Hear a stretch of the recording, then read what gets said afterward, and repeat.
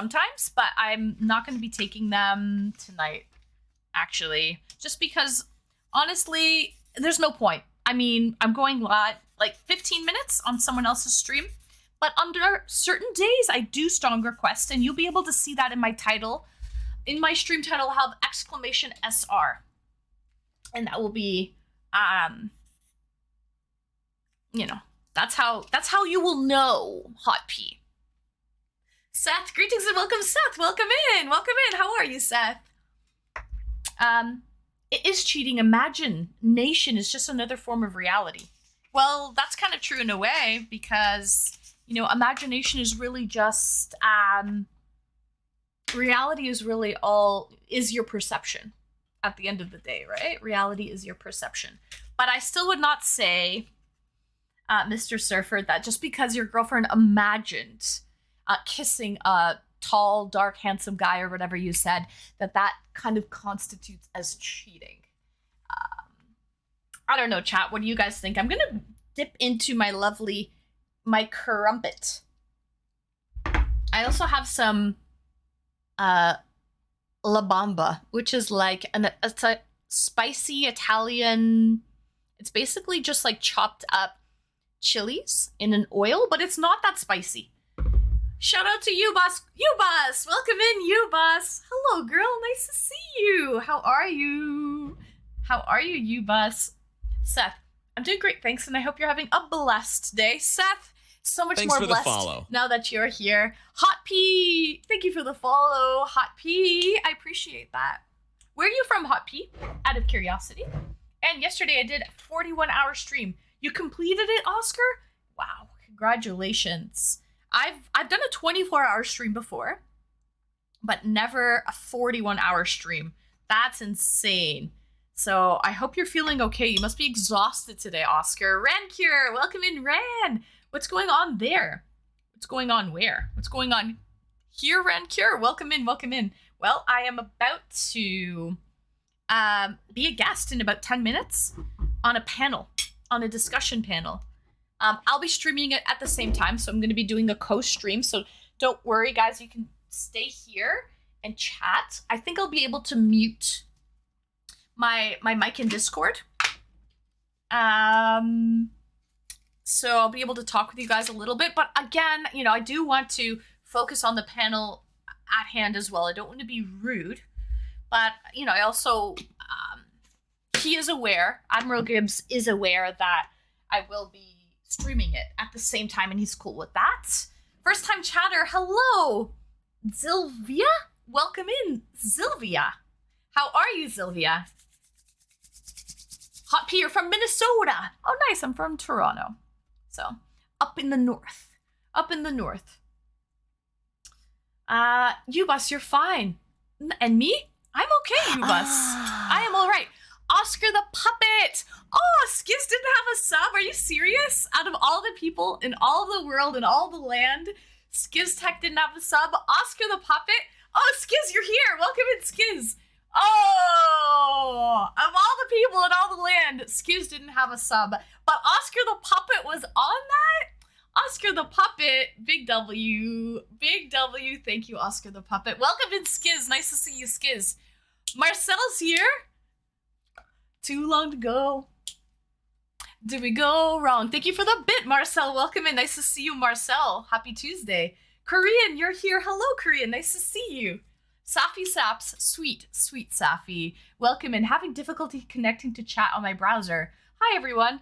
Oh no, Safi, I hope you get it sorted. Sometimes the internet can be a little bit finicky. But Oscar the Puppet, thank you so much for the gift sub. I appreciate that. And I'm sure Skiz does too.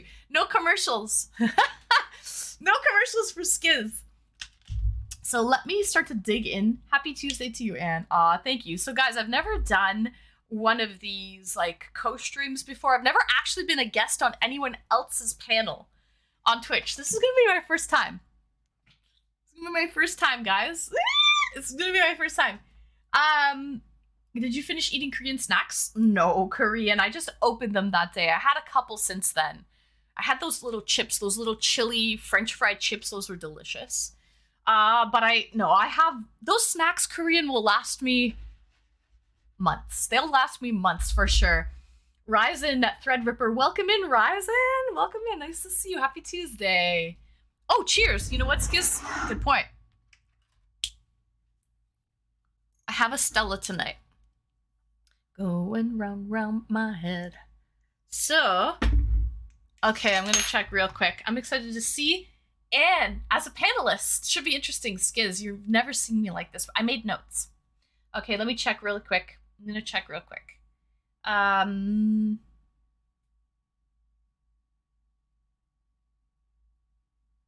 Yeah. Yeah. Okay. So, what else do we have? Sav, welcome in, Sav. Welcome in. Nice to see you. I'm excited to see you. And as a panelist, I'm excited. Same. Swede. Welcome in, sweetheart. Welcome in. Nice to see you, Swede. Fancy seeing you here. Fancy seeing you here. Korean beer. Yes, I'm going to be drinking a beer. I need a little liquid courage to be on the panel. So again, guys, I apologize if I don't chat too much. I was watching Admiral Gibbs' panel yesterday. It's going to be an awesome stream. Yes, he does a lot of he does a lot of debates and discussions, and he brings on a lot of guests. So I would say that's kind of his niche of Twitch, Wrinkly, and I really like it. And he's very, educated, and he knows what he's talking about, and I feel like he can organize a good panel indeed.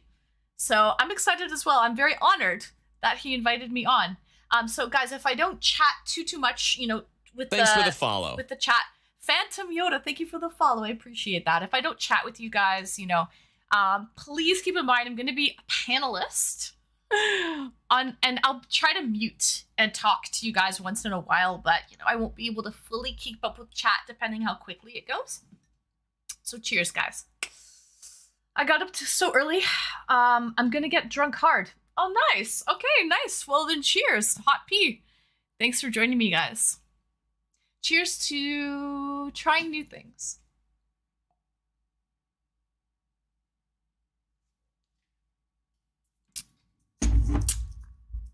Seth, it's illegal to consume crumpets outside of the UK. As a British man, I'm gonna have to report you to the cops. FBI, open up. Seth, sue me then. Sue me then.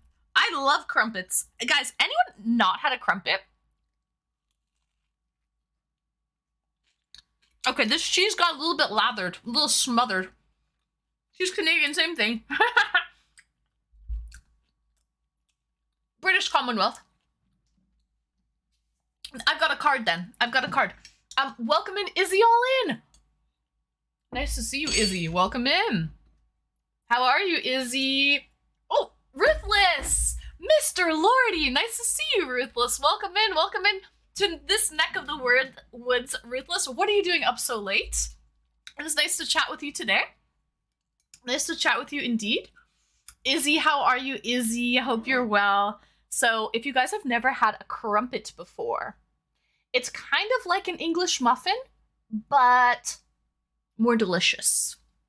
More delicious because it's kind of like spongy.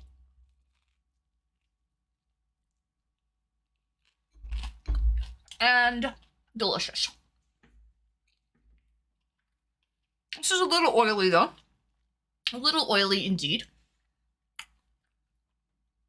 How are you, Ruthless? Are you not tired yet? Are you not sleepy?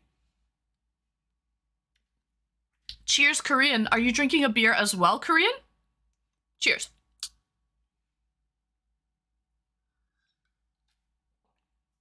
You gotta know what a crumpet is to understand cricket. Ash, I agree. I agree. I feel like, you have to embody. You have to embody the whole UK culture. Phantom Yoda, Izzy and Wrinkly. Oh, Phantom! Any friend of Izzy, all in, and Wrinkly Beef is a friend of mine.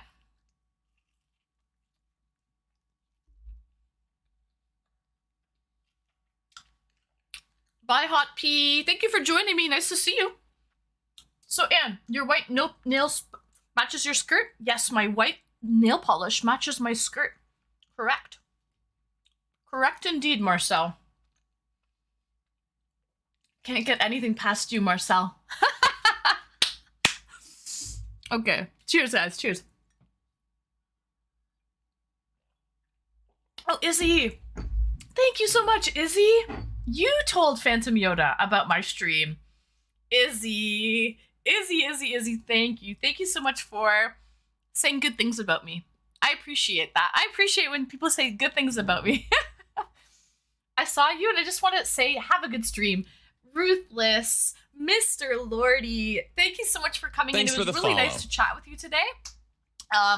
This guy saves lives. He's like not a lifeguard, but he saves lives in his free time. Thank you so much for the follow, Anime Girls, super kawaii. Thank you so much for the follow. Guys, I have to deactivate my camera in just a minute, but we have about 2 minutes to go. But Ruthless, thank you so much for joining me. It was very nice to chat with you today. So thank you for coming by. I appreciate that. Cheers to meeting new people on the internet.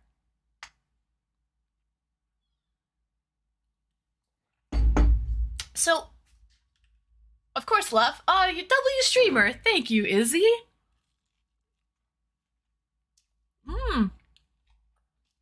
You're a lifeguard also, but like he's like a lifeguard in the ocean.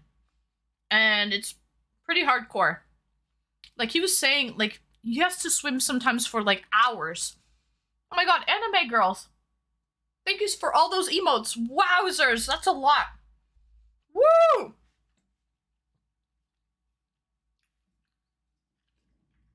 Nice, thank you. My day is working out energetic and positive energy today. Nice, Anime Girls. Lovely, lovely. Sounds like a good day then. Ruthless! It's not unusual to be loved by anyone. Thank you so much for your sub, Ruthless. I appreciate that sub. You didn't have to do that, really, but thank you, thank you. It was nice to chat with you today, really. So, thank you so much. Cheers.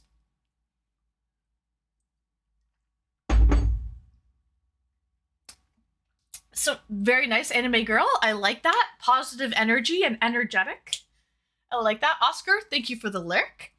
Crypto, the best snack breakfast item ever. I feel the same way, Seth. I can't find crumpets everywhere. So when I do find them, it's a nice treat.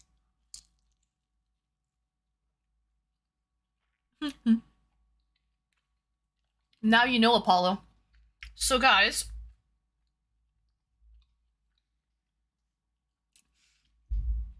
I'm gonna have to stop this music for now, okay? Oscar! Thank you for gifting a sub to Izzy All In. Thank you, Oscar!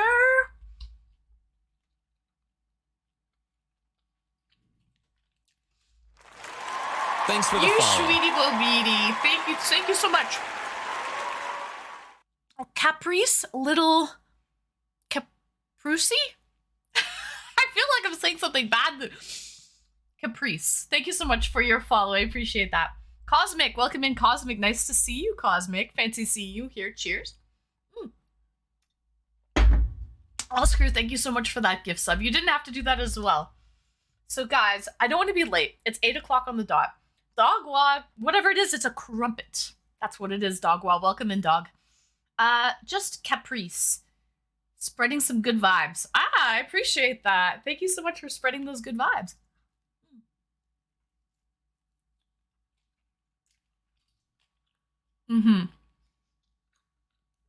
Us, we can't find crumpets at every grocery store. So when I do find them, it's a nice treat. Okay. Perfect timing. I'm just finishing my dinner now. Cheesy, welcome in, welcome in. Okay, guys. I'm great, Cosmic. I'm about to start a stream. A co-stream. So, alright, time for sleep. For me, have a good stream and take care all. Ruthless, thank you so much for stopping by. I really appreciate that. I hope you have a lovely sleep. I hope you don't have to save any lives tomorrow, and I hope you stay away from the sharks. And maybe I hope you catch a dolphin eventually. Those slippery little suckers. Thank you for joining me. Good night, Ruthless. It's pronounced cheesy. Cheesy whiz. Cheesy. Cheesy. Cheers. Okay. Thank you, Cosmic. I hope it's a nice one, too.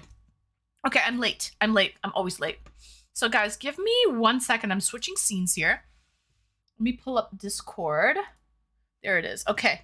So, now, how do I get in there? What do I do? That's a good question. Do I have to go into his... Nope. Okay, if you join an open voice chat room, you need to assume people are... Okay, yeah. Okay. So... Let's figure this out. Let me see where I need to go and what I need to do. Oh, someone's typing. That's good. Okay. Where should we meet? Hold on. Let me ask.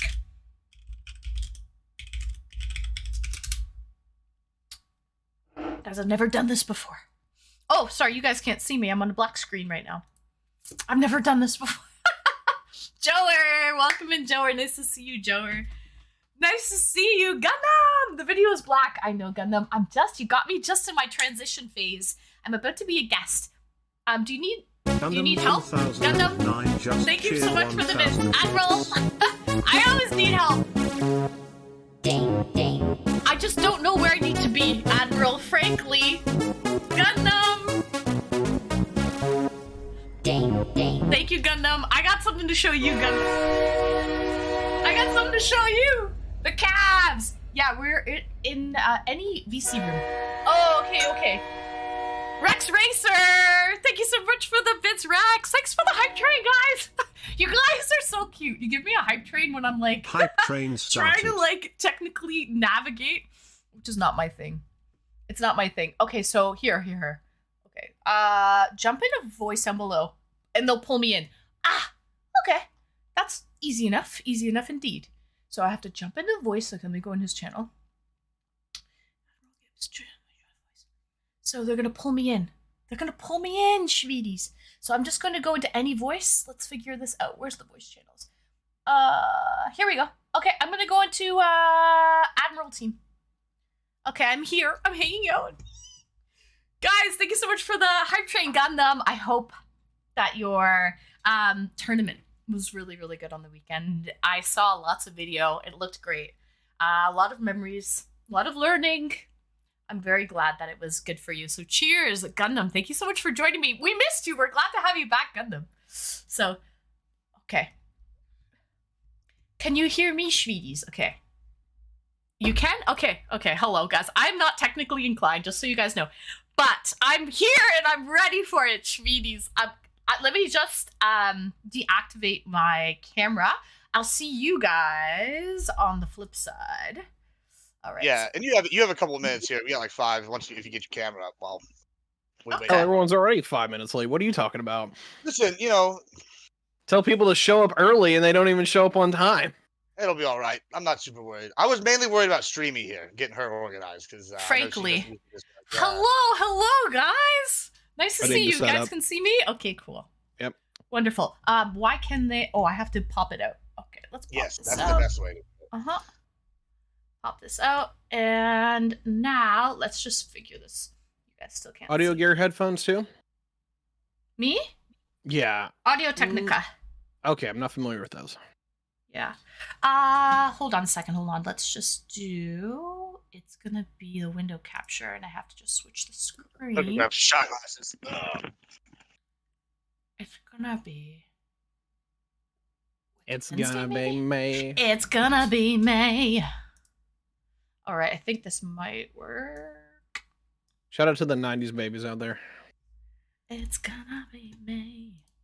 What do we got here? Yes, we're looking good. Woohoo! Okay, chat. Now I just want to test one thing. Oh, why does this do this to me? It always does this to me. Wait, Ty, if you have admin privileges, can you drag in Kai? I tried. I thought I could, but I cannot. But oh, hold a minute. Can you do it? No. Oh, it's this room. This room's got a lot of weird shit about it. Okay. Yeah. Let me see, because I think I can move him around. Yeah, I can move him around in the other rooms. I can't drop him here. Like He's very confused right now, probably. He's in gaming. Where is he now? Did you just kick him from the No. VC?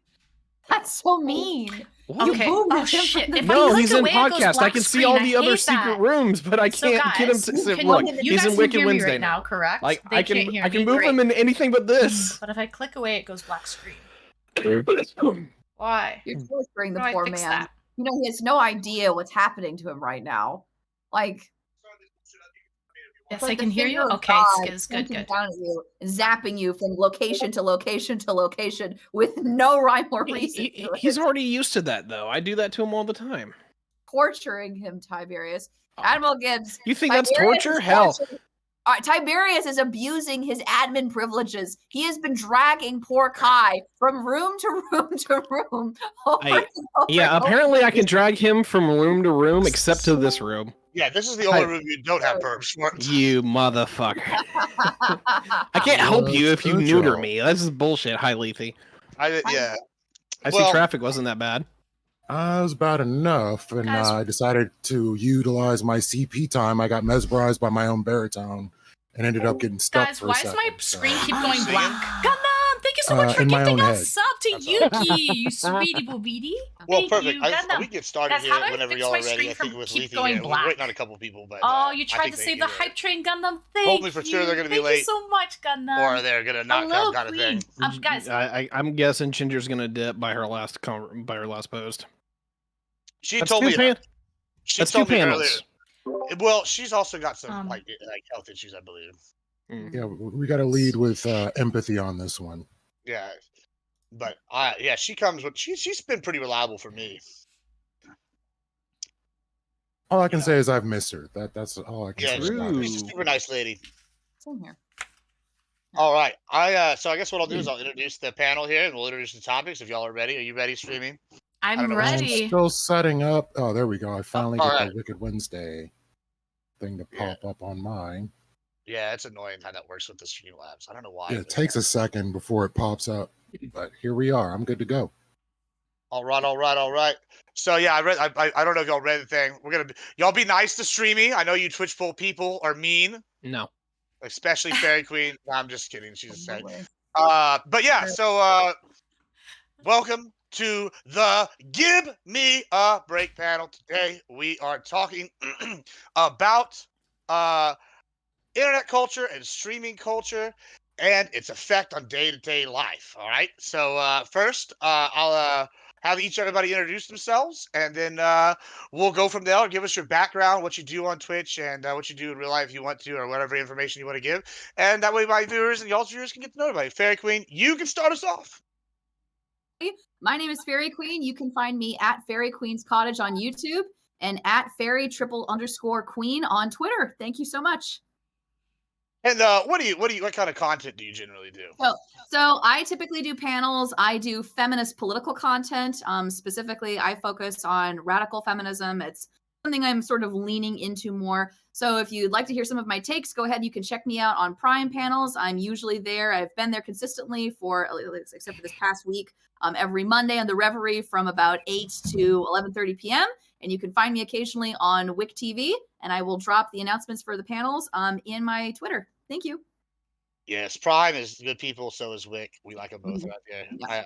I enjoy those panels. Prime does a good job of getting people with all viewers. Like, I thought it was really funny last week that you and I were like tag teaming people. I was like, I don't think Fairy Queen I've ever tag teamed on anybody, but it was good stuff. It was good stuff. Hot and Streamy, do you want to go ahead next and tell us who you are, what you do? Sure. Hello guys, greetings and welcome. Hello. Thank you for having me, Admiral Gibbs. My name is Hot and Streamy. I am a streamer here on Twitch. I guess you could call me a variety streamer. I like to do e-dates on the weekends, and I like IRL streams, unboxing streams, paint. I do some painting streams during the week. And I would say I like to connect with my viewers. I don't really play a lot of games. If I do, they are just simple community games to kind of, interact with my viewership. And yeah, you can find me here on Twitch. I also have some other socials too on Instagram, Twitter, TikTok. YouTube. I post all of my VODs on YouTube. And yeah, that's it. Thanks for having me. I'm happy to be here. Also, 1 point order fair. Your gain, I think, is maybe turned way up because like when you breathe or you type, it It's sounds too like loud? Okay. I don't know, like Yeah, thank you. I just noticed. Yeah, I just noticed it. Like it sounded like Godzilla was coming in when you like tapped. How is I was that? I like, just turned it down a little bit. Is that I, better? I think your voice is fine. I don't know. We'll see whenever something happens. Like you get Okay. excited or like knock Okay. somebody out or something. I Yeah, think we'll be all right. I would Leafy, imagine. what about you, Papa? What do you do? Who are you? I'm your boy, Lethy Water Kai. I do not exist unless I am getting your well wishes and your hopes for me to be here. So here I am. And I appreciate you inviting me. I do panels on Wednesdays and stream whenever I feel like it or somebody wills me into these spaces, like I just said. You will see me with Tiberius D over here or with our boy Admiral Gibbs giving the whoopings as he does. And just here to enjoy myself and have a great conversation. Great to see you all. Oh, good. Glad to have you here. You always put on a fun panel. I'll tell you that. And Tiberius, tell us about yourself. How Yeah. are you doing? I'm not much of a showmanship. Hello, everyone. My name is Tiberius D. I am a massive nerd. I'm not the type to sit here and grandiose. I leave that to people like Leith and Phil KOE. But what I do is I like to get into the nitty gritty details of like how things work and why they work that well. I've been in the space, at least for the streaming space, for about 8 years now. Given started with Factorio and gaming, moved into politics. I'm a center-right Republican, just kind of do my own thing when it comes to infrastructure and energy and geopolitics. I'm known for a couple of different things. But I appreciate you for having me on here because I'm a massive autist that actually works very well with the internet age. I guess we'll see. No, I'm just kidding. Tiberius is good people as well. All right, so here's what we're gonna do next. I'm gonna introduce the topic. So the way I've structured this is I've given y'all kind of the prompt. It's an overall arching topic. We're gonna do one thing that's a little bit different than some of the other panels, and that is if I like ask a direct question, I kind of like. This is my phone. This is somebody else's phone. Good taste in beer. Yeah, I didn't do that. Thank you. Yeah, anyway. Is anyone else drinking? I need liquid courage. Sorry.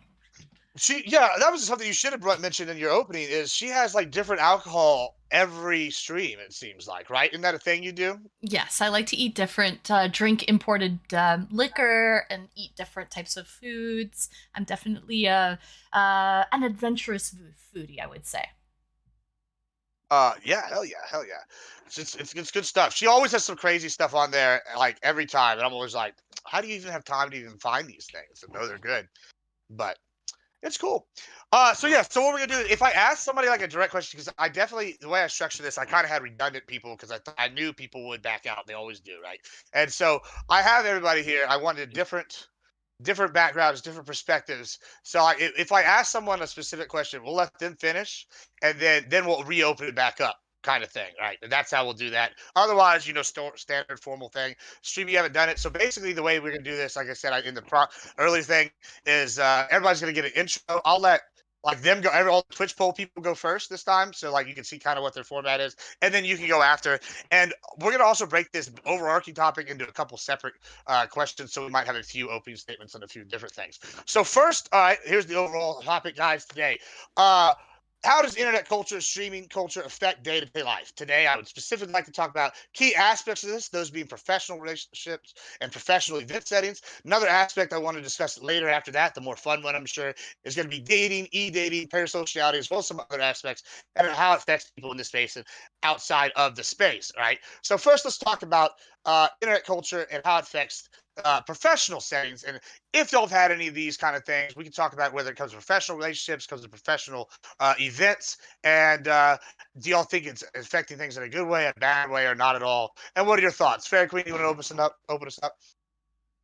Professional events goes, I think that we've talked a little bit about this before. I like the fact that I think that there are legitimate criticisms to be made of progressive victory and legitimate criticisms to be made of professional groups that are trying to influence Twitch poll and are trying to influence the broader Twitch sphere. But as a general basis, I think it's a good thing. I think it's a good thing for Twitch streamers to be able to come together, to be able to pool our resources, and to be able to use the many people who dwell within their basements to come out into the sunlight in order to make a difference. I think as a general principle, I think that's a good thing. I like the idea of trying to utilize the online world in order to try to make a difference in real life.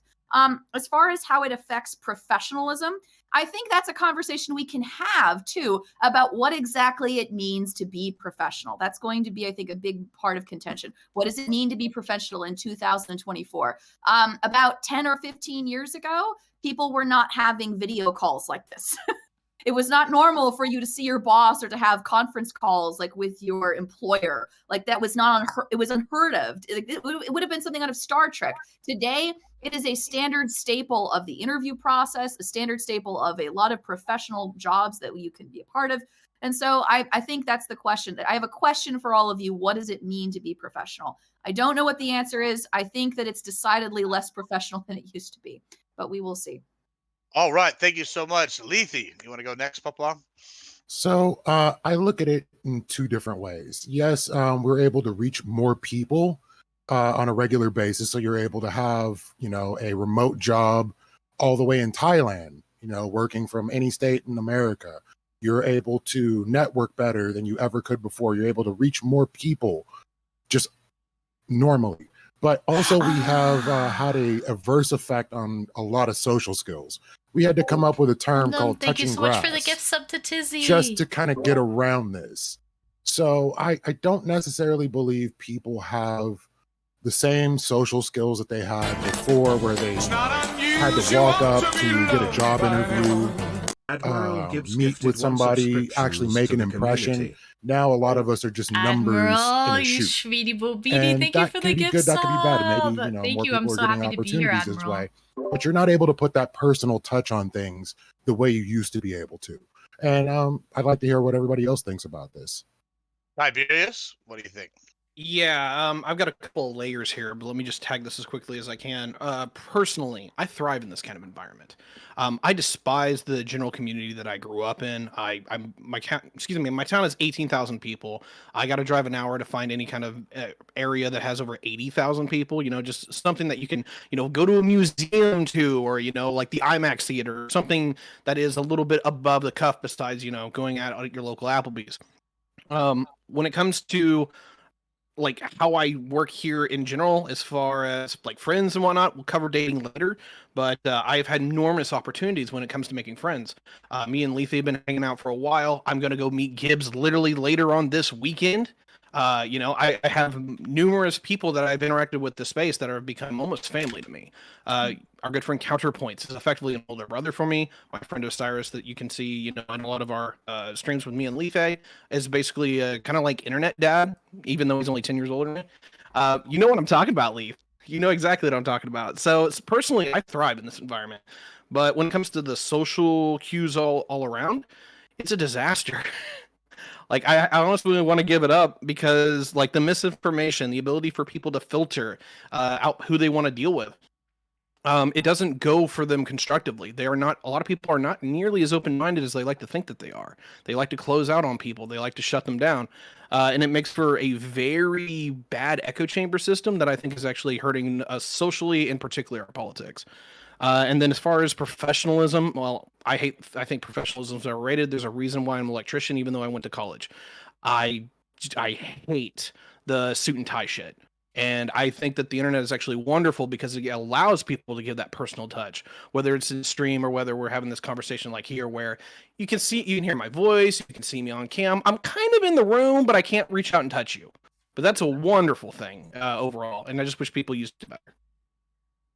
All right. And streaming, you're up. Okay, so how does it affect, how does the internet streaming culture affect my day-to-day life? You know what, for me, it was a big transition and a change, because I would say, an extroverted person. I wasn't used to this, but, things had to happen due to COVID. I was alone. I feel like a lot of people started maybe streaming or had to resort to this method of communication because, we were cut off from the world and from socialization. So this is where I turned to. There was absolutely a learning curve, and there still is a learning curve with technology and me. You can kind of probably tell, like, I'm great with people, but like when it comes to like trying to communicate fully, understanding tones and the troll type of behaviors that keyboard warriors that sometimes people have, like you normally wouldn't see that, in real life. So that was definitely a learning curve too. But overall, I would say that it affects me in a positive way. It's a lot more convenient. Right now, this is on my own terms. I can do this in the privacy of my own home. If I'm ready to just cut it and call it a day, it's very easy to do, cost effective. I can choose now how I want to spend my money a little bit easier than just having to go out and spend it on, transportation, a lounge or a setting to sit in to pay for, basically, like and so that's kind of cool too. Yes, that's all for now. Awesome. That's great. So I guess I'm going to narrow it down a little bit, I think, to a couple of things. So I've spoke often that I'm not a Twitch poll person, and that's a big reason I wanted to stream you on here in the first place, because she's also not a Twitch poller, right? And I think that we'll get into kind of some of that stuff here in a little bit. But Fairy Queen and I have had a conversation recently on Prime's panel about kind of where I first want to go with this. So I think we'll start there. I come from the Halo community, right? Originally, that's like the first Twitch community I got in. It's very toxic, but it's a different kind of toxic, and they also were very competitive, and Thank they wanted you guys. to be taken like serious as like an e-sport. Thank you. I don't know why my screen's And going so black, there was so bear with at me one though. It point, might go this black for a couple Twitch poll seconds when reminds I'm me a just lot of clicking around. the Halo But don't worry, I community. want to be able to talk to you guys. MMA, Hello, great. all these great things kind of chat. develop Welcome in and a welcome and similar hello, way. Christos. Is Tall, you hot and have dumb, the you first made it. wave where it gets Hello, nice to semi-popular, see you, then you have tall, the hot and second dumb. wave where it's like it kind of like spreads to the mainstream, then you have the third wave where they take it in the professional. And I think we're kind of in that secondish wave now with like Twitch poll and streaming. And so this comes up, and I bring this up because I watched a lot of stuff. Like I said, I watched a lot of Tiberius's content when he was meeting with the homies before the PVs thing, and then I watched some of the PV debate itself. And no offense to Wick or Destiny or anybody in there, but I would not want to be like I bitched at like the people when I was doing Halo Esports because they didn't wear suits, right? And because it was a presentation thing, you're trying to go mainstream, you're trying to like talk to people. Now I think it's one thing if you're a crowd member, it's another thing if you're presenting like or you're doing whatever, you're like I don't know, a competitor, a contestant, or whatever the word is, a member of the person like in the actual event. And Fair Queen, you really pushed back on that. You said that in academia, that does not seem to be the case. Do you want to like maybe go into that some? Sure. And just for the context, like we were talking to another person who I think is That's right. Corey Campbell, and he mentioned feeling frustrated, right? Because he just wants to wear a t-shirt and jeans, like right. And the reason for that was because the emphasis should be on the data that you're showing. It should be on the stuff that you're presenting and not on you and the person and how you are dressing, like when you show up, which is what he would say, right? And I honestly, I think that it gets down the middle, right? So there are a couple of things to consider, Gibbs, about what you said. So one of them has to do with we're in okay, here's a question, right? What is the brand of Twitch poll, right? What is the brand of Progressive Victory? And like, what is the brand even of DGG, who is sponsoring, the event that happened in Ohio, right? Because when I'm thinking about like people in suits and like being really professional, that might be true if I'm thinking about a brokerage firm, right, on Wall Street, right? I would expect if I'm going there, everybody to be wearing suits and to be dressed to the nines, right? But it would be different if I was walking into an Apple like headquarters, right? Or if I was walking into Google, right? Like you'll notice, like depending on like what field you work in, it's not expected for you to wear a suit. Like if you go to Silicon Valley, depending on like what conference room you walk into, it's often very common and typical for people to wear, maybe not exactly to jeans and a t-shirt, but they don't usually wear like suits and ties, right? Like even like when you think of people like Steve Jobs or Bill Gates, when you think of like people who really have made it, they dress professionally. They're not walking up with like khaki shorts and a Hawaiian shirt and flip-flops, right? But they're also not wearing, a tie. They're not wearing a suit. And they're not doing that because it's not their brand, right? It's not the brand that they're promoting. So when Steve Jobs, for instance, he would wear his glasses, his head would be mostly shaved. He would have like a black turtleneck. Everything that he wore was simple, sleek, and minimalistic. And that was specifically because that was the brand of Apple that he was trying to project. So when we're thinking about DGG, when we're thinking about what they are trying to promote about themselves as a brand, right? The reality is they're trying to promote the brand of people that are on their computers, who argue on the internet, who have left their basements to go out into the world. That's the brand of DGG, as I understand it, is the brand of gamers who are trying to hack into politics, right? So I don't know if I don't know if it's on brand for them to comport themselves as if they were actually literally politicians, or if they were literally people in a brokerage firm. So I think that's important. Thank you for joining joining What is the me. brand of the company that you are representing when you are dressing in a particular way? So for me as a teacher, I dress professionally, but I do that mostly but when I dress professionally, I wear slacks and I wear a blouse, or I wear a dress when I go to teach. But I do that not just because it's expected of me, but because if I don't do that, then my students don't take me seriously, right? So imagine, for instance, like if Destiny got onto the stage behind the podium, right? And instead of wearing, sweats and, maybe a jacket, like maybe his t-shirt, he instead showed up in a suit and tie, right? That would not be on brand for Destiny. That's not Stephen Bonnell's brand, right? It might seem more polished, but it's not the brand of DGG. It's not the brand of his channel. It would be off brand for him to make that decision. So I'll stop ranting now, but that's sort of what I think the question is. In order for it to be professional, it has to be on brand, right? It has to represent the company's values. I don't remember what Gibbs? I was watching, but it was a debate he was in, and he talked about how he bought like 5 pairs of the same sweatpants, and all he was wearing was sweatpants to every single event. Mm-hmm. Gibbs IPA is up in Wicked Wednesday, and you did get a little bit of reverb. Okay, I will move him in. But yeah, it's open. But also streaming. If you feel like you can always just pop in and start saying what you think, or just raise your hand if you don't feel like you're getting in. We'll make sure you got you. Oh, I have lots to say. But yeah, okay, I agree with you. I'm so bad with names. What's your name again? Fairy. You can call me Fairy. Fairy. I agree with you that things are definitely, even if you're portraying yourself on the internet, you are portraying a brand, and that just might not be your brand. It might be casual. So I absolutely agree with that. Sorry, what was the question, Gibbs? So like we basically were talking about like professional settings, how the internet and streaming culture is affecting it on a day-to-day basis. Like, is it so? Basically, I'm saying I the point I'm kind of was getting across, and I think that Fairy Queen is pushing back a little bit. I think the branding thing is a really good point. Is I'm basically saying that I think that internet culture is kind of hitting professional culture in a negative way, right? If they want to be taken seriously, it's kind of the thing I'm getting at, and I think. It's okay. Dogs Let the dogs out. Yeah, so I guess it's like hurting us in a negative way, in my opinion. And I think like attire is a really easy way to say. I know that's like ticky tack, but I think that's something like that. Like for example, I'll give an example that happened this week. Is I did on Monday I did Primes and I did Wix, and beforehand on Wix I said, hey, I have several big potential sponsors watching. Maybe guys don't look like a hobo, right? And then everybody showed up in t-shirts.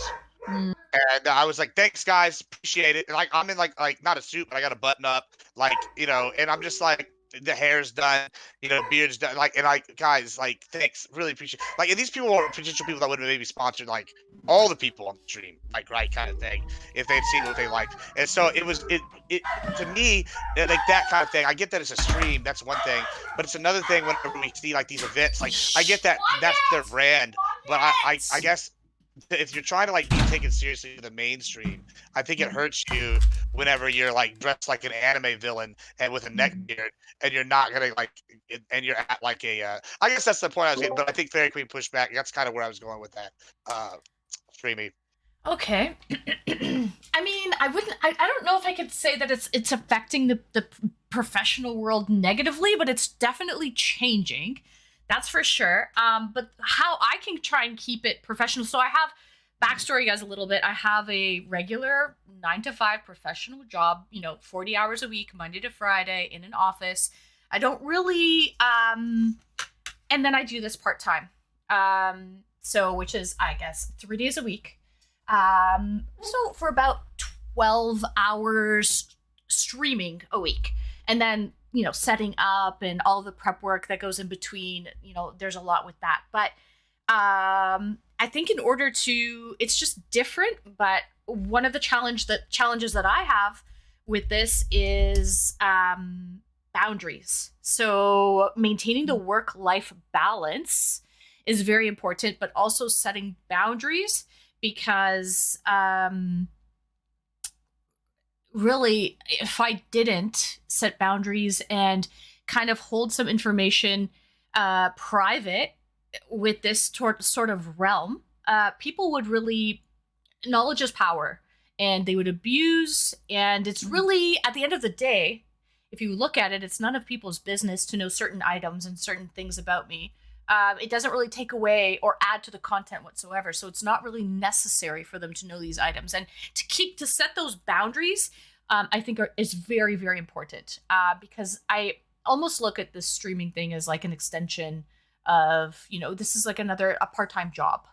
And in an office, if you're wearing a suit every day and you're going to the office, you might not necessarily tell your coworkers, yeah, I got really wasted on the weekend, man. I was puking. I couldn't get out of bed. Like, there's certain boundaries that you would have in that workplace environment. And I kind of have these same boundaries that I keep with my streaming atmosphere, even though it might look very, a lot more relaxed, and I might not be wearing a suit and tie to work every day to my part-time job. There's still those boundaries that you have to uphold. So keeping those boundaries are very, very important, I think. For me, at least, yes. That's all. On that note, before we open it back up, I'm gonna let IPA give an intro real quick, since he just joined us here. IPA, you want to tell us who you are? What's going on, everybody? Good tonight. I'm IPA. Used to stream for a couple of years. I haven't done that for, I don't know, probably 2 years or so.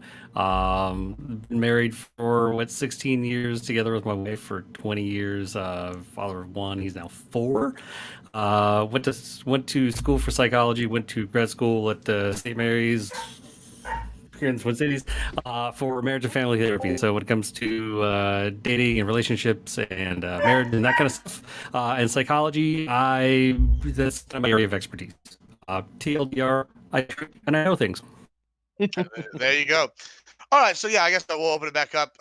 Any thoughts on any of the rest of y'all? What do y'all think about professional relationships and the internet culture affecting it? Like, Tiberius, you were at this event. I think your opinion is much different than my opinion on like the outfits and the tires. What do you think? Okay, I want to put a disclaimer out so everyone knows where I'm coming from. I despise most corporate culture and academia at this point. I usually find people in suits, and I think they're some of the dumbest goddamn people I've ever met in my life. And what's even worse is whenever they're actually constant getting anything done, for some reason that's not the person you need to deal with. It's always somebody that's in a closet over here is the actual guy you need to talk to, or more personally, there's 3 people in suits above that person you need to interact with to actually get anything done. So when it comes to all this, I think professionalism is actually just a massive facade for just blatant incompetence and hypocrisy. So with that out of the way, when it comes to like the level where I do like to engage with people with, there is a threshold. If you look like Tom McDonald out there, like, I don't care if you're rapping with Ben Shapiro, you look like a fucking joke, and I'm not going to take you seriously. On the other hand, though, there is no one here on this panel that looks like somebody I won't take you seriously enough with. It's just like, there's a point where it's like, hey, look, you can take care of yourself, you can groom up a little bit, Lethe, you might want to cut that little bit off at the bottom. I gotta throw a little shade at you, buddy. But no, actually, there's a point where you can look ridiculous, where I won't take you seriously. But as long as you look like you've had a shower and you actually like don't have stains on your clothes, I can at least listen to you and give you like some level of credit. So yeah, whenever I have these meetups with people, I love doing it. It's great. Like, hey, I'm not there for knocking on doors as much as I am, hey, you will like, what's good around here? Is it pizza? Is it barbecue? What do you got? And just have the locals show you around. It's usually a great time. Awesome. Leafy, what do you think? So, like, I have a a stance the way I carry myself. If they're not paying me, I don't wear nice clothes. So either if I'm out and you catch me and I'm not getting paid, it's going to be a tank top, shorts, and probably Birkenstocks or something, or some nice J's. It's just how I roll. But if I'm getting paid, I'm going to wear a nice button-up shirt. If I'm trying to present myself a certain kind of way, I'm probably going to be wearing some decent pants, maybe not slacks, but at least some well-creased like Dockers or something on that order. And I'm going to try to present myself the way I'm trying to be portrayed. And I don't think, so like if you go to a Comic-Con, I'm not expecting people to be dressed to the nines. And I look at these events like with the Progressive Victory thing, kind of like a Comic-Con, but for Twitch people or people that view our content. I don't expect them to be dressed like they're trying to get somewhere outside of the Twitch spaces. So I feel like that's kind of a high expectation, but I also agree with you, Gibbs. Everybody trying to dress like Sephiroth or somebody straight out of the Matrix is looking goofy as I don't know what. Yeah, Even though I it's like. perfectly fine if they have a Velcro wallet. Oh God, not the Velcro wall. We're gonna definitely talk about that in a minute. That is coming up again. I promise. It's a whole soapbox. IPA. What are your thoughts? We're talking about internet and streaming culture and how it affects professional relationships and professional events. You know, in the realm of streaming itself, like, you know, I think you mentioned something about people dressing all goofy and shit. Like, if that's your shtick, that's one thing. You know, if you're at a streaming event, if it's specifically centered around that kind of stuff, I get it. You know, like to bring up like the super stereotypical guy like Dr. Disrespect, right? Like he clearly had a shtick, right? Like that's his thing, and that's the way he's going to show up. You know, I get that. But yeah, no, within like a professional realm, if you're trying to, you know, if you're going out and meeting sponsors, like I also get what you're saying about that, right? Like there is to a degree in which, you know, unless Thank that really you, is the thing that Skiz. you're known for as being that Izzy. character, you know, yeah. It's nice to be- dress be up professional. sometimes. I agree. Nice. All right. Yeah. Cool. All right. Well, let's move on to the fun ones because it seems like I'm Fun. outnumbered 4-5 to 1 on this one. Where are my people that were supposed to have my back? I don't know. They were going to argue my position, but we're not going to do that. To the good stuff. All right. So I mentioned this earlier to Tiberius and Fairy Queen, and one of the things I don't want to talk about specific drama, but I think everybody's going to know this drama, but it's hot and streamy here. But we're going to take one little bit of this and kind of expand it. Right? So I was very shocked when I was hearing about the tomfoolery stuff, right? I like, and for a different reason than I think what other people are going to be shocked for. One, the fact that e-dating was so prevalent that it was affecting people's lives on like a mass scale like this, to where they're getting accused of like crimes or like being a sex pest or cheating on their girl or like they're dating. I guess when I'd always looked at e-dating, I always looked at it like, I guess from my lens, which was like, oh, you do it as a show. Like you do it like as a gimmick, you go on a gimmick, like you go on a Cootbot show, like I dressed up as Macho Man, right? Or like Streamy has her own thing, and I'll let Streamy talk about that in a second, kind of what her format is. But you go on these things, and they're very much like to me, they don't feel like I'm not expected to be like, hey, I went on this show, I'm taking this girl home tonight, I'm getting her number, like whatever. Now there are people that go on like Cootbot shows that have like basically they think that they are they're in like they're really have a shot at this, and I guess maybe they could.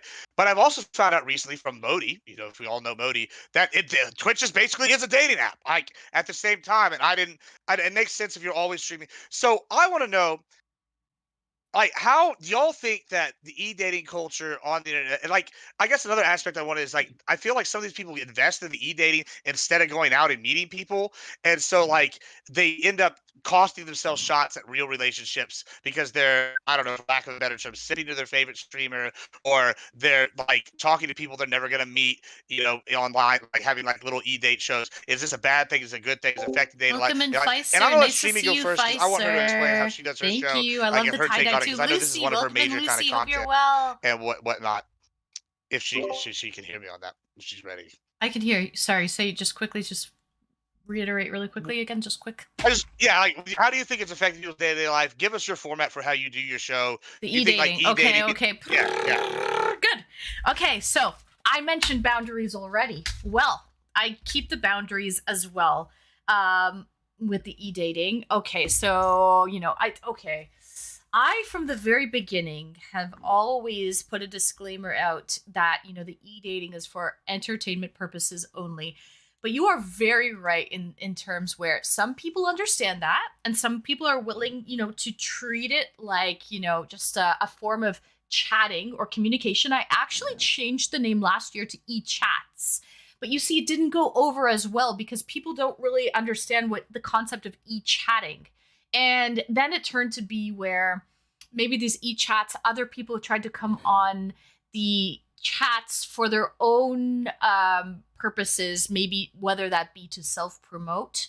But clearly they were not on for the right reasons. And, my viewership could see that there was no genuine connection, that they didn't really want to be there. They were really just there for their own selfish reasons. And it didn't make for a good show. So I had to actually change it back from e-chats to e-dates. And but even though it's changed back to e-dates, it's still for entertainment purposes only. But you would be surprised the amount of people that I contact to come on these e-dates, and they do say, I'm sorry, I'm a happily married man, and I just don't feel right doing this. I last week had a panel. It was a speed dating Valentine's Day panel with 4 guys and 4 girl contestants that came on to win a prize, a cash prize each. The last girl and guy standing won a prize. And I still had people pull out because they had a boyfriend or they were married and they just still didn't feel comfortable coming on for this speed dating elimination show. And these were streamers too. So that it would be great as well for content for them, for publicity. These were smaller streamers than myself, so they would definitely get a lot of exposure coming on, and they still chose to opt out because of the whole, what we're calling it e-dating, and they didn't feel comfortable, being a, married woman coming on, and doing the e-dating. And that being said too, I get questions all the time. Oh, what happens if you win or the e-dates? Like, the winner of the e-date, do you get to go on a real date with you? And so I get those questions all the time. And of course the answer is no. I would think that people would understand that no, there is no, end prize of dating me in real life. I mean, I'm probably not in the city that you're located in or even in the country that you're located in. And so, logistics wise, it wouldn't be possible, but I do get those questions very often, which is surprising to me. And another thing though, one of the benefits I have to say though, is, so I do say it's for entertainment purposes only. I don't give anyone false hope. Okay. But, one of the benefits would be, it can be an ego boost for a lot of these guys who come on who maybe don't get an opportunity to talk to, a girl. And so I always try to make it a wholesome, positive experience. I don't really allow a lot of bullying in chat. It's not a roast fest like some other e-daters have in their channel where, there's eliminations and then resurrections. We try to keep it a very nice, wholesome, positive experience, very encouraging words. And so it turns out to be a great ego boost for a lot of these guys who come on. And a lot of the time they message me after the date and they ask me to come on again. If I ever would like to invite them, they would be open to doing so. And I can tell it's a great confidence booster, which is great because it's good content for me. So it's win-win in that sense, right? It gives me content, but it also, maybe they don't have a platform to come on and speak to people. And so they're coming on my platform to do so. So I think it can be beneficial in both ways, as long as people aren't delusional, aren't, misconstrued in any way, and they understand that it really is just for entertainment purposes and, nothing more will really come of it at the end. And yeah, I like to have guests on for the right reasons. Obviously no self-promoting and things because you want to see a genuine connection. Let me ask you a follow-up question real quick. Yeah. And then I'm gonna let Leafy go as soon as you finish. But so you mentioned earlier the boundaries thing, and I think that's a good point that you brought up. I think there's a few aspects of the e-dating that I kind of want to really dive into, right? You talked about the entertainment factor and boundaries, which is good, which brings me kind of I think it's a good segue to parasocial aspects, right? How often do you get a parasocial aspect to this that affects you? Does it ever affected your personal life outside of your thing where you had like a parasocial like experience, or like where people go on or because I feel like some of these people, it's with the parasocial, I feel it's a twofold, right? I feel like men waste their time and money, and like they could be going out and having real experiences. Although I do think you bring up a good point about having a good experience on your thing, as well. But and the parasocial aspect from like the streamer host. Like, have you had either of those kind of things? What are your thoughts on that? And then Lethe, when she finishes, you're by all means you can go ahead. I have. I absolutely have had a couple interesting parasocial experiences, and sometimes like it's very rare. It is very rare, but it has happened. I'm not going to not going to deny that. Where maybe even though you constantly suggest and reinforce that you're not interested, and people still think that there's hope. They're not going to take no for an answer. They're just going to keep trying and trying. And so this has happened. It's very rare. And sadly, it doesn't end well. I will admit that, because people get hurt, and they can get mad afterward. And they might try to hurt me because they're hurt, you see. So they might try to expose, again, with boundaries. I choose not to talk about my place of work. I choose not to talk about my relationship status. I don't talk about, my age, my career choice. There's certain boundaries that I have put in place, and these people might have, I have a little bit of information leaked. Oh, I don't talk about my real name, things like this. Just a little bit of information might have been leaked, and of course, that's going to be ammunition to try and spite me and hurt me, and they throw that back in my face and try and spew venom. To try to, because they feel hurt in the end.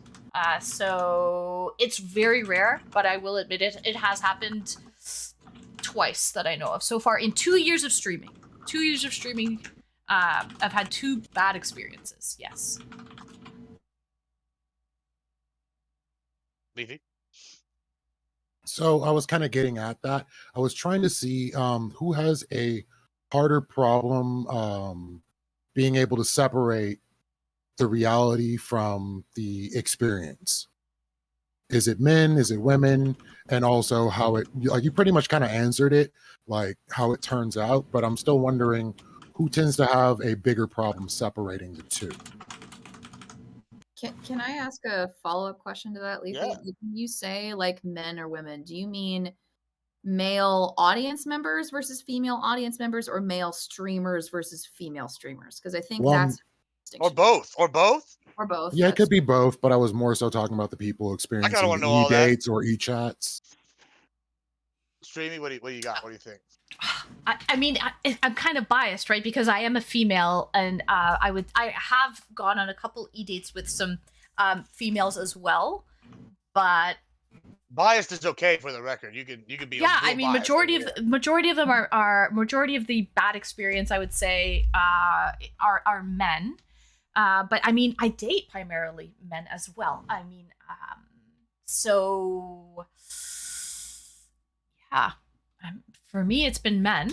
But I mean, Has it been like the streamers that are worse, or has it been like the audience members that are worse usually when that happens? they've tried their hand in streaming before. Okay. I mean, these are people that they're invested. They are invested. Okay, so eventually, they might come to their senses, and that's really where they start to spew venom. Yeah, at that point. All right, rest of the guys, what do y'all got thoughts? What are y'all's thoughts on this? Do y'all have any thoughts on how it go, like what y'all think of the issues with this? Because I know we all know tomfoolery, we all know who he is, and I was just shocked that like someone of that caliber that spends this much time on the internet would even be involved in something like this. I've never once considered Twitch like a dating app, right? So like whenever people are saying, "Oh, they're going on dates with these e-girls," and like I thought like much more like Streamies format or much more like coupons. Like that's what I don't know why that's what I went to, but that's what I did go to. And it didn't occur to me, oh, it's just long distance relationship. Is that, do y'all think that's the same thing or no? What are y'all thoughts? I mean, I think that there's like a big distinction to be had between an e-dating show, like a date, like something that's purely for entertainment purposes, which is I think what like streaming was referring to, where it's obvious, right? Where or at least it should be obvious to any reasonable person watching the stream that what you're watching is ultimately entertainment, right? But there's a difference between that and between what happened with tomfoolery, which I think often happens in these spaces, which is that you're a streamer, and if you're like me, you hang out in Discords, okay, and you talk to other streamers. And not only do you talk to other streamers, but you talk to the streamers' editors, you talk to the mods, you talk to people that are in these communities. And so when you hang out and spend so much of your time in these spaces, and when you invest so much of your personal self into your stream and into creating your content, the people who are most capable of understanding what you're going through and who you probably spend the most time with are probably other streamers or probably other people who are involved in the streaming world, right? So it makes sense why it would be the case that a lot of people who are streamers who are on these platforms often tend to date people who are within these spheres, because that's who they're hanging out with. It's the same reason like why if you work at a restaurant, the waiters are usually having sex with each other in the background, right? It's the same. It's true for any job, right? For any place, wherever you spend the most amount of your time, that's where you're probably going to be finding your potential future spouse at that place, right? And I don't think that there's anything necessarily wrong with that. I think that there are potential dangers with it. But I think that most of the dangers, specifically with streamers dating other streamers or dating people who are within the streaming community backstage, I think that the problems with that, I would say, and I think IPA, I'd actually be curious to hear what you think about this. I think that a lot of those problems you could probably find in other industries, right? So like, let's say for instance, like, so at my job, right, I dated a coworker down the hallway, right? But it doesn't work out, okay? It fizzles out, it blows up in my face, right? Well, now it's really awkward every time I go to work because now I have to see him in the cubicle, 3 doors down, right? The same thing is true of the streaming community, which is that because I used to date you and because we used to hang out, now I have to see you on streams. Now I have to see you in VCs. Now I have to see you. And now if I'm invited, I now have a degree of awkwardness. But that problem would be true anywhere. It would be true in a church. It would be true at a bar. It would be true at the place of work where you go to. That's true of any place that you go to. So it's just, I think that some of this is just the natural vulnerability that comes with trying to date anyone, unfortunately. So Yeah, you're the family counselor, IPA. What do you think about like some of these statements? What do you think so far? I think you're 100% correct. Like it's just within that realm, right? It's the thing that brought you together. In particular when you get people who are like in very niche like areas, right? Niche communities, whether that is ex-military people or police or people who understand that type of role in society, in entertainment, in whatever it is, right? In particular, like the stresses that you're going through and the schedule that I you think keep so, and those sorts Crypto, of you're things, right. They understand those things, so we tend to congregate I've together. never right? tried to date any streamers. In particular, so like I'm car not sales, really right? We're a bunch of freaking relevance weirdos. We have weird to schedules, this for me personally.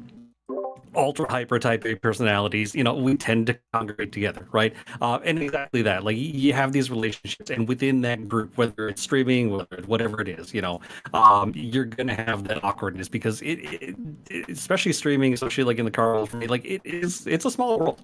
People know each other, and word gets around, and you're gonna see each other, and you're gonna have that awkward tension of like, okay, we'll be cordial to each other as long as it ended mutually or at least sort of amicably. BT Tiberius. I mean, the reality is, as you always would say, don't shit where you eat. So you tend to not want to have relationships where you work because if things happen, you're going to end up with some issues. Unless you know the person's extremely well adjusted, which you don't know until you know. And then all of a sudden your tires get slashed or something horrible happens while you're at work. But Tiberius, you had something to say on this? Oh, I got plenty to say on this. Oh, good. I was hoping you would. Thanks, Gibbs. I appreciate it. I feel the love tonight. Anyway, look, I do think this has gotten to the point where it's an extension of IRL dating, but let me separate the two. Fairy Queen was talking about like the amount of people that you would see in like the job, and same for church and a lot of these other places. The more time you spend there, the more that you hang around those people. Those are naturally going to be the people you socialize with. And just for the stat here, because I'm a massive nerd, 1/3 of all people meet their spouses at work.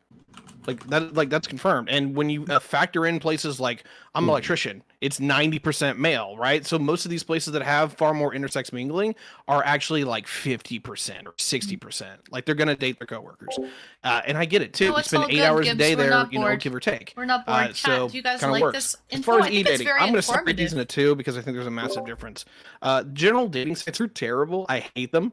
They're absolutely awful. The level of personal interaction is just not there. You can't work with body language or tone or any of that stuff. It's just I don't know why people do it, and yet they're super successful. And it also generates some very disturbing patterns that I've seen from people. Tabling that, the one exception here I have is Discord. Discord's amazing because it's almost like you are in the room. Like Twitch is a little weird because it's kind of give and take on both ends.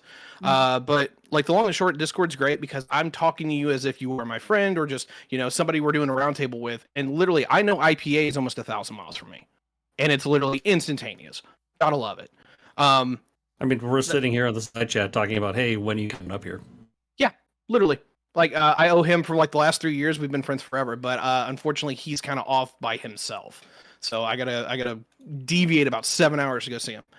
Probably this year. Anyway, going back to just the dating part here. My last girlfriend or my ex, I met through either Twitch or Discord. Don't really know which, but Discord largely facilitated that. I got to like see her before, talk to her, that kind of stuff.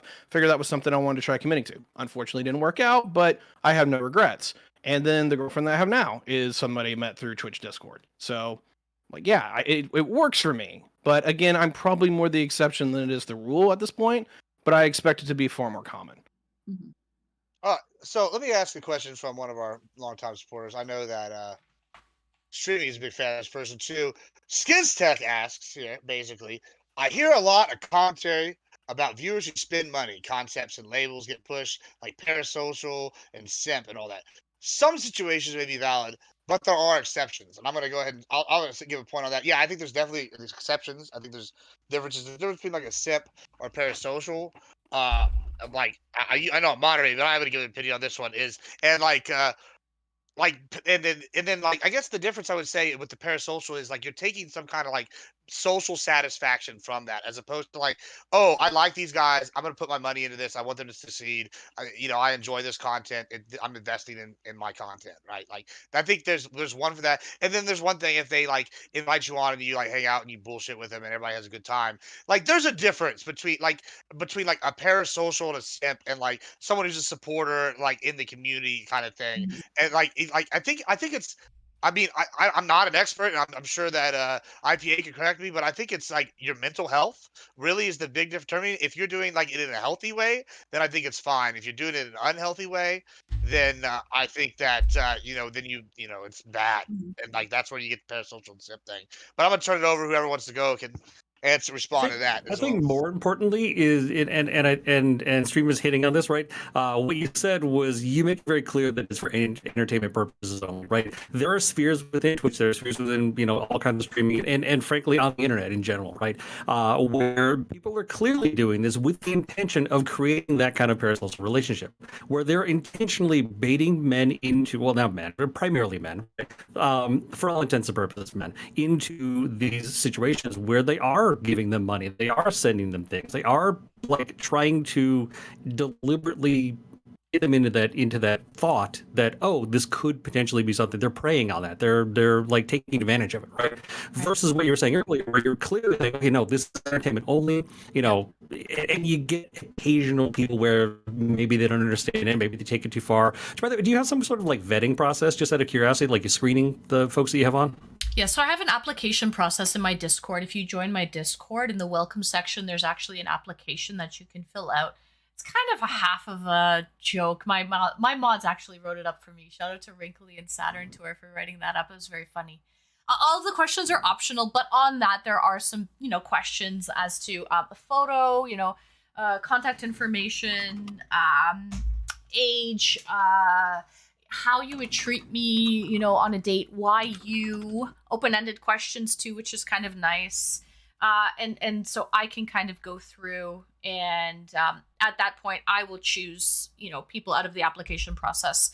And I set up it's on Saturdays only. So one of my 3 streams of the week is an e-date. So it's not a constant thing. And it's a longer time slot than most. I wouldn't say it's speed dating. The dates are about half an hour each. So I set up designated time slots. So it's not just like you hang out in a Discord and I drag you in at random. It's more, I bring someone on. They are my guest for the evening. I get to know them. And I really feel them out at that point where it's like some people are a little bit shy and they don't really want to talk, in a date sense, and they want to just. Am I cutting? Is my internet bad? No, No, you're, you're you're, fine. Okay, you're okay. fine. Also, if you see me like talking to someone, I have like a guest here. They wanted to check out how like this goes down. So, like, Okay. ask me No questions. big deal. I just wanted to make sure I Go wasn't ahead, all yeah. like roboto Want a mode. No, tutorial? you're Okay, good. okay. Yeah, go ahead. Yeah, so I'm sure you're like, why is this guy talking? But I was trying to explain to her what's going on. It's all But good. go No, ahead, no, no. So I bring them on and we really just shoot the shit, so to speak. I give them the reins and I let them. I mean, I had a guest. I'm not going to lie to you guys. Last Saturday, my last guest, he pulled out a bag of, I don't know if you guys want like ropes and bondage and like all TOS friendly, terms of service friendly. But he absolutely did show me things that he keeps in his car at all times. And he was comfortable showing me and chat like what he kept. His car. Yeah, he kept in a backpack. That's a red flag. Hey, you never know. You never know. I mean, that was a little much, but he did that on his own, and I was, show and tell. But then I also have it, it's very, we're mainly just like buddies, shooting the shit, and it's not really even like a quote unquote date. So I give the guests like free reign, and I test the waters too, and we'll see, how things end up, right? So, yeah, that's kind of how I do it. I forget what the first. I lost my train of thought, but I had something to say. I can't remember. What was the first question? It's okay. We're very ADHD friendly here. Okay, good. I can help Yeah, you somebody with that. shows up on a first date with rope, I'm dipping. That's No, yeah, all that's. there is to it. I think that's a red flag. I mean, like, I'm not gonna lie. I'm just a wild. I'm not gonna play. I don't keep it in the Why? car, bro. Like, Especially if they have a white hood. like who's all keeping it in the car? You gotta stay strapped, buddy. We got my ball massager over here and 3 pounds of rope. Like what? Like no, we're good. Oh, I can't believe you went there, IPA. He's got a whole full wooden stock set in the back of his pickup. He's like, you never know when you'll need it, boy. Okay. I got Right. concerns. All right, yeah. Now that we're done All with right, that, yeah. awkward laughter being over. Where the hell were we going? I don't know. I got so distracted by in the car that I was just thinking about serial killers. Hey, you never know where these dates go. Oh, you asked me. I remember now. Someone asked me like, do I vet these people? How do I end up Yes. going on a date with them? And so I do have an application process, and I do treat it a little bit more. I give people a full 30 minutes, whether it's a good date or a bad date. I give them their time slot, and then we kind of move on from there. So that's just kind of the approach that I have going on right now. It works for me because I'm not a huge streamer. I would say I'm a small to medium-sized streamer. So it's not like these application forms are just flooding in and I'm just like picking and choosing like, and I try to be, fair. Even when I did that speed dating poll last Tuesday with 4 guys and 4 girls, I tried to diversify. I brought people on in their 20s, 30s, and 40s, male and female, just to kind of, make sure I diversified and brought all people from all walks of life and age brackets on too. And I got a question here because I mean maybe I'm in the minority. It seems like this guys. This is pretty easy. Raise your hand, and you don't have to if you don't want to. Y'all can say if you dated someone that you met on Twitch or Discord. Okay, so that's about like split. Okay. I've been with my wife Like, 20 like, years, sure. long before Discord existed. Yeah, I feel like maybe I guess I'm an old head. Then I just didn't really factor that in. I don't know. I don't I've know. also never been on dating apps. Old. I've never used a dating app as well. That for some reason doesn't surprise me. I don't know. You seem very talky, like very like you like to like talk to people. I don't know how to explain that. You're good at communication. You have the flow. You'd be really good at sales. That is one thing with dating apps.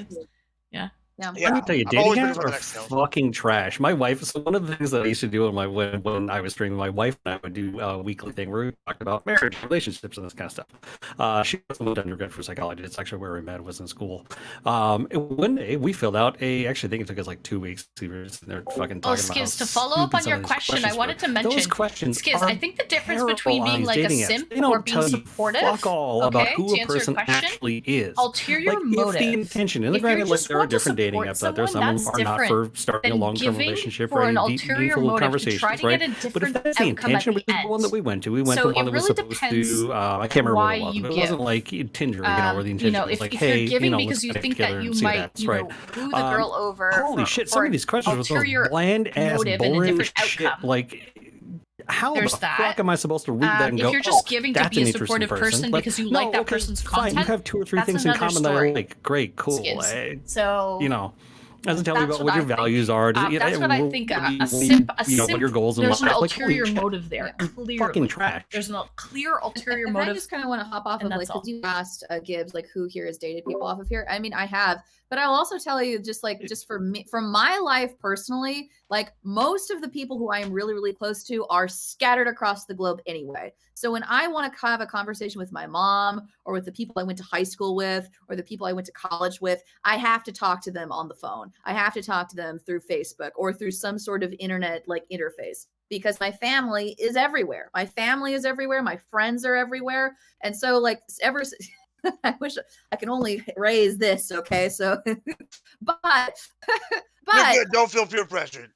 but because of that, but because of that, like you could say, do I have a parasocial relationship with my mom? Well, not really, right? I mean, I talk to my mom on the phone, right? I text my mom, I call my mom on FaceTime, but I also drive home for Christmas. I go and I see her for Thanksgiving, right? I see her physically in person, right? And I have met her in person, right? And and so that's I think maybe a difficulty that I have sometimes, like when I hear people talk about like parasocial relationships. If we're talking about you, the streamer, and then you, the audience, who has never spoken to me, who doesn't know my name, who doesn't have my phone number, right? Who has no information about me at all, right?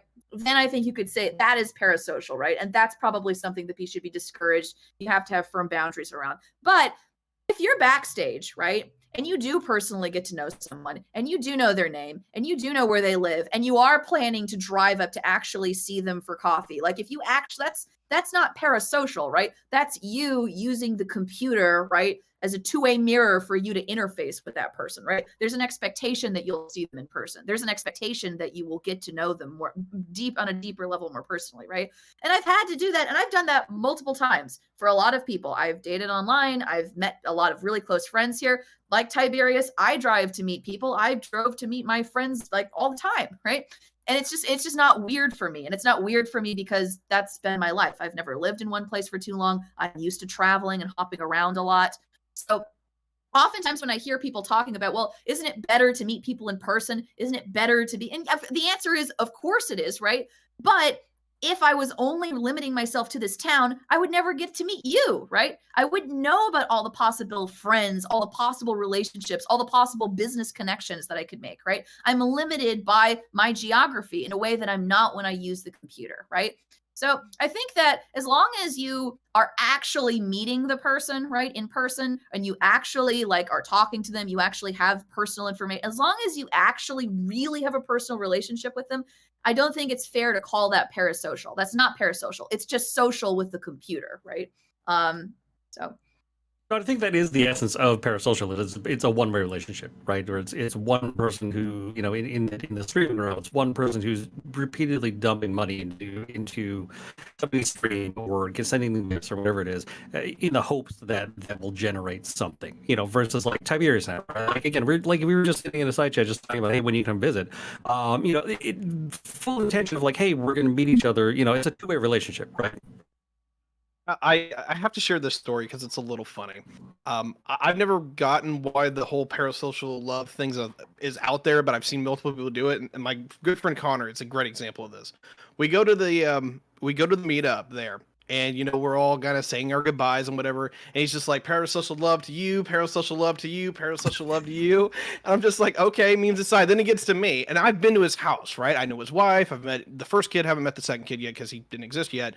But we've hung out, and he's just like, actual love to you, just gives me a big old hug. Like it's interesting in the way that people operate with this shit, because like, on a level, it's still real to me to talk to you. Like, me and Fairy Queen are really good fast friends, right? Just like, hey, it kind of click. IPA's been a friend forever. Lethe's like mid-tier here, as far as like, I've had him for a year now? Good year and a half? Like, you guys are my friends. For real. It's great. Thanks for hanging out. So let me ask this. I'm really interested, and this is the UIPA. So you said you're family counselor, you guys, right? That's what you are. I used to do that. I went to grad school. I'm no longer under. I don't have a license. I never actually attained a license under the state. I was practicing under somebody else's before you get to the level of like, where you've had enough. Right, but that's hours. your background. So you're gonna play my default That's expert. what I used to do in a previous career. Yeah. Yeah. So okay, do you think they're like current? Like, I mean, I don't know. I don't even know how to this question, but I feel like we can all agree the current dating system worldwide here, like, it seems to be somewhat broken. And I don't know if it's because of the internet, at least because I feel like a lot, like, maybe not like if you're not an internet person, I feel like maybe it is completely broken. But even then, Yeah, I feel like think it's broken. But one-sided. I feel like a lot of people blame Atomic the internet and and social and Wrinkly the internet and for whatnot with with that, right? So maybe do you false think the hope or current, motives, like, ulterior online dating groups motives that you've heard like that presented you're here so hanging far around. is like healthy, or do you think like it's a the one-sided bad relationship, and outweighs you the think the that good? Like, that what are your thoughts on this? Do you think it's a healthy style? there's ulterior motives. I think I'm the depends on what- exception. Sorry, go ahead. Oh, I'm sorry. No, go ahead. Oh yeah, No, I feel like, just from the way that I've seen most people handle this, particularly with like Tinder and shit, I feel like I'm the exception. But I feel like if I may be hubristic enough, I'm weird enough to crack the code on it. So I kind of figure out what works and what doesn't work pretty quickly. I'm not gonna sit here and text you for 10,000 messages and be like, oh yeah, I want to date you. No, it's not that. I need that like interaction that we can get Well, through then don't this bother medium. coming up here, dude. Swift. Shut up, IPA. He was swift. It's like with it. yeah, it was pretty smooth. No, it's just like, I've talked to you on cam many times. I've talked to your wife before. Haven't seen the kid, but I've seen him like prounce around at some certain points. I even know that you're in a closet, right? I am. Yeah. So it's just like this is like an 8-foot wide closet. Yeah. Yeah. Anyway, like, memes aside, like, I know this guy. The only problem I have is that he still hasn't told me his name, but I pretty much know which neighborhood he lives in. So it's just, yeah. Sus, little sus. I was about to say, Boundaries. yeah, I've met with people like from online games. I feel like when I played World of Warcraft, I met with the people that were in my guild or whatever you want to call it. Like, I've been doing this for a long time, but when it comes down to dating, I don't think I want to do that. I can go to a store and get into a conversation with someone, and either I'm getting asked for my number or I'm giving out my number. Like, it's not really that difficult to just go up, say hi, or just start a conversation. So you should be able to do both. But if you can only do one, you might want to be careful with the online portion of it. Yeah, and so I guess that's what I want to ask, IP. Do you think like the online dating is healthy in general? Do you think it's a healthy way for like people to seek this out? Like, because to me it seems like it's a net And negative. Skiz, I don't think it's I mean, very there's lots of social in things the that I can point out sense. through the history of dating and relationships. I think that you're have just been negative supportive. things. The I internet think there's a has big heightened some of those difference. You things. never it once, has you like know, a lot of things, given people access you just to support because you information want that they to. wouldn't have otherwise had. You don't Information that expect may not be anything in true, return. And that's images a that big are thing. portrayed. For example, right? Like you get into the. I have a friend. My wife and I have a friend who very much is in this fantasy land that relationships are all going to be Disney movies, right? And just that's the reality is they're not, right? And so yes, it helps. The internet has helped push a lot of messages out to people, some good, some bad, right? In terms of actually using the internet to connect with people, do I think overall it's a net negative? No, I don't. I think that it's just another means of communicating with people, and I mean, it depends on how you do it, right? We're all communicating with each other in real time, in person, with our face. Well, not in person, not physically in person, but like with our faces showing, we can see our facial expressions, right? I don't see that any different. In fact, that's better than a phone call, right? No different than FaceTime. the rest of y'all? Well, here's something I will say too, like that I specifically like about Discord and specifically that I like about Twitch, right? And this kind of ties back into like what we were talking about earlier with professionalism. When you meet people in here, at least like in some of these spaces and in some of these debates, specifically with Twitch poll, I don't know if this is true for the other parts of the internet. People say crazy things. People say batshit wild things, right? People are arguably, maybe they're not their worst selves, but they are showing a side of themselves that they do not show their grandmothers like at Thanksgiving dinner, right? They don't show this side of themselves when they're at the grocery store. They are not this side of themselves when they're at the library. They don't show themselves anywhere else, which means that when you go to see them, when you go to talk to them, right? In a sense, you get a sense of authenticity about who they are, right? You are getting to see a side of them that they are so afraid of anybody finding out about them that they literally have a fake name, possibly a VTuber, right? And they are terrified of anybody finding out where they live because this is how real they're being, like with them. And even if it's not always on camera, on stream, it is often that case backstage, like when they're talking to people backstage. So this is and I think, and to be very clear, I think this is true for a lot of other things. So this could be true at church. This could, well, maybe not so much at church, but this could be true like when you're playing a games out in real life, when you're at possibly in some situations at work in real life. The advantage of meeting somebody that way in an activity that you're constantly doing together is you get to see people get frustrated. You get to see people make mistakes. You get to see how they interact, not just with you, but with other people around themselves, right? So if you're working like as a hostess, at Outback Steakhouse, and you really like the cook who's like working in the back, right? But you notice that, hey, the cook is screaming at the waiters, right? He's saying a lot of really hateful things, and he's slamming the plates of hash browns down, right? And he's broken. When you see his actual behavior when he's under duress, that tells you infinitely more about whether or not you want to date that person, as opposed to, I'm sorry, Letha, I know kind of dumping on you here, but as opposed to just going to somebody and meeting them in the grocery store, right? Because I don't have that context, right? I don't know what you're like when you're frustrated. I don't know what you're like when you're mad. And I don't know what weird, bizarre takes you say when you are with your group of friends and when you feel comfortable, right? These takes are terrible. But they are what you hear right here. I'm no different in person than I am like on me, here. me and Osiris raid on this guy all the time. It's just like whatever his movie takes are, whatever most of his music takes are. Like we're just sitting here like, come on, dude. Like, what are you doing? It's hard to be objectively right. I know. It's like you need help, buddy. Crap. There was something I wanted to say to Fairy Queens, but I didn't write it down. Like, what was the last point that you made? And it'll probably kickstart my brain. That the advantage of it's not just about Discord or the internet. It could apply to other situations. So if you're working at a job or depending on the place of worship you go, I remember what it is. It's good because you're seeing not just how the person interacts with you, but how they interact with everybody else around them, especially if they're stressed out, especially if they get mad, right? That's I think that's something that's important to kind of sense out before you decide if you want to be with that person in the long run, right?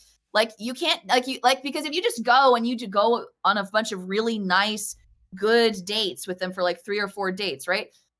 That doesn't necessarily tell you what they're like, like when their car breaks down, right? And they're freaking out because it's out of gas. Right. What if the car breaks down on the first date? You never know. I mean, the thing that I really want to respond to that. Oh yeah, before I do, just the thing that I remember is like one of the things that I've noticed about online anything. Like, whether it's Facebook or whether it is some like YouTube or whatever. When we get to the point where we're here on Discord in particular, though, people tell on themselves a lot. Like they start taking a couple drinks whenever it's that Friday night that they got off or whatever, or they're just vibing with like 2 or 3 other people in a chat room, and all of a sudden the mask starts coming off real quick. It's amazing what I've been able to learn about some people around here. But anyway, IPA, I can see you grinning from ear to ear. So what do you got? We're gonna go IPA and then we'll go streaming you. No, it's just funny about the thing you talked about people like when I've had a little bit too much alcohol. Not that I've ever done that on stream. No, never. Never. What? No. Anyway, sorry. No, I just wanted to go back to the work thing, right? Like you're correct. You do get a sense of how they act when they're under stress. However, I would say this. Me as a person and manager me are 2 very different people outside of work, right? And so if somebody saw me strictly speaking at work, it's a very different person than I am typically outside of work and particularly like on the internet when we're in this kind of a space where like Tavius was saying, like some people have shit takes, right? Like I've been known to have some off takes here and there. He's a libertarian. It's true. Oh, well. How you doing? Anyway, But, Stevie, but that's Yeah. a very different story from what if you saw me at work, right? If you see That's a shirt and good tie point. me, you know, very different person. Right. Streamy, what are your thoughts? I know you look like you're ready to go. Right. So I think that completely makes sense. I just want to say full disclosure, guys. Just because someone doesn't know my real name, my date of birth, my address, what I do for a living, doesn't necessarily mean that they don't know the real me. It's really hard to put on a facade. You might be at your best, but it's still really you, and it really is me. It just might be a little bit of a slightly amped up version of me, maybe the sort of entertainer version of me, if you will. And in contrast, I work alone in an office 40 hours a week. I have not a lot of interaction, so the extrovert in me is dying to come on and chat and socialize with people. And this has just really been my method of communication ever since COVID, since I started getting back to work and, life started happening again. But I mean, it took me 2 years, but I'm at the point now, guys, where I will literally, dance and sing karaoke and fully expose myself. And that's one of the reasons you brought up a good point, Fairy, is maybe by the way, I do keep boundaries and a clear, definitive line. Like my family and most of my friends, majority of my IRL friends and family do not know that I stream. So I definitely keep this private because I don't want them to come on and start watching me. Imagine your dad coming on and watching you, like when you're singing, Disney Little Mermaid or something, karaoke. It's just embarrassing. It's embarrassing because it's what you would do amongst close, intimate friends. And I feel that closeness, and I have that, feel that closeness on stream with people where it took me 2 years to get to that point, but I feel like I'm at that level now. But just to bring in some random stranger or someone that I feel like could judge me, because I really am, the soft underbelly is exposed. So I wouldn't want someone to come in, even though, okay, that's besides the point. There's still trolls and people that come in and judge you, but you don't know them on a personal level. I think that's what makes it different. Someone that you know on a personal level coming in to judge you when you're not ready to expose that side of you is very, that's rough in my opinion. But yeah, this really is me. But I just might be a little bit more energetic, more amped up, more hyper. But I've been dying to talk to someone because I haven't talked to anyone for 8 hours a day. So I wanted to say that. And back to the parasocial relationships as well. I think the difference is, one of the big differences with parasocial relationships is some of these people think that there's an ulterior motive. They think if they maybe there's an end game for them. And I think that could be a problem there, because there might not be an end game. It's not both sided. So, I'm just here to have a good time. They think, they're here to have a good time, and maybe, they get the girl at the end of the day. And so, that's where things can get misconstrued. But if you're just giving and hanging out to hang out because you genuinely like it and you genuinely like to have a good time and you like to support, I don't think that there's a problem with that. It's when you start to get a little delulu or delusional in your head, and you think that there's like some end game and end result, and you might walk away with the girl. That's kind of, I think, where the problem is. Yeah. I forget the name of the streamer, but when it came out that she had a husband and the husband was like Amaranth. Oh, okay. So yeah, people have fellow that. Texan, God bless Texas. I'm sorry, go ahead.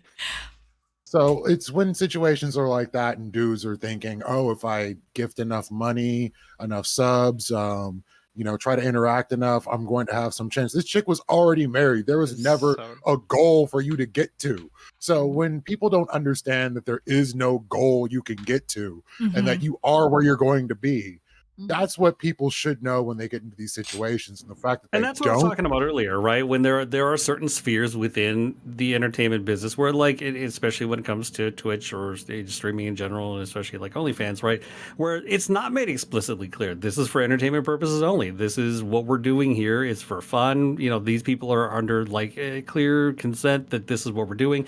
That is not the case with some of these people, and again, they're trying to take advantage of that for money. But just to respond to the IPA, like I think that that's true, but I also think like so for me, for instance, like I don't have I ever been? I don't think I've ever done like a dating show. Like I don't think I've ever hosted one. None of my content is really focused so much on like It's fun. like me trying to date people. But I have had people before. I have had men who have been pushy, right? Who I've had to tell very explicitly no and please leave me alone. And Oh, sure. who have been creepy and weird, and people who have tried. And I will also say that like what Streamy said earlier, like about like if you are very explicit and firm, no, I'm sorry, I'm not interested in you, I'm sorry, I'm dating somebody else, they get mad. They get very upset. And I have had that. And I have had to worry a couple of times. Thank And you so much, this is not my Dossie. I wheelhouse. appreciate Like, your I'm stuff. not even for entertainment purposes. I don't do that, Sensual, right? welcome, And I don't, sensual. right? So I don't think like so in my and I think that it is true that there are some streamers who do lean into that in order to make money. But I think it's also true that because so much of the population of Twitch, specifically so much of the audience share is men, and I think like I don't know what the age demographic is, but I think it actually skews older because these are men, these are people who are donating money, and you can't donate money if you don't have a job, and you can't be donating money from that job if you don't have expendable cash. That means that most of these men probably like are in their 20s, right? So if you just exist on the platform, regardless of what you do, regardless of how you dress or how you behave as a female streamer, you're going to have people who are going to be weird to you anyway, right? So it's so 100%. that's And please don't take that as me like saying, oh well, anyone who isn't making it explicitly clear, like, you know, please don't take it as an accusation, right? I don't know. I just think like I just wonder about that too, right? Because I think that like it's important for us as people who are who are trying to be public figures, to try to take responsibility and to try to handle our platforms responsibly. I also think it's important to acknowledge though that there is a limit to what we are able to do, right? And just as it's true that there are streamers who take advantage of their audiences, it's also true that there are audience members who, like, I will just use OnlyFans as an example. There are OnlyFans models who get stalked, right? Who's like the people who like will register for those accounts. They will zero in on the background of some of the photos, try to figure out where those people live. And because they think they're in a relationship with them, will then try to find them and will actually stalk them and harass them, like in real life. Like that's happened a couple of times. So that's a very real and present danger, I think, like for people who choose to do this line of work. I think agree that's with true. that, I Minty. wanna I say absolutely agree something with that. about this. Atomic, So, 20-year-old Srini, geezers, I've you're actually funny, described Atomic. myself You're hilarious. almost identical, but we came to very different conclusions. I always say that I'm basically me on stream, except a little more excited, maybe, right? Like, or like if I'm on a politics show, I'm going to say something a little more extreme because we're trying to like you only have a limited amount of time to like make a point, kind of thing, right? And so, basically, you know, like I'll be a little more extreme or say something. Then like, but if we're talking in person, you know, obviously we'll talk the nuance or whatever. But like, yeah, I'm basically the same person, maybe times like 10 or 20, right? But you said this is your family that don't know it. All of my family, I think are subs. They like I got like 30 subs from like family. They're like, we watch everything. You tell us the truth about what's happening with the government. You know, like I don't like or whatever. They're over here. They're like diehards. You know, then I'll be at Thanksgiving. And then you know the ones that don't like me, like you're an evil. You know, or whatever. But like everybody, but they're still giving me their money, so I guess they support the cause, right? So like you know, so yeah, so like I just thought it was funny that you said that. So I just like, why do you see it that way? Do you like? I get not wanting people from the community to have that boundary, right? But why do you not want your family? Like, do you like? If you don't mind me asking. No, I like to compartmentalize. I feel like this is just a part of my life. Now I have told, you know, certain, you know, close friends that I do stream, or it has gotten leaked. You know, one person tells one person, then it gets around, and I've had a couple of those people come on stream and troll me, which I didn't like, and I was like, man, I wish they didn't know I was streaming. Or it can go both ways. or your friends, your IRL friends find out that you stream and they don't come on to support you. And then you kind of take that personally. At least I have that has happened to me in the past, I'm not going to lie, where, certain people have found out that I am streaming, but they never show up to tab me up or support me at all. And then I feel like this is like what I'm passionate about. I'm doing this, 20 hours a week, and they can't even like pop in to say hello. They're not supportive. And then I take offense in that way. So I just kind of like to keep a boundary with it. And it's like, I have my online, streamer, realm that I live in. And then I have my private life too. It's kind of nice. It's relaxing because I can unplug too. That was a great point that I wanted to bring up before. Boundaries, compartmentalizing, but also, because I work full time and then I stream part time as well, guys, I'm busy at least 60 hours a week. And that doesn't include, content creation and working on, all the in between stuff, setting up and working on the set. And, I'm my own, makeup artist and designer, set designer, lighting person. I do it all, right? I do so it's like there's a lot there. That's easy. But the problem for me that I can't unplug and shut down is trying to be on all the time. It's kind of like when you're given a corporate job or a job with a cell phone, and your boss or employer thinks that they can contact you. You will be at their beck and call 24 hours a day. They can call you, they can send you an email, and you have to answer it 24 hours a day. That's kind of how I feel in a way with Discord, with my online server, and with Instagram, and trying to keep up with all of these messages in between, because it's not only that I'm working a full-time job and streaming part-time, now I have to do all this fluff in between to stay present. I have to do those VC chats. I have to do those movie nights, those music sharing nights in my Discord. I don't have to, but people want it. And then I feel, and that's kind of hard to unplug, to just put the phone down, because there's always something to do. There's always some type of work to do. And that's where I find it most draining, to be honest. This entire job, this entire aspect of my life is most draining for that part that I can't unplug, because when the stream's over, I hit end stream and it's done, and that's cool. And I can just go take a nice bath and relax and unwind. But it's that in between that I really, I struggle with, because I can't put it down. Yeah. And I wanted to respond to something you said too about family and like IRL friends. So my family does know, but I explicitly tell my family, like, you can watch, like, I do say, so like, I have had some wild takes, right? I do say some crazy things sometimes, but I don't mind if my family sees that, because they're my family and they love me, and I don't mind if my immediate family sees it. And I don't want to hide like who I am from my family. But at the same time, right, I also very explicitly tell my family, do not follow me. I tell them not to follow me on Twitter. I tell them not to follow me like on YouTube. I tell them not to comment or like anything, to not leave any evidence about who they are on any of my public platforms. And I tell my real life friends the same thing. Like, you can watch everything, you can observe the Twitter, don't follow the Twitter. Don't follow it. Don't do anything, because the minute that you do, you will be doxing yourself. And by I think, like, if I do have a concern about doxing, it's not so much about me individually being doxed, right? I'm pretty sure probably at some point, like, I have a lot of friends, right? Somebody could probably do it at this point to me. I don't really mind that.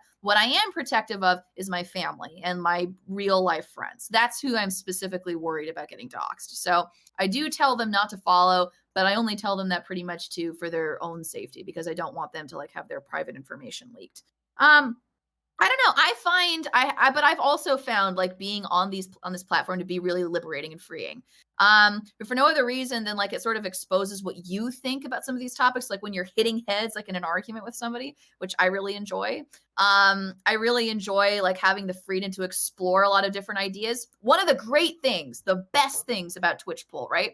So when you are huddled in your own small insular community in real life, right, you will meet tons of like-minded people who all believe the same group of things as you do, right? But when you come onto Discord, right, when you come onto Twitch, that's immediately revealed not to be true. Life becomes a buffet of options, right? Where you can choose. You could literally have the option to speak to a fascist, a Nazi, right? A person, you could speak to people who are tankies, people who are socialists. You can talk to people who are leftists. You can talk to people who are far right wing. You can talk to I somebody who's in salute you. Texas and you can talk to 2 different Texans with 2 very different political beliefs, right? That's a wild, crazy thing to be able to do. It's a beautiful thing, right? And the consequence of that is that it makes life feel more freeing. It makes life seem, no, you don't have to be this one thing. You can talk to all of these different people from all of these different walks of life, and First life time really is chatter, something that you get to choose about how you want Thank you to so live much. it, right? Welcome So in, welcome in. Alec it's a Gamer, thank you for the positive bits. aspect of Alec, Twitch Don poll D, and what's of Discord crack-a-lack? that I Don really D, enjoyed, welcome right? in. Nice to That see life you is guys sort of here. a I buffet am of options Canadian. instead Yes, of I a am narrow Canadian. pathway. I I did literally the same thing going to a bar, except for the whole different sides of different yeah, states. because unfortunately you're in a major urban area. But like, Bruh, I'm in Long Beach. so, I can meet a But skinhead. nobody I goes can into meet a a bar Nazi. going, all I right, can meet a tell me about fascist, a the shit socialist. takes you have. look, You know? all right. Hopefully Yeah. we're not meeting too many Nazis. Goddamn, Yeah. where all the Nazis coming from? Long Beach, damn it. Christ. Two We sides got of a this. channel. Let's talk about the Nazis. No. God damn it, I lost my train of thought. At least I Sorry, wrote down a Tiger. few of them. Yeah, look, when it comes to like dealing with the family members, my family doesn't give a shit. I've told them like they've checked out like some of the promo stuff that I've done, but I don't even put most of the graphics work in any of this anymore. I'm just here to have fun. And part of why, like you were talking about, like, you know, being yourself but like extra or plus or whatnot, I don't really do that very well because I'm an extroverted person actually. Right, I get my energy through who I interact with, and I think most people who have been watching my shit long enough know I hardly ever do solo content. Like even interacting with my chat, I'm dead after an hour. It's just like there's nothing refueling that social battery unless it's just something I'm uber excited about, and I just, you know, autism go burr for like 3 hours. I just can't maintain it. I can't handle it. It just there's nothing for me to actually work with. But all of a sudden I have a panel, and it's like we just did an 8-hour stream the other night. I have I cannot talk, excuse me. I have enjoyed this very much if I get the right conditions. And I have a huge question to my fellow extrovert here regarding this, but I don't know if I want to derail into that.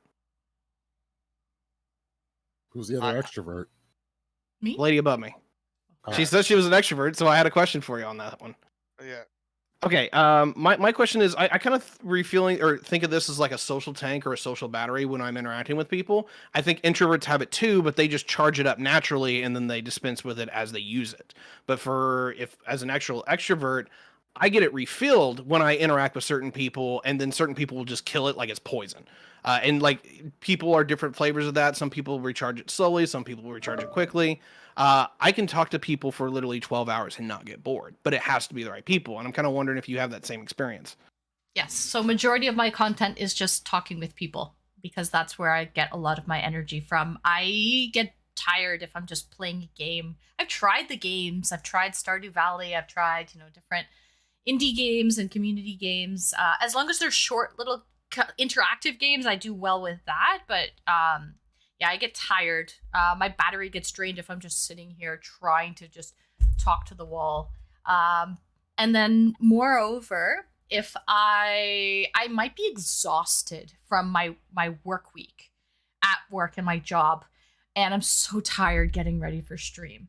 But as soon as I go live and I start talking with people and there's people interacting with me, all of a sudden I get my wind, and that's where I get my energy from. It happens to me all the time, whereas I just get this like energy. And I was so tired 10 minutes before that as I was getting ready, thinking, man, I don't think I have it in me. I'm going to cancel. I don't think I want to stream tonight. No, why? And then I start and it's like all this energy. It's amazing. So, but I still have a social battery for that matter. And I have my crash days for sure, where I'm just socialized out and I just need to like lay in bed, usually on my phone or watching television, and just not interact with a soul, just hang out with my dogs or something.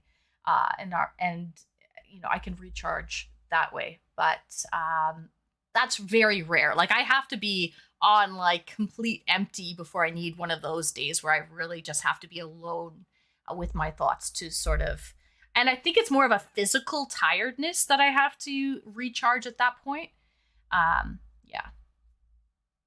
So let me ask you this, both of y'all, because that's interesting. I also consider myself an extrovert, but I think I have some introvert. Like, all right, I always say this. I'm It's a really scale. like good. Yeah, I'm like Yeah, really it is. good at people, right? Like that's like bro, I could sell shit to a manure farmer, right? Like it's like I got this. It's easy peasy, right? So I talk to anybody. I'm good. Like we'll be talking, and that's fine. And like I'm good at it. That's my thing. And I know that's not necessarily true. And I like to go out. I like if I stay home for too long, I fucking lose my shit. Like I'm like, no, we have to go out. We might be out 3 days now. Who knows? But like I need to not be in the home. I need to do some stuff. I need to see some people. But there is also, like you mentioned, the social battery. I'll go out and I'll be like charged. And I guess it's from like the sitting still or whatever. Then it's like I get out and I like hang out with people. And I'm gonna be honest. Maybe it's just because I hate people, but I hate everybody, and I'm talking to everybody. And I don't want to talk to these people. I'm like, why am I here? These people are awful. They're draining my social battery. Now, if I'm around some people I enjoy, then it's hey, I'm up. Yeah, like fist bump over here in the background. But then fist bump, like, we're wilding out. But then it's also Good night, even at Minty. the end, like Thank you so much I for get, joining us, I Minty. just by the time I'm Have done, a good eventually I'm like, all night, right, this Wrinkly. is enough. I'm And then I I'm go more of home an and I'm extrovert, done. but Like, it's a scale. y'all I am get like introvert that? a little bit too. I pick up far more introvert more power from you extroverted. than I do extrovert. And I want to see if IPA is with me on this, because the social battery thing is exactly like a metaphor that I was given by a PhD in psychology. And I'm like, hey, what is this extrovert outrovert? Because like or extrovert and introvert, because like I talk about it and I've people talk about it, but it doesn't seem to line up. And the So whole here's the thing. Yeah. Can I break down? Sure, I was So break it introvert and down. extrovert is think about it more like a compass, right? Like think about it more like a like the political compass, right? It's not just left right, it's authoritarian versus freedom, right? So there's really more like a two axis kind of a thing. It is introvert extrovert, and like you were talking about earlier, it's how you gain your energy, right? Like extroverted people tend to gain more energy when they're around certain people, sometimes more people, sometimes it's got to be specific people. So nonetheless, introverted people tend to, not to say that they don't want to be around people, but that tends to drain their energy, and they need to kind of recharge by themselves. Where myself as an extrovert, exactly like Streamer was saying, like there's days where like every like maybe once every other month where I'm just like dead. And I need to just be left the fuck alone. And then I'm recharged, I'm good, right? That's like the other part of that spectrum, though, is you can be extroverted, you can gain energy from people and like being around people without necessarily being super outgoing, right? You can be extroverted and shy, or you can be introverted and like it's what's that? Is it gregarious? You can, yeah. It's just that people who are introverted and gregarious, as you're putting it, like they have a short battery life, right? Like that's it, they're done, they're spent. They have that burst of like, hey, check it out, this is what's going on. I have salespeople on my team that are very much like that, right? Like they're very good at what they do for that 45 minutes to 2 hours that they're with the customer, and then that's it. They need to go in the back and they need to have a drink, they need to have a cup of coffee, and they need to recharge, right? And I've got some people that are just like, go, go, go, go, go, go, go, people, me, let's go, all the time. So think of it more like two axis than one. It's an interesting description. I like it. So It's we have interesting. Oh, go ahead, Lethy. Well, like, because I've been a performer in life, I've been a salesman, but I consider myself an introvert. I could just be in a room doing hobbies for a week and have no problem.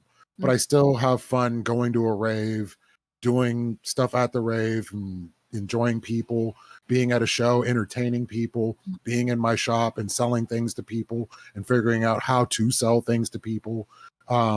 Like, even though my shop's been closed for the better part of a decade, when I go into a shop where people have been to my shop, all of a sudden I'm a local celebrity. So, like, it doesn't have to be either or. You can be a mix of both. It's just whatever fuels you as a person. That's more so what I see from it. All right, so we're getting close to that time here, so we got about 15 minutes. I have a question that's a meme now on my panels. Like it's become a running meme. Fairy Queen's gonna already heard it here, so we'll start with. I think we're gonna start with IPA. No, you know what, Tiberius? Of course, You you're can picking on start me. us off. You, Of course. leftiest over here. No, so fuck you. you can be the starter. So, all right. Here's the question: on a scale of 1 to 10, do you think this is good advice? And here is the advice that was given: if you're a single man and you can't get women, the best way to help that is to join a D&D group. Your thoughts, Tiberius? A D&D group. Yeah, we're gonna go 1 to 10. We'll go around the round. That was the advice that was given. How good of advice do you think that Yes, is? please forward DM on my stream. What do you think of that? Yeah. Oh man, that's an interesting one because Oh, there's did some you levels. really? No, you even know, but you Yeah, even play D&D? Yeah, Yes! you can play Yes. D&D together. Yes! Yeah. I didn't even know that. So Yeah. even Yeah, better. that was one of the things I did when I streamed. Tiberius was my DM for a while. Yeah. Oh, this is good 100%. then. I'm so glad we asked. I am nerd qualified. I'm serious. It's not a meme. It is real. I have done all the nerd shit. I'm a Star Trek guy and a Star Wars guy. Fight me. Sure. Anyway, as I like far as joining a D&D group, To get women, if you can't. That's that he asked. yeah, there's two levels of this. Like if you find the right group, it's great. But like as a general rule, you're still talking about like an 8-to-2 ratio when it comes to men v women. You're still talking about people who are really this was the nerds. logic. Yeah. This is the logic that they gave right afterwards. It was to Okay. teach you how to talk to people because you can role play the character. The problem is most people are bad actors who play this shit. It's the really bad actors.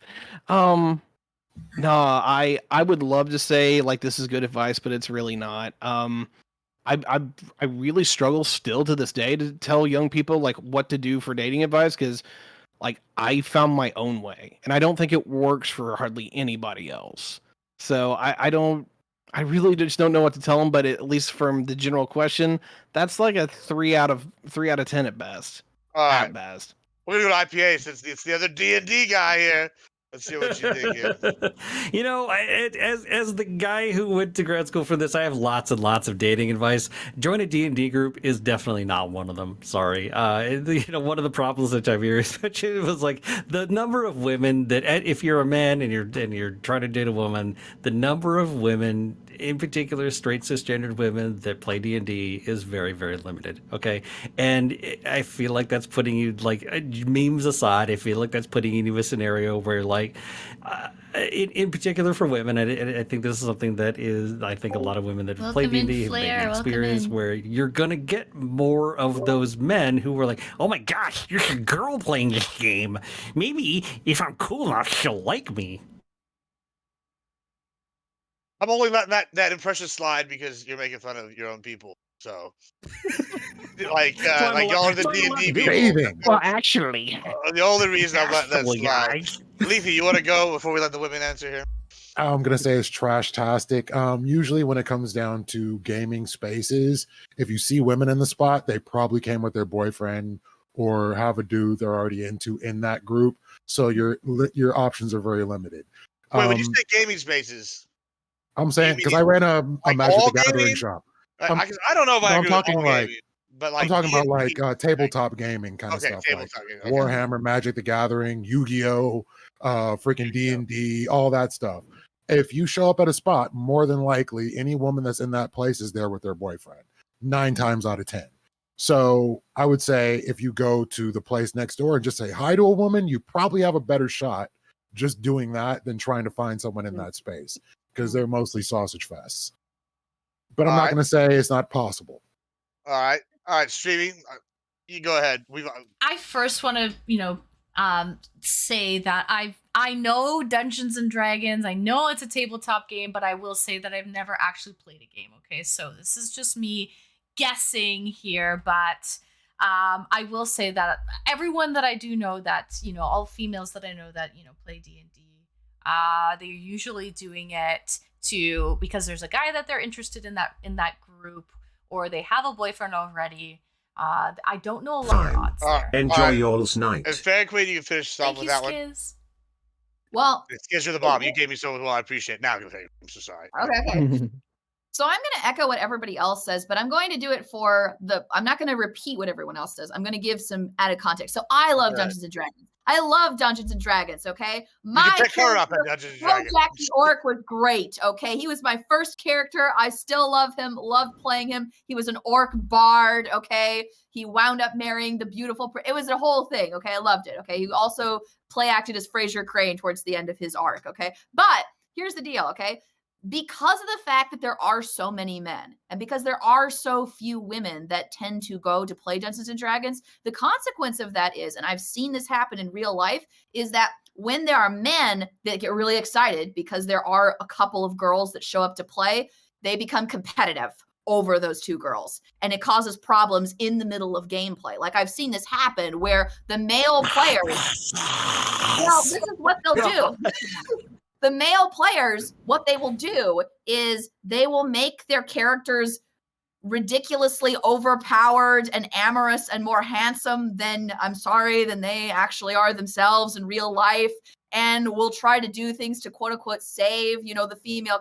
Like there are things that will happen like in the middle of gameplay that make it weird, where oh, it's just gameplay. It's not really gameplay, right? Like and there's sort of weird tension that comes up. I've even seen it the case where there was a girl who, in one of the games that I played, who really, really liked this guy and really wanted to go out with this guy. But then there was another man who liked her and got jealous of the fact that she liked this other man. And they wound up getting in a fight over it because of this fact. So not only is it the fact that you're going to find a lot of men there and quite a few women, but because of the fact that there are a few women and that there are so many men around, it's going to cause conflict, right? It's probably going to cause conflict with like the other men that are there and over these because there's so few women that are there, right? But I don't think that's good advice. I think that's bad advice. Here's what IPA can correct me, but here's what I think might be good advice, which is joining a group sport or maybe joining a community playhouse if you're any good at acting, right? Because you might actually meet more women that way.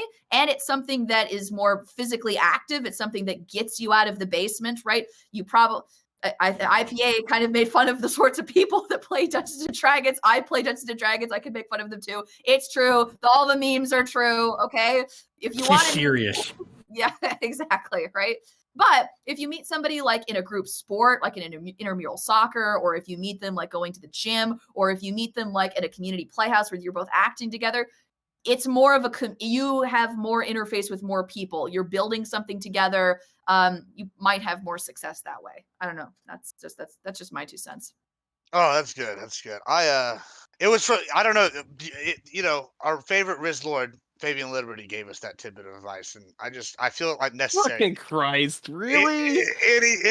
Any panel I'm on, I feel obligated to bless us mere mortals with the advice bestowed upon by the great Greek god. I was wondering why it sounded terrible. Now I know where it came from. Yeah. Fucking libertarians. Yeah, he's not even a libertarian. He's ANCAP. It's worse. You don't need to go into all that. But here's what we are going to do. We are getting close. Anybody got any closing thoughts? Do they want to end on? Well, my cat has a question for Fairy Queen. Where can dudes Sure. go where women outnumber them?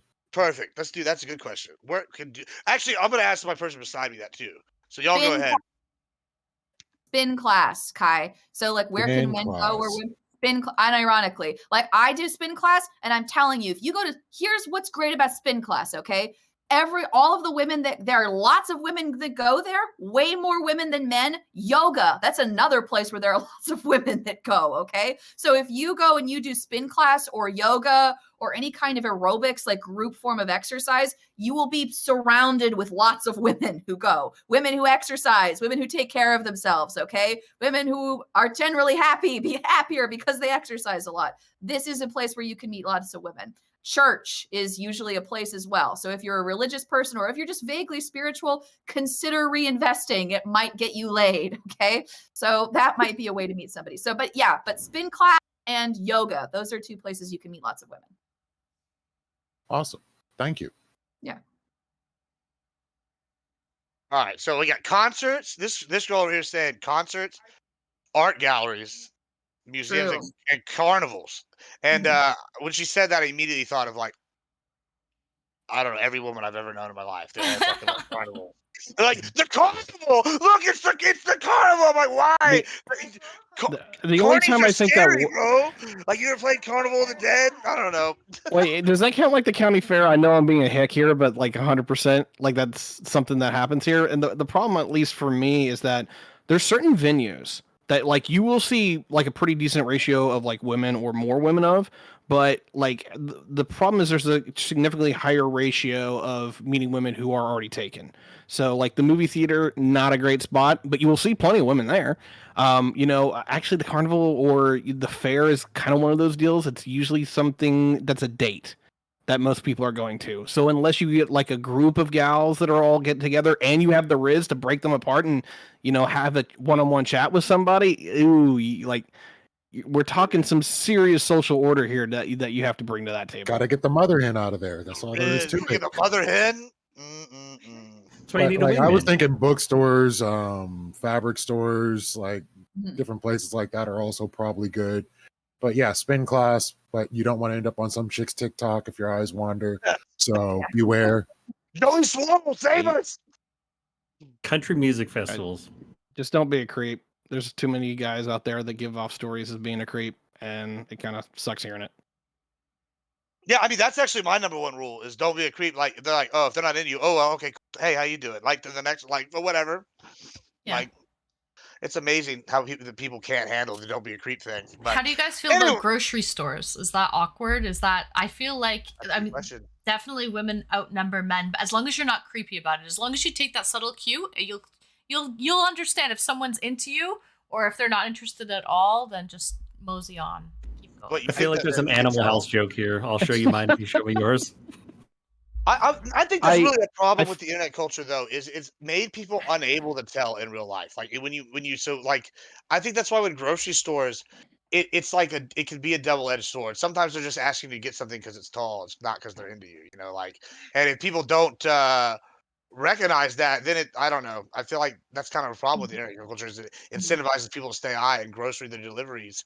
But yeah, the grocery store's a good one. That's kind of like it's like you're out, but you're like not out for this, right? Mhm. Yeah. My community is saying yes, but I'm thinking in my head no. This is like people are usually going to the grocery store and they don't like being there and they don't want to stick around. So That's Like, dudes. I don't know. That's Dudes men, though. have an objective. even most women I talk to are like they hate the grocery store. They're trying to get in and get out, especially with the fact that it now costs you an arm and a leg to be there. Oh yeah, my Like- wife is very much like that. Like, get the fuck out of my way. I'm just trying to get groceries. Yeah. And I'll Like say a like clothing store maybe.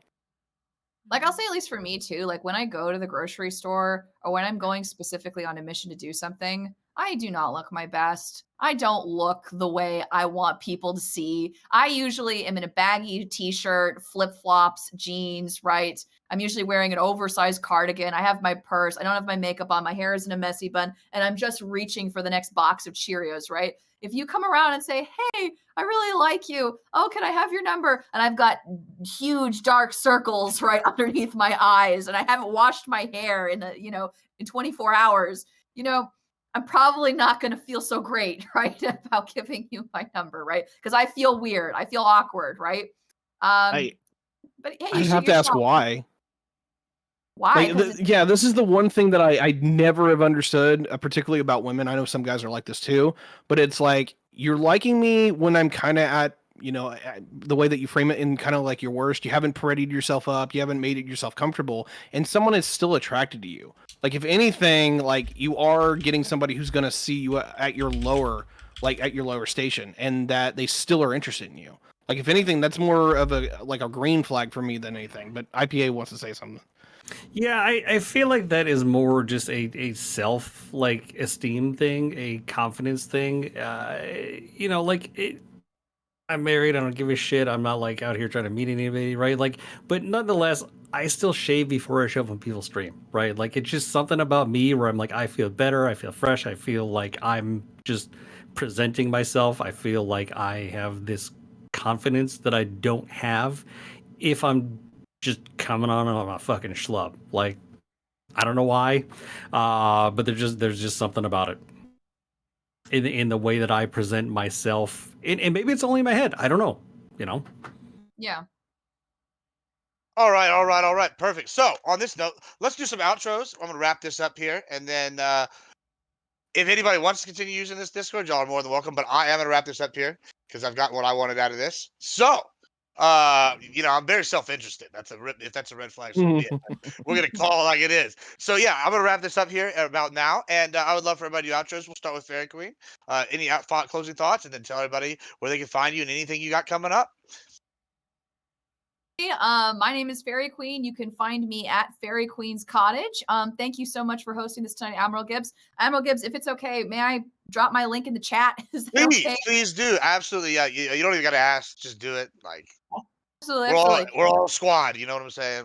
Okay, absolutely. Well, thank you so much. It's been a really fun evening. Thank you, Good. guys. I'm glad you enjoy it. Thanks for coming. Thanks for the Hot follow. streaming. Go ahead. Pop. My name is Hot and Streamy. Thank you so much for having me on, Admiral Gibbs, and organizing this. This was my first panel that I was a guest on the internet, so this was kind of fun. I enjoyed it. Thanks for being easy on me, sweeties. I appreciate that. Thanks to all of the panelists. And if you would like to find me, hot_and_streamy here on Twitch. Yeah, that's the place to find me. Thank you so much, guys. Thanks for the follow. Awesome. Thank you, IPA. IPA. I don't really have much of a thing to say about myself because I haven't streamed in quite some time. So thanks for having me, though. Anytime there's stuff about relationships and love and that kind of stuff, that's well within my wheelhouse, and so I will pop on every now and then when people are talking about that kind of stuff, or just like a drunken Saturday night and I'm hanging out, so let's chat. So Awesome. Leafy. Go ahead. I gotta say, I'm really sad that IPA's camera caught up to his mouth because I was gonna ask him to say, "You have offended me, and you have offended the Shaolin Temple," but I don't get this opportunity now. But I'm your boy, Leafy Water Kai. You can catch me tomorrow. I have a panel every Wednesday. Sometimes you see some of these fine people, sometimes you don't. Random topics, given whatever week it is, and you can find me on just about every platform at Leafy Water Kai. Good to be here. Wait, one thing before, and then I'll leave it to Tiberius. Fairy Queen. Mhm. You know what also would make life easier for you? Linktree. Linktree. Yeah, that way, since you're on Twitch, you can just put all those in there and it's all the same link. Gotcha. Looking out for you. But I'll make a command for you since you don't have Twitch on here. All right, Tiberius, you go ahead, Papa. Well, once again, first and foremost, thanks for having me on. This was a blast, and I really appreciate it. Sometimes these panels can be all kinds of hell. This was chill. This was vibes. I loved every second of it. So really appreciate a good panel. Second of all, my name, once again, is Tiberius D. If you liked anything I had to say, whether you think I'm chill or whether you just want to hang out, most of my streams right now are just literally me and the boys getting together, or, sometimes the gals join, just to hang out and vibe. And we're probably going to be moving on to that next. So if you want to just kind of join the party, got a couple of my friends who are going to be stopping in my server, just rolling in. But anyway, outside of all of that, crap, I had some final closing thoughts there, but I didn't write them down. Anyway, thanks for having me again. It's been a blast. Yeah, Sounds like D&D. I'm glad that y'all all enjoyed it. I D&D really right am now. for a much more chill vibe than some of the other panels. I feel like that's kind of been my goal here, is have more of a discussion and less of a I don't know what a shouting match. I mean, I don't know. There's you know what I'm talking about if you're in it. And I'm trying to bring non-Twitch. I'm trying to mix it up. I've really enjoying it so far. So I'm glad that y'all enjoyed it. And thanks for being here. But okay, I'm gonna wrap it up. I'm gonna raid out. Thank y'all so much. And y'all are more than welcome to continue to use this Discord, but I have to do some other things. Y'all have a great y'all's night. Thank you, guys. Deuces. Thanks. Bye, right. guys. Nice meeting you Bye, all. guys. Nice Yeah, meeting nice y'all. Take care. Good seeing you guys again. Bye, Yep, yep, yep. guys. Okay, guys, give me 1 second. Let me just connect my camera back to it. If I go to... Hold on, sweeties. Admiral Gibbs! Admiral Gibbs! I'm back, sweetie. I'm back. Thank you so much for the raid, Admiral Gibbs. I'm back. Woohoo! I'm back to Twitch land. Sweeties, I went on a ride. Admiral Gibbs, thank you so much for the raid. Welcome in, Raiders. That was my first and hopefully not my last panel. I wouldn't call it a debate. There wasn't a lot of debating. Everyone was very nice. It was good for a first time. You kind of eased me into it, Admiral. So thank you on that. No Pants Kyle. It was super fun. Thank you. Nice panel. Good content. Thank you. I'm gonna be honest. Super schmeedies. I was when I was the only e-dater girl dressed in what I was wearing. I was like, oh no, this can go very bad. This can go horribly. They're gonna eat me alive, sweeties, but they didn't. They didn't. They were very, very nice. They did not eat me alive at all. Thanks for the follow. Violet Fire. Thank you so much for the follow. Welcome in, welcome in. It was good, guys. I don't know what you guys thought of this. Let me close this. Exit out this situation over here, and let's get some music playing.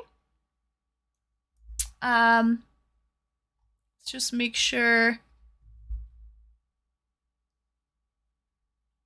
Turn it down a little bit. But yeah. You were dressed to impress. Well, this is how I normally dress, Atomic. Brandon, welcome in, Brandon. Welcome in. So, this is how I normally dress for stream. Because it's like, you know, I dress up for stream, basically. And I didn't want to, like, go on there wearing, like, a suit or something and being different than how I actually present myself on Twitch. I think that would be false advertising, frankly. And I didn't want to give them any, like, false advertising. This is really what I do. And it was interesting to hear the take from some people about... I think what I took from it, the most important thing that I took from it was don't give people false hope with the e-dates to try and manipulate. And this isn't the first time that I've heard something like this from people. Is they don't agree with certain, you know, female streamers, you know, pulling the heartstrings, dangling the carrot, so to speak, for guys.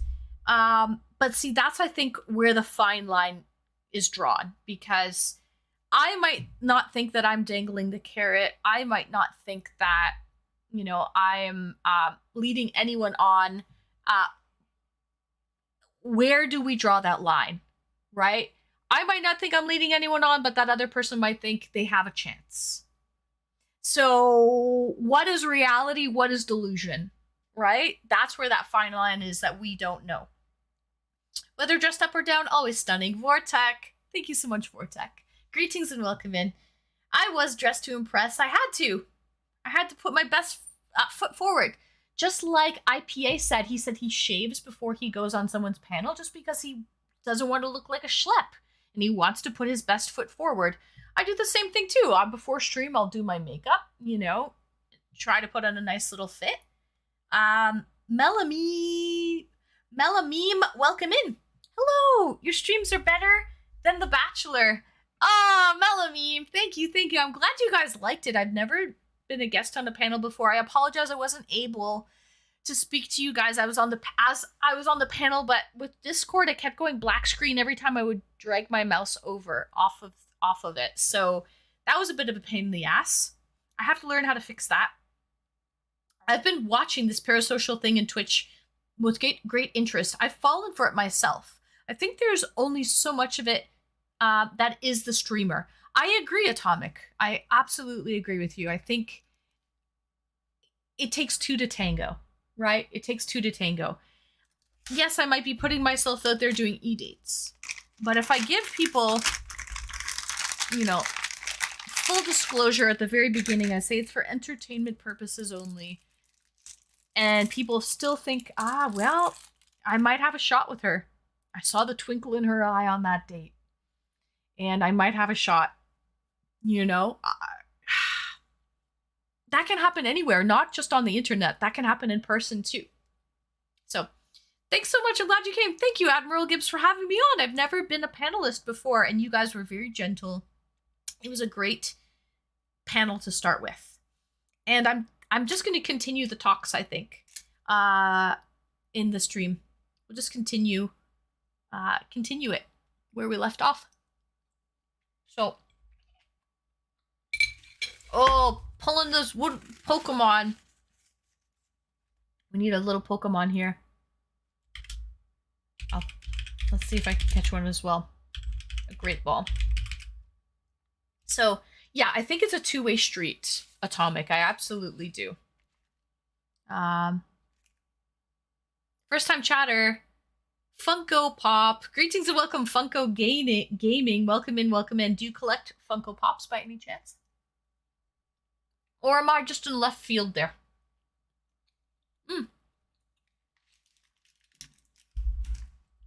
That Chaz guy, I appreciate everything you do. You're a good friend and a good listener. For those looking to voice some issues, thank you, Chaz. Thank you so much. I mean, I'm really me. This is really me, guys. I'm not lying. I've had people in the past say, because I have an acting background, I didn't mention that on the panel, but I do have an acting background, and someone in the past was trying to hurt my feelings and tried to tell everybody that I'm just acting, that I'm actually fake, and this is all an act. Guys, there is no way, 2 years of streaming, that I would just put an act on, you know. It doesn't work like that. It doesn't work like that. People would be able to tell after 2 years. Courier6, hi, greetings and welcome, Courier6. Nice to see you, Courier. Welcome in. How are you this evening? Or this afternoon, I should say, for you. Not at all, Admiral. Not at all. They were still, I was reading. They were still going. And thank you so much, guys, for... Also, Admiral, I forewarned them that I might not be able to chat as much. So I did forewarn, but thank you guys for understanding I wasn't able to talk throughout that panel.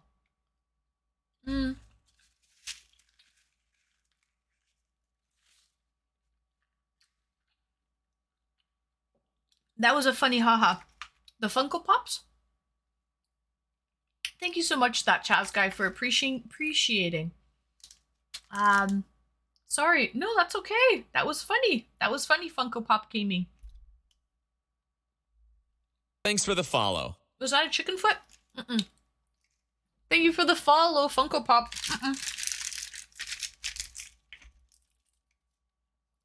Crab.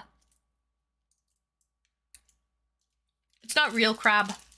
When I went on a date with someone on Saturday from the UK, he said they can't call them crab sticks in the UK because they're majority fish.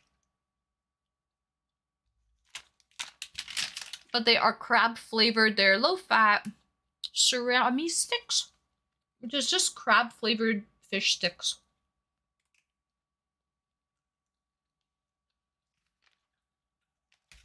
Yeah, that's what they are, Atomic. I like them. They taste like crab. And what I like most about them, I like these versus the big chunks, because these ones are really cute. They almost shred apart. And I like that pull. It's like cheese strings, but fish sticks. It's spelled K-R-A-B in the US. Is it really? Here it's just spelled crab, so special. Like regular crab flavored. Flavored with a U, because we are in Canada, so we use U's.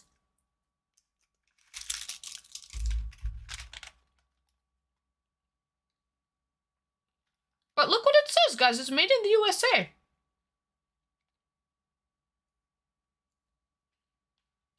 The chunks are good for seafood salad. I agree, Atomic. Yes. They are good for seafood salad. I love a good seafood salad. But if I'm just eating them on their own, I like to pull them apart. How'd that matcha stuff turn out? USA Big W. What matcha stuff, frequently?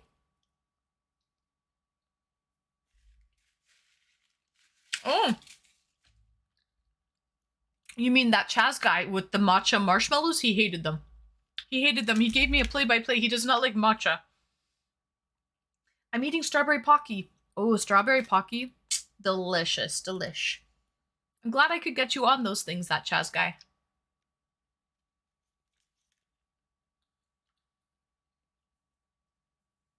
Thank you, Funko Gaming. Where are you from, Funko? Where are you from? Out of curiosity, welcome in, welcome in.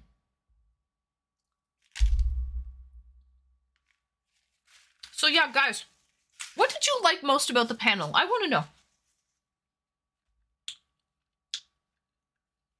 Not my thing. He did a play-by-play. It was so cute. That Chaz guy sent me a video. So I loved it because I always try food for you guys. By the way, guys, if you don't mind, I have one and a half sticks left. I'm gonna go grab another beer. I was dying for another beer, but I didn't want to excuse myself and be rude. Swede, you were great, and Swede, you were watching? Thank you. Thank you, Swede. I felt outnumbered. I was like, oh man, this is gonna be a roast fest. All these people do not agree with this mentality whatsoever. So I was like, oh man, this is gonna be bad. But they were very nice. But I think my saving grace was that I said, I tell them, I forewarn everybody that it's for entertainment purposes only. If I did not forewarn them, they would have eaten me alive, I think. But that was my saving grace because I heard them say that many times. So, always, thank you. I'm not gonna lie, I was pleasantly surprised. Really? Hold that thought, I'll be back. I thought it was going to be Charlie Foxtrot CF. What's CF? What is that? What does CF stand for? I will be back. Guys, I'm gonna go grab another beer. And, what else am I gonna do? Grab a beer. And go pee really quickly. A clusterfuck. Ah, I see. That was pretty good. I think a lot of people, he had 8 people lined up, but there were some people that pulled out last minute. They pulled out. Okay, I'll be back, guys.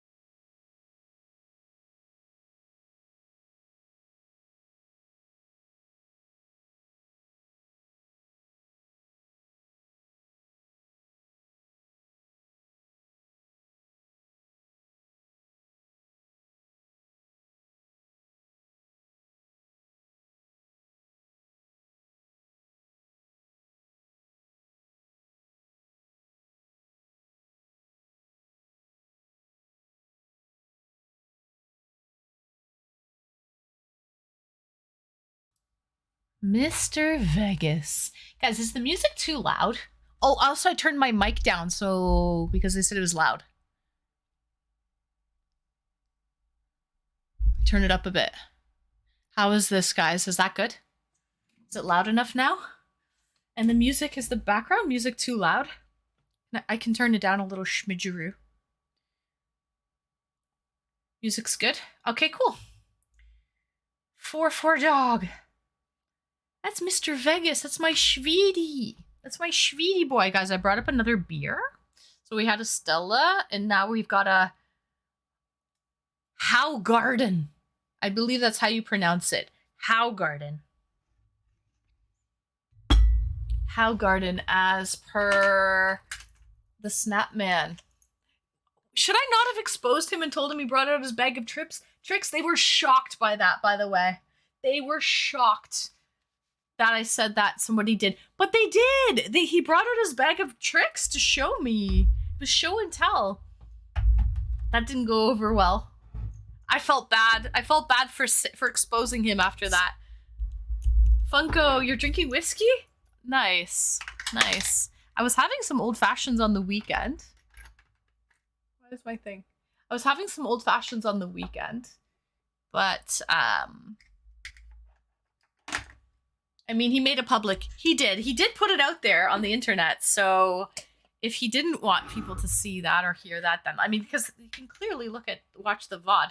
It's public. Now they were really turned off by that, I think. They were shocked by that.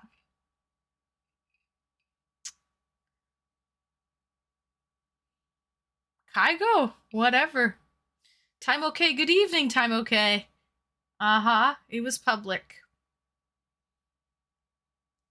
Anyways, they were very smart. It was a smart panel. You know, I'm just glad they were gentle. You know, I mean, I'm just glad they were gentle. I thought there was going to be more people like myself on there, but I think they bailed. And it was really just, I was the only, like, E-date streamer. I was definitely outnumbered. Retro, greetings and welcome, Retro. Welcome in, Schweedy. Welcome in. I hope you're well. I can't believe I just typed that for the comedy. That fairy chick was okay. Oh, you'd bang that Asian dude? Oh, you're funny.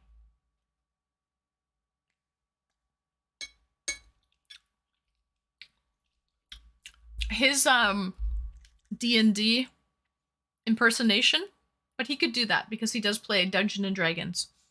But that was pretty funny. Okay, I know, Atomic. I know you're just joking. I know you're just joking. Retro, a 5-stream streak. Thank you so much, Retro. So, okay. You know what? I have to be very grateful. I'm thankful to Admiral Gibbs. And he knows that that's his political poll people. They always have political debates. So he brought me in as the new kid on the block. And I have to be grateful for that. You know, that was very nice of him. So I appreciate that.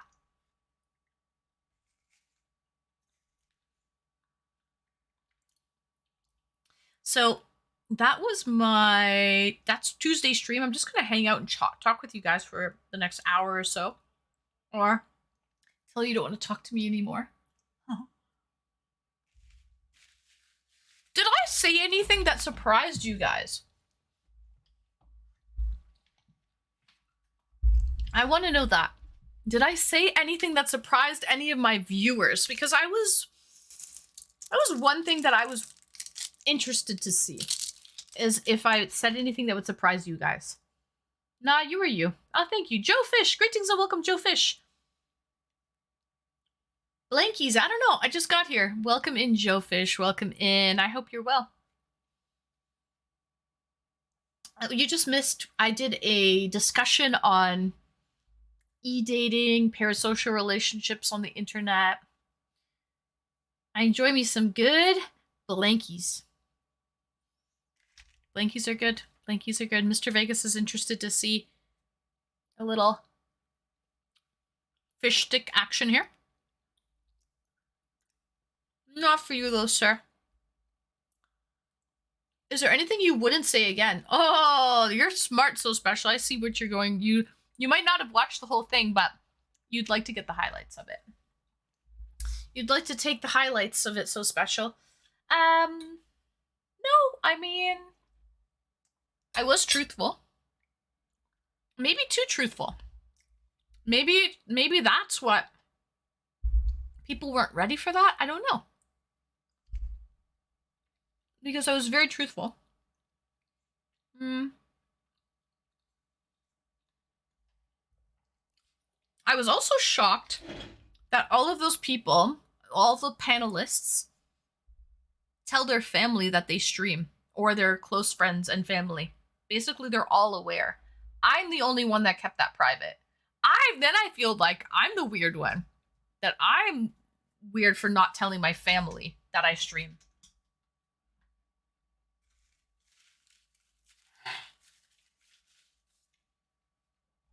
You didn't see much of it? That's okay, so special.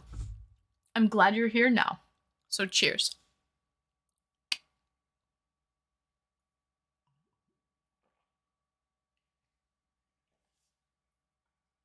Not surprised. I appreciate the insight into thoughts on streaming approach. I think this light is on max. I think I forgot to turn this light down. It's too bright.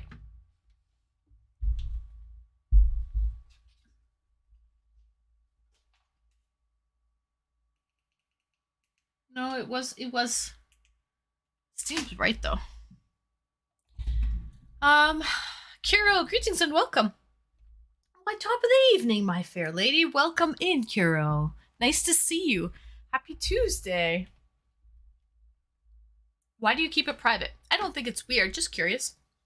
I think Atomic, I just think of like my family watching me stream. And it's just, it weirds me out, man. It gives me the ick to think about that. I don't know, like, I feel like I'm talking amongst close friends here. You know, we're talking about relationships, we're talking about sex, we're talking about, you know, things that I might not talk about at the dinner table with my fam. You know, it's just, I feel like I treat it a little bit more like a friendship relationship here than I would with my family. So I couldn't imagine, like, some of my outfits are a little, you know, not that I'm not wearing bikinis or anything, but I don't know. I just feel icky, like, thinking that my family would watch this.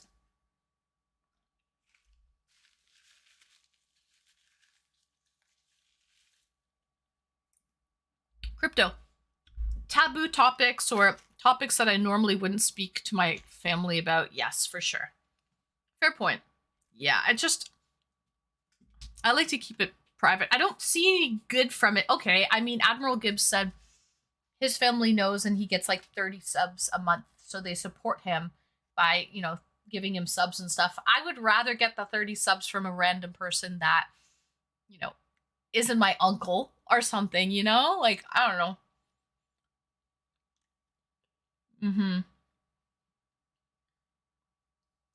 You might be filtered if you know your fam was watching. Yes, palindrome. I think so. I think so.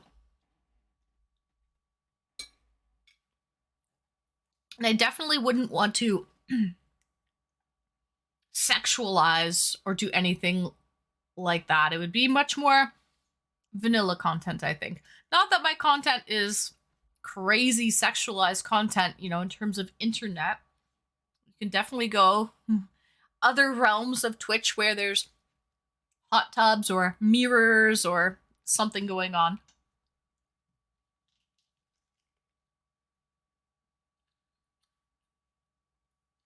Funko Gaming, Uplook.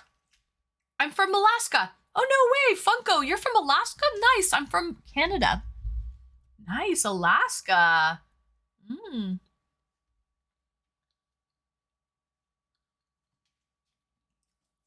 I understand. It's not like you know all of our real names. Exactly. You don't know who DSNut69 is or anything. Exactly. I don't know your name. I don't know. Just because I don't like that entitlement that a lot of viewers have, where they think because they watch you, they are entitled to know your life story and everything about you. I don't like that at all. It should be, I don't know your name. And just because I'm streaming and putting myself out there doesn't mean viewers have the right to know my name, my real name. So.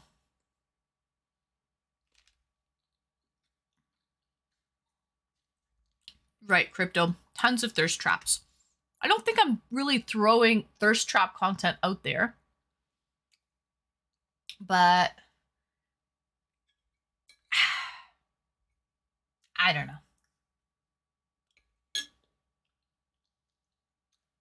It's interesting what some people's boundaries are. Everyone's boundaries are different, right?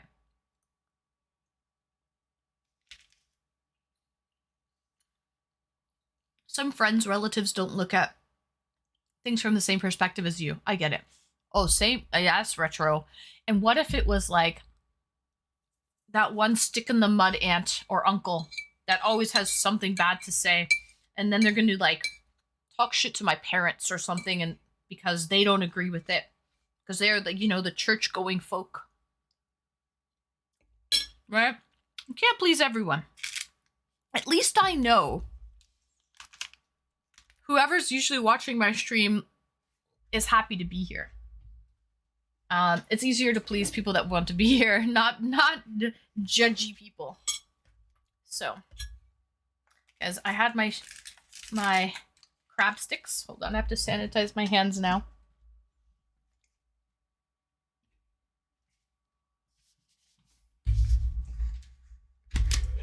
Fragment. I have super big, thick boundaries.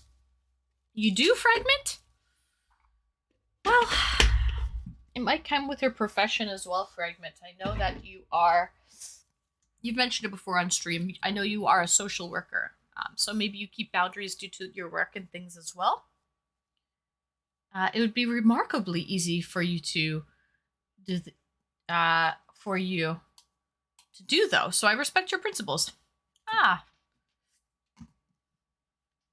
Thank you, Kuro. I'm cold. Put a sweater on. What's the temperature like in Alaska right now? I'm currently in Toronto, Canada, but it was pretty warm today. I'm not cold at all. I wouldn't want to explain sour cream and bacon bits awkward. There you go, Crypto. See, that's something I would tell amongst friends. That's a perfect example. Perfect example. That's something I would tell amongst friends. I don't want my parents, my family, my siblings or anyone to. That's a private thing that I would just tell amongst friends. So perfect example. Thank you for understanding, Crypto. So in Anchorage, Alaska, it's 5. I guess that would be 5 Fahrenheit. That's cold then. That's cold, Funko. And currently for me, it's 32 Fahrenheit. That's cold then, Funko. It's cold. Flair's just rubbing it in now. Flair. Cheers. Cheers, guys. Hot TP. Welcome in, Hot TP. How are you? Did you watch the show? What did you think? What did you think, Hot TP?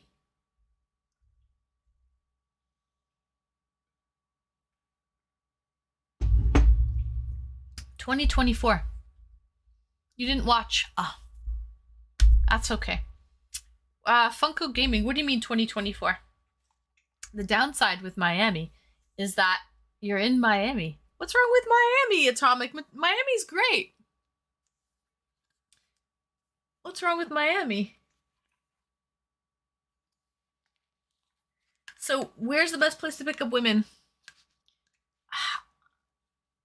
I mean, I thought the grocery store was a good idea. That's what I suggested. Definitely not a Dungeon and Dragons tournament or whatever. That's definitely not the place to do it. Florida's a shithole. Atomic? Don't start with that now. Don't start with that now, Atomic. We know your thoughts on basically, I would say, a good 45 states of the continental US of A. But you seem to be pretty, you seem to like California. You seem to like California. Can we talk about, let's not talk about Atomic.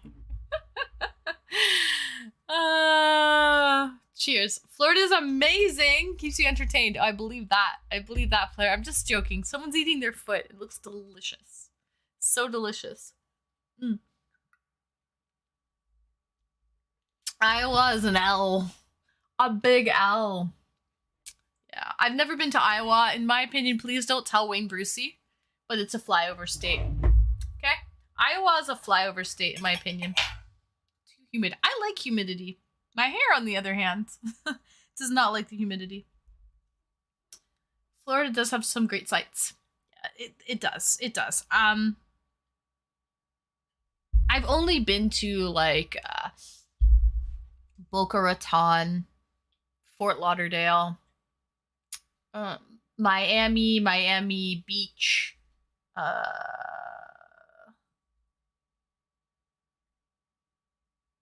where else? That's pretty well it. I work Tesla. Oh, nice, Funko. In the States? Funko, you said you're in Alaska? I went to Puerto Rico. Nice. Nibble, my timbers! We're talking double digits, Nibble me Timber just subscribed for 10 months. Thank you, Nibble, for 10 months, you shveety bobeety. Thank you. Thank you. You know what I was thinking, guys? If we can reach... Oh no, some of the subs dropped off. So I had 1833. Now we have 1757. But if I can get to 2,000 subs by the end of the month, so we still have some time left.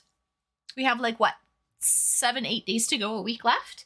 If I can get to 2,000 subs by the end of the month, I was thinking, speaking of grocery stores, I was thinking of taking you guys on an IRL stream to either a European grocery store or an Asian grocery store and wandering the aisles with you guys as I do some grocery shopping.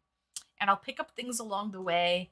IRL grocery shopping. Yes, finally, Ash. What you've been waiting for. What the people have been asking for. I do love a good IRL grocery store. I love grocery shopping in general. I mean, the panelists today were talking bear shit about grocery stores, saying they hate it. They try to get in and out. I am not that type at all. I love international grocery stores. I can wander the aisles and check out food items. I can get lost there. I can spend hours there. It's to the point, I shit you not, guys, where my family, my mom and my sister will not enter those grocery stores with me any longer because I take too damn long. So that sounds like a funner IRL. Thank you, Flair. We did the last IRL stream was the Christmas market, the Toronto Christmas market. And that was back in November because Sebastian Shaw, thank you for the bit, Sebastian. Thank you, Shveety. Cheers, Sebastian.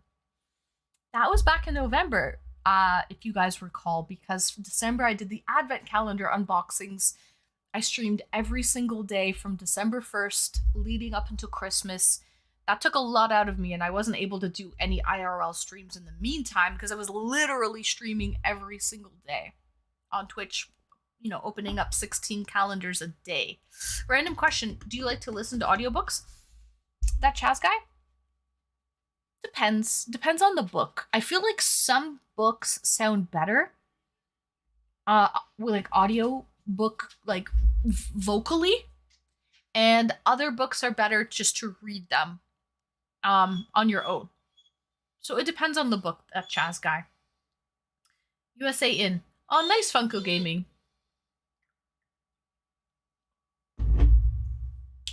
So, you have a sister? Is she older? Yes. No, she's younger. Fragment, I have a brother and a sister. Both younger. Both younger. I'm the eldest. So, Mr. Vegas. So, yeah, I was thinking of that. I already got dibs on her older sister. She's a younger sister.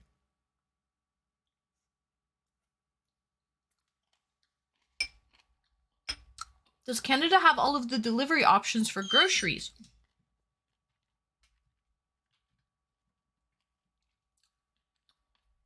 Yeah, we have Instacart and all of those grocery store apps.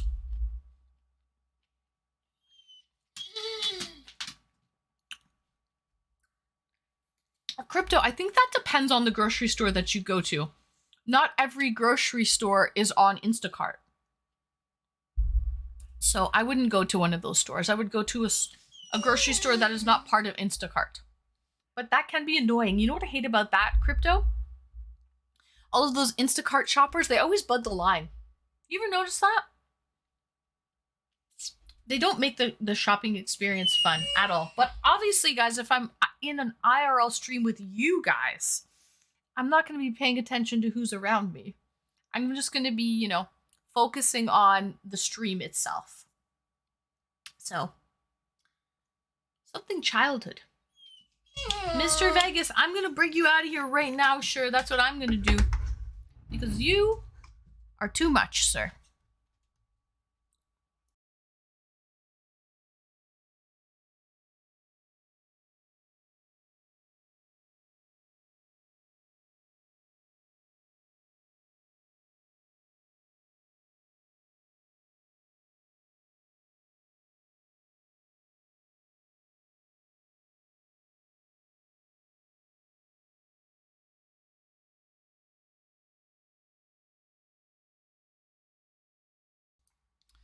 He was whining to leave. I'm glad he vacated the premises. He wanted to go. I just finished voice recording the prologue for my book. Oh, I may have to send it to you. Oh yes, that Chaz guy. I remember you were wanting to do that.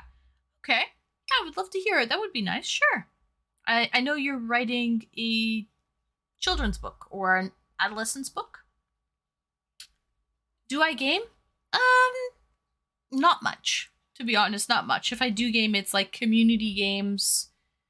I'm not really playing any games currently.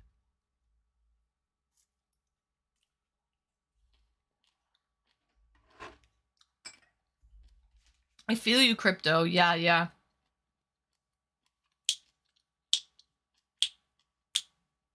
Nice fragment. First time chatter, Kenworth Gaming. Hello, Kenworth. Welcome in. Nice to see you here. Fancy seeing you here, Kenworth. Cheers.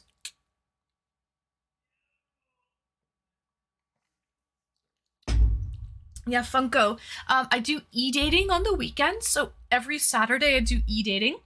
Usually every Tuesday I paint.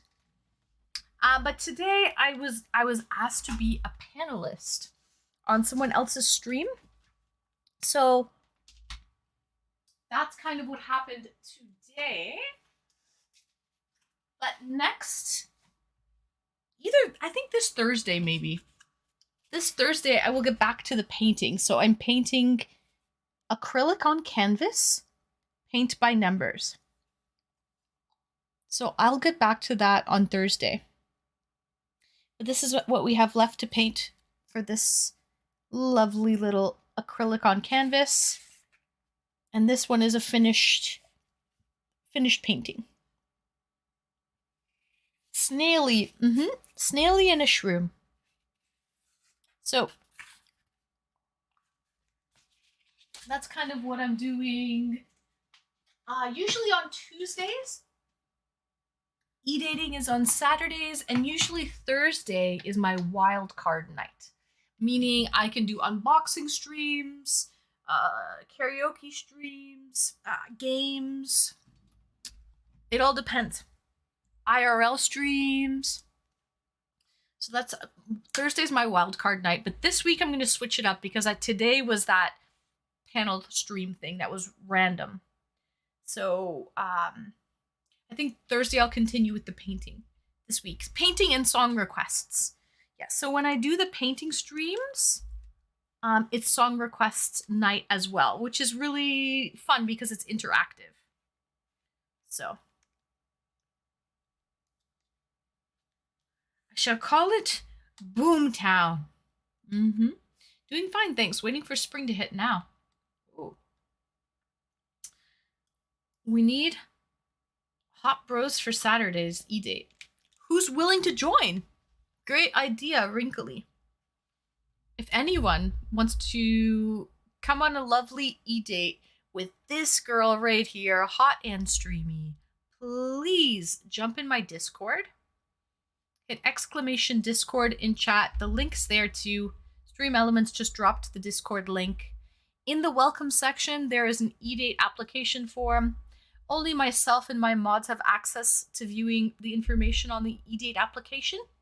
And I will get back to you and arrange an e-date with you. Maple Marie, greetings and welcome, Maple. Welcome in, welcome in.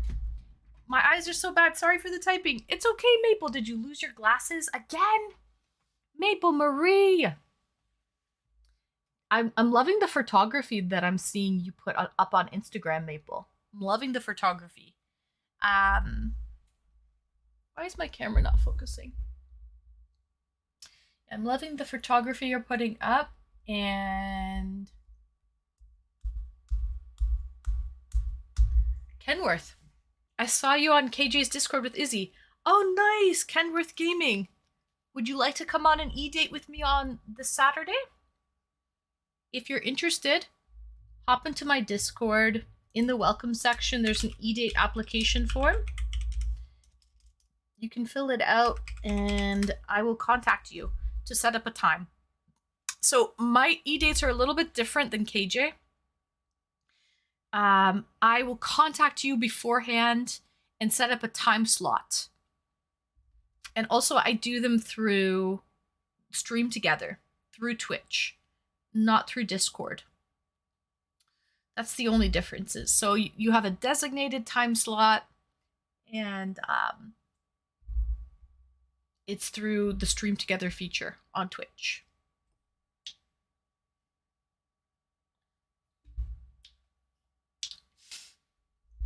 I wish I had someone to set my webcam properly. It's so hard to get the right setting to like normal. I know, and Maple, I really want to talk to you and show you how to connect your Twitch with your Discord. You haven't done that yet, Maple. You have not connected your Twitch with your Discord, and I know you're subbing. I can see you've been subbing for 4 months, but you haven't connected your Discord yet to Twitch. My name is Illy. Oh, nice, Funko. Nice to meet you, Illy. Nice to meet you, Illy from Alaska, who works at Tesla. Nice to meet you.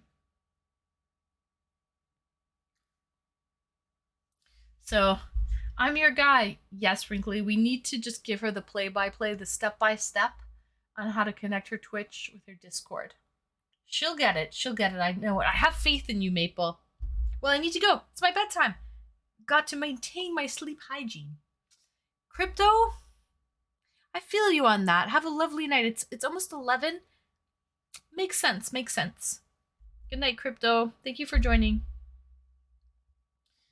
That is one dang reason I cannot get cam looking nice. I am shy. You don't have to put your cam on, Maple. What, you mean you want to come on an e-date with me? You don't have to. I just mean I want you to connect your Twitch with your Discord so you can like watch movies with us, and you can see the food channels, and like we put up videos and memes, and there's like a drink. There's all kinds of channels that we have up, and you don't see any of it. Actually, Maple, I wanted to tag you in it yesterday. I posted a picture.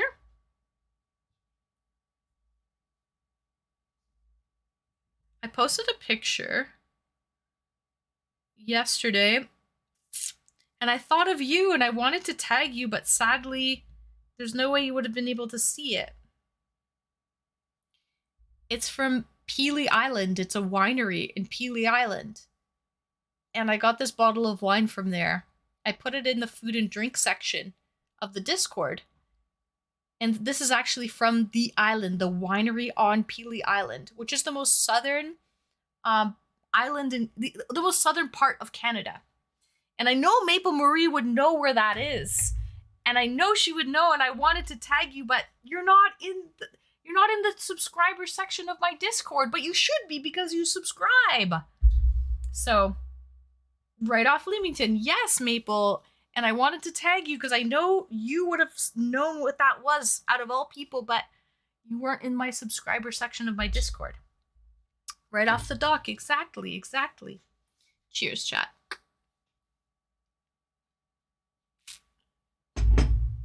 Maple, it's all good. It's all good, but we need to get you connected. Your Twitch and your Discord connected. It takes 4 easy steps. We can get it done. Retro, I want to go to Peely Island. Yeah, Peely Island is amazing. I would love to go back. Cheers. Time okay. Cheers to you.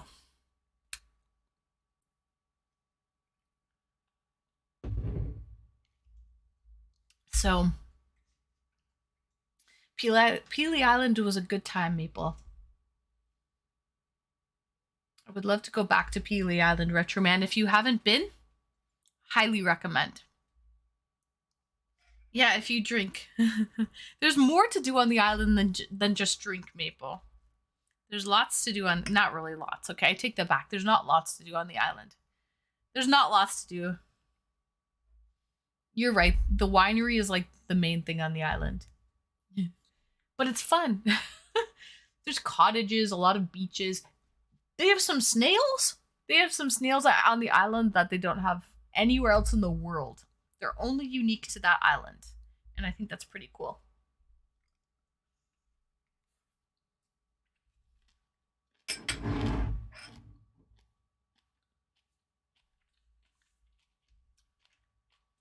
John Deeds, wow. The sexy is abundant here. Nice. Good night, John. Thank you for joining me. So, I stopped eating sauerkraut for like 2 or 3 days. Now it's hard for me to start it again. It's not part of my routine. I gotta get back to eating it. A man of culture, I see. Man of culture. I'm 23 billion worth. Funko Gaming from Alaska who works at Tesla.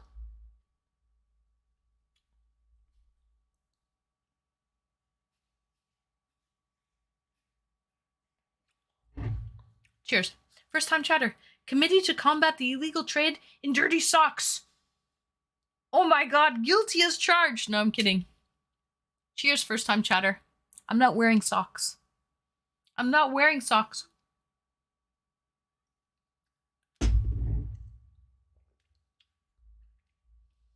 They've got some land for sale there.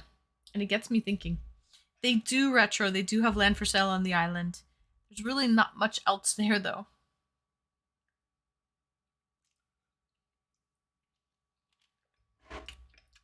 Who's trading dirty socks? You need to talk to my dogs. My dogs are in the market to talk to you.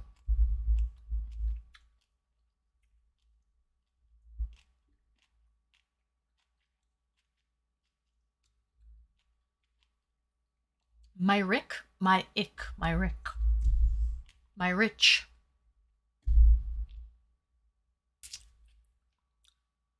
Were you born and raised in Alaska, Funko Gaming? Like, are you born and raised there? Oh, really? Oh, welcome, Skiz. Welcome. How are you, Skiz? What did you think? What did you think? Okay, I'm gonna be honest.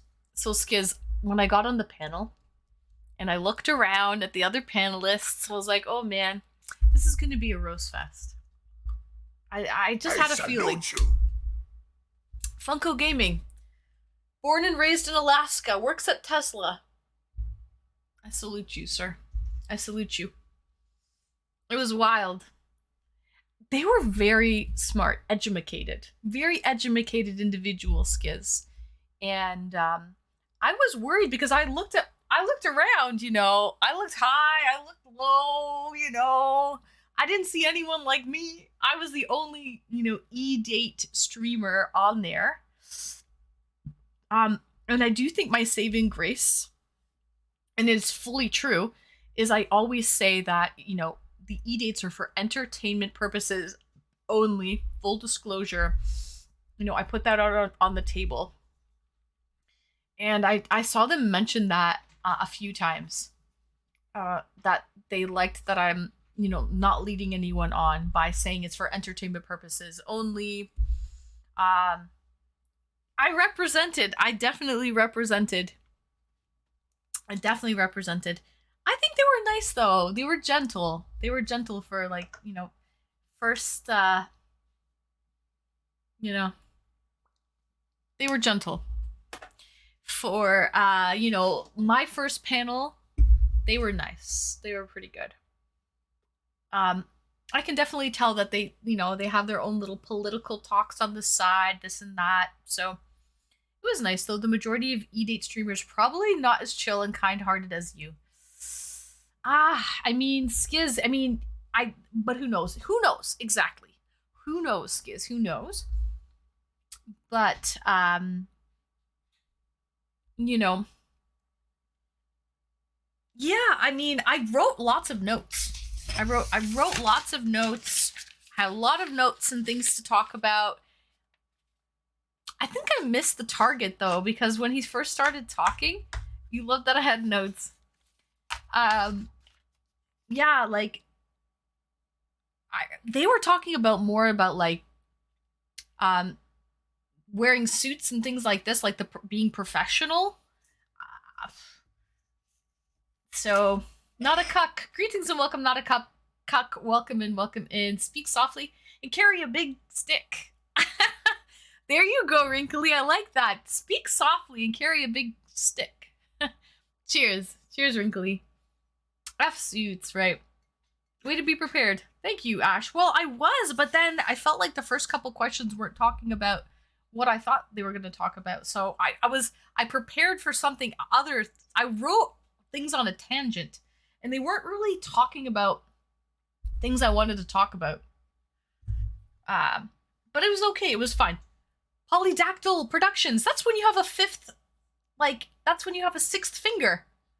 Polydactyl, right? When you have like an extra finger. First time chatter. That's one of my favorite beers. Same, Polydactyl. My kitty had thumbs. Yes, exactly. Nice, Polydactyl. I've known 2 cats that are like that before. Yes, they were talking about professional dress in the beginning.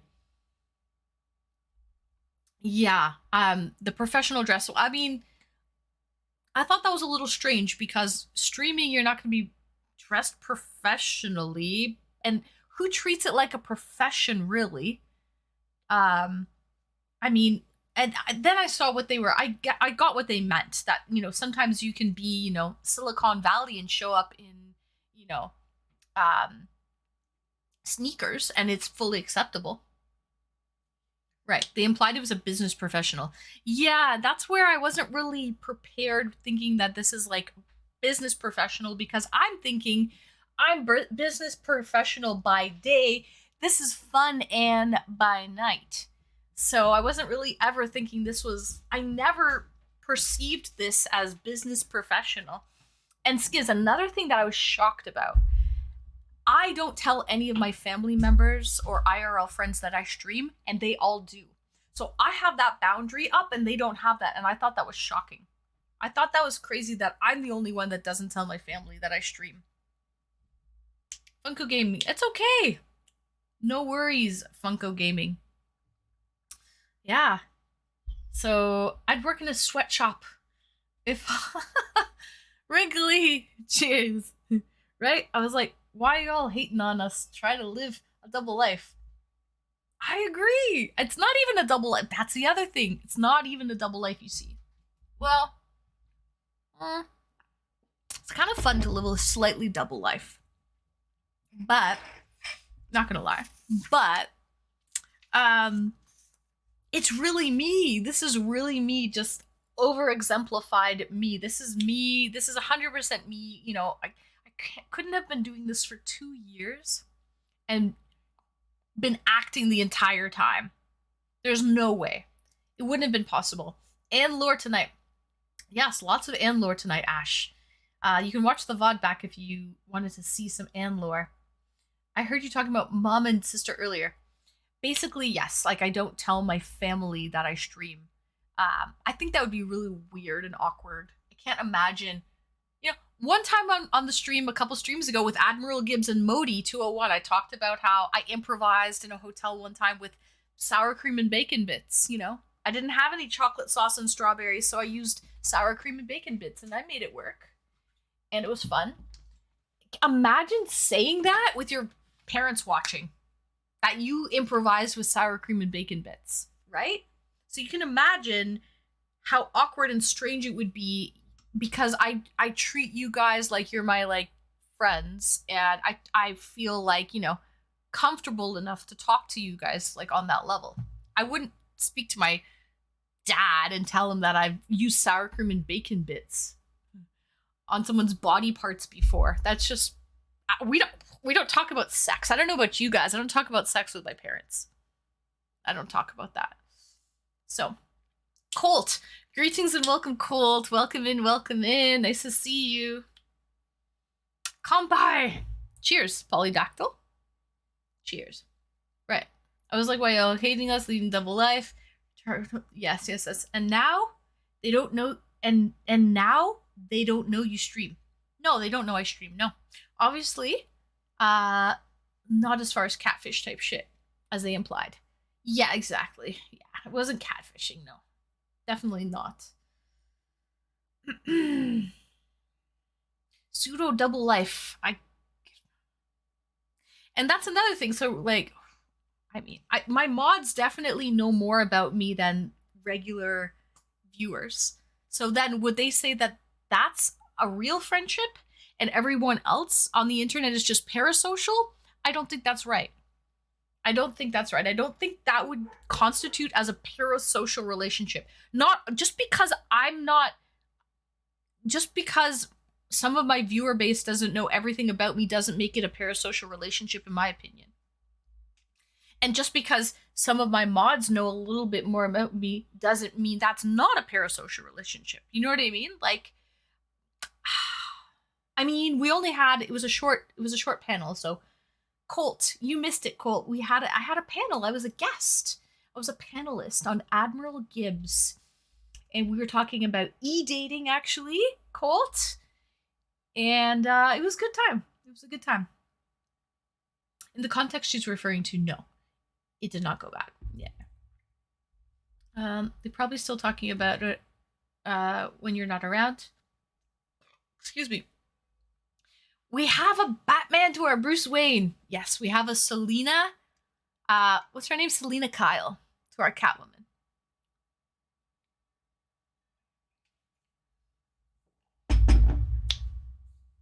In my family, talking about sexually related things is taboo.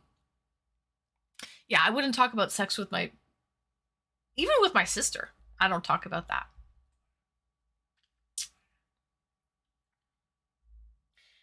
I just hope she kept it on ice before she used it. Oh my, something must have gone wrong when I was created. You said it, not me time, okay? Skiz, if I live a corporate life where my image and internet presence may significantly affect my opportunities, right, and my real life perspective, I'm not fucking with these crazy internet people. However, if I choose to connect with someone one day, I may choose to be more exposed to them. I don't know. It seems one-sided. Yes, it definitely seems one-sided, yeah. Old Gamer God, greetings and welcome, Old Gamer God. Are you still doing e-dating? Old Gamer God, I am on Saturdays. So please hit exclamation Discord, pop into the welcome section of the Discord. There's an application form there that you can fill out, and myself and my mods only have access to reading those applications, and I will get to you. If you're interested in coming on an e-date, I will pre-arrange that with you. That sounds like something that I'd like to have listened to while on the treadmill. Yeah, Colt. Sorry you were working out. You can watch the VOD back. It was a lot of smart people. I apologize if it was a little slightly boring because it was a very educated, conversation. But I apologize if it was slightly boring, but I personally liked it. But I could see how it could get a little boring. Is song request still a thing? Maple Marie, only on the days in the title that I have SR, exclamation SR in my title. So today I don't have that because I did that panel. So the song requests will be this Thursday coming up. When I do a painting stream, I'll do a painting stream and a song request night. And I'll put SR in the title. All right, Maple? So we'll do that on Thursday if that's okay with you, Maple. So I don't do song requests every stream. Fee Daniel? Are you Australian? Cause you got all my qualifications. That's funny, Fee Daniel. Polydactyl, I missed your message. Cheers. What are you looking for in an e-boyfriend? Polydactyl? I'm not looking for an e-boyfriend. I'm not looking for one. The e-dates are for entertainment purposes only. I'm just looking to connect with people. Real talks. I'm just looking to connect with people and have a good time. I want to scratch a little bit deeper than surface level, get in there. Do a little dancing, tete-a-tete. A little head-to-head kind of like, I want to get in there. I want to see what you guys are working with. That's what gets me off. That's what does it for me. Polydactyl. Can anyone answer me this? How the hell is Hello Kitty still popular when I don't see no commercials or promotions for it? I see Hello Kitty in the background. Hello Kitty is still popular. An old gamer god. I don't know how old you are, and if you are a god or not. But I am not one to judge. But there's something called Hello Kitty girls. And you can look up what a Hello Kitty girl is. Money is a catalyst. It can make a good person evil. Right. And an evil person good. Yeah. Strangely, generosity and money attracts negativity for some reason. Because, Skiz, I think people think there is ulterior motives. Sometimes it's not even, that's not what it is.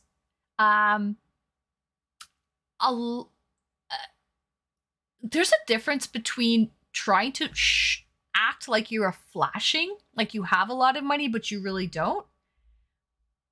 And then there's a difference. Then there's a different type of wealth. There's a different type of wealth where the extremely wealthy people have so much wealth and they want to give to other people because they realize that giving to other people and just seeing that happiness and that pure smile on their face is so satisfying for them. And if they have a lot of financial means to do so, then why not?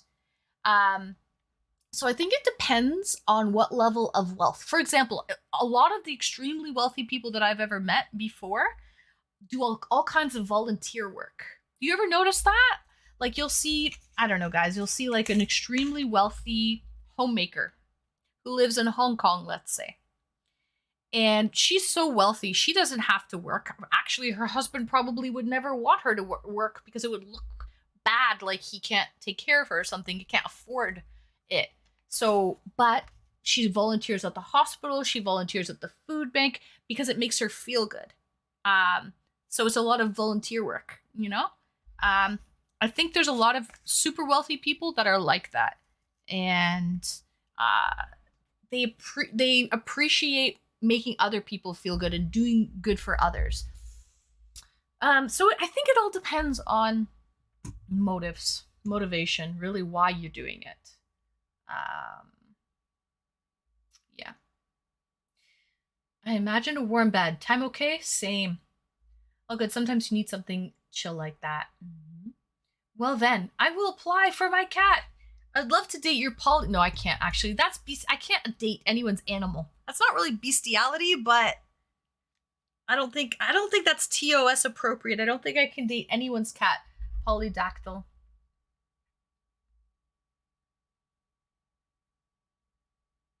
Honestly, it's a lot of fun.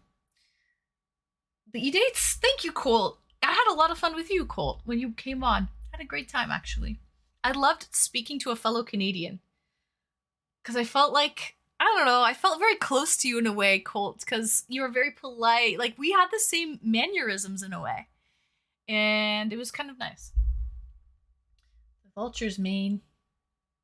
We're all here for a good time. Right. As long as you know deep down. I feel in a way I feel bad, Skiz, though, because you probably, maybe sometimes people get the wrong idea. And you feel like you have to justify yourself. And just people just have the wrong idea. But I can guarantee you, right now, my top 1, 2, 3, 4, 5, 6, 7, actually every single, my top 10 gifters right now, my top 10 sub gifters this month, not one of them has ever given me anything and expected something in return. Not once. Nobody. Not one of those top 10. So, and it's not like that. There's some other people that feel like they give you things and you owe them. You know, you owe them something. And it's not the case. I've never been into all that kid stuff. Try some Hello Kitty marshmallows.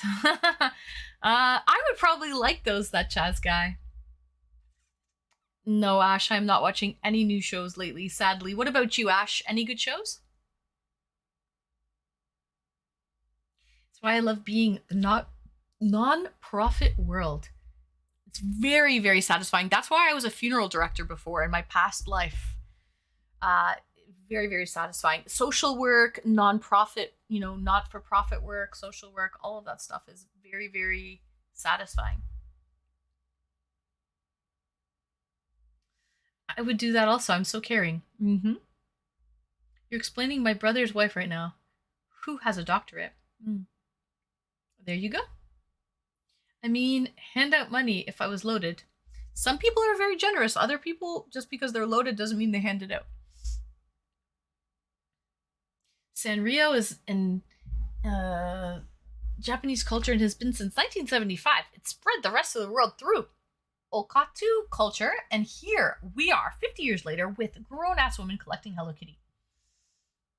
Facts. I grew up with that. My back shelf, just so you guys see, okay. I have a lot of retro systems, retro consoles. Here, this is like a nostalgia type of shelf. A lot of nostalgia, including Hello Kitty. I grew up with Hello Kitty. Very nostalgic for me. We've got Pokemon, Hello Kitty, Keroppi. That's a bubble tea, stuffy. But yeah, a lot of like retro stuff here. Yeah. Anyways, I do love it. I don't feel bad about collecting Hello Kitty one bit. I do love it when they tell me to volunteer my time more. So I'm like, bro, my bills, groceries. Yeah, so you can only give so much, right, Colt? That's where you've got to put the boundaries up. That's why there's got to be boundaries. Meow. Feels very homely. Exactly. I've seen it over and over. It's wild. Yep. If I was rich, I would donate to HS Researcher. What is that, Maple Marie? What's HS? Researcher.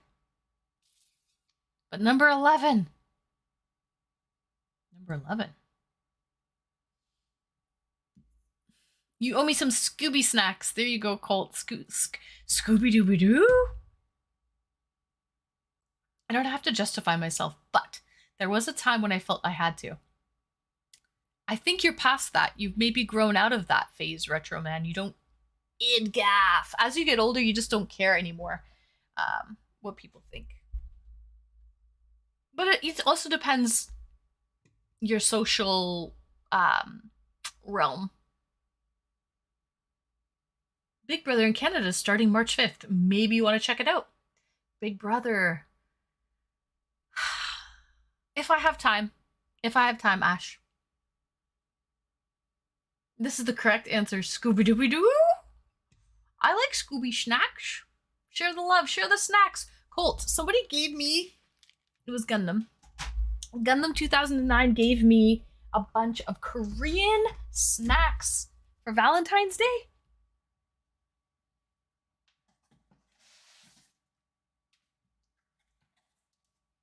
I have all kinds of snacks now to be had. Okay, that didn't come with it. I have all kinds of snacks. So I am snacked up, sweeties. Snacked up.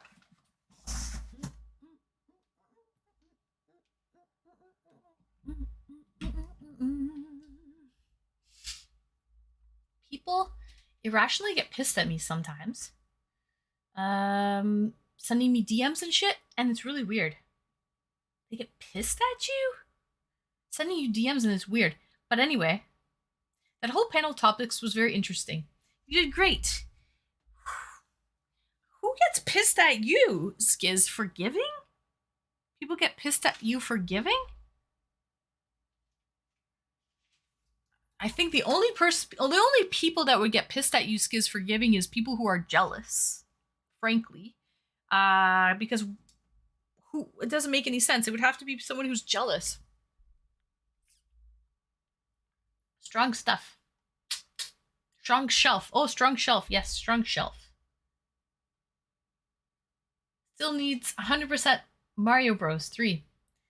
You should just live in Akihabara in Japan, along with all the kawaii stuff they have. Super Potato, a retro game store. Polydactyl, I loved Japan when I went, and I would love to go back. I do like the Hello Kitty girl memes. Way too funny. Yeah, the Hello Kitty girl memes. Yes. There you go, Colt. On our last trip to Japan, I went out of my way to take my girlfriend from a ride on the Hello Kitty bullet train. When I went to Taiwan. Thanks for the follow. You are A304. Thank you so much for the follow. You are A304. When I went to Japan, Polydactyl, they had a whole terminal in the airport that was all Hello Kitty themed. Hello Kitty washrooms, Hello Kitty what do you call it when you buy all the souvenirs, like the snack shop or whatever, like the whole the gift shop. Hello Kitty terminal with the all the chairs were all Hello Kitty. They have a Hello Kitty plane. They have yeah, I did that in Taiwan. They had a whole one of the entire terminals. And I'm gonna tell you guys, it's really weird to see like men in suits, grown ass men in suits, like sitting like in a pink terminal on Hello Kitty chairs. There was like a Hello Kitty play place. It was so funny to see. Industrious, good morning, Industrious. I hope you're well. Happy Wednesday to you, Industrious. So, HS is a painful long-term skin condition that causes abscesses and scarring on the skin. Oh, Maple. I think they definitely should research for something like that, especially if there's no cure. Thanks for the follow. Did you guys see Polydactyl Productions? Thank you for the follow, Polydactyl. Did you guys see that Putin said that they are very close to creating in Russia? Vladimir Putin said he is very close to discovering a vaccine for cancer. I'm interested to see if that's just maybe for certain cancers. But imagine, guys, a world with a vaccine for cancer? That's insane to me. That's amazing. It'll probably just be for certain types of cancer in the beginning, right? But still, that's really, really cool. I hope that comes out soon. I hope he just wasn't shit talking. Oh. Snacks for Schweedy. Cheers. Snacks for Schweedy. Caveman. Greetings and welcome, Caveman. Welcome in. Long time no see. I would not Google pictures, but it's where you have painful abscesses under your skin, usually where you would have hair follicles and sweat glands. They can be a tunnel between abscesses inflaming the entire area. Sounds horrible, Caveman. But welcome in. Nice to see you on a lighter note. Nice to see you, Caveman. Welcome in, welcome in. Yepers, you know it, Caveman. Colt, I've been enjoying the heck out of these Korean snacks called Peppero. Oh, those are like breadsticks. Those are delicious. They're dipped biscuit sticks, and they are 99 cents for a box. They are delicious. You can get like pizza flavored ones. They're usually savory and not sweet. Whereas Pocky are very similar, but Pocky are more on the sweet side, and the Peppero are on the savory side. Not a fun condition. Doesn't matter if you have it or if you're a significant other. Vladimir Poopin. Do I have something funny to laugh? I need something to laugh. Vladimir Poopin, indeed.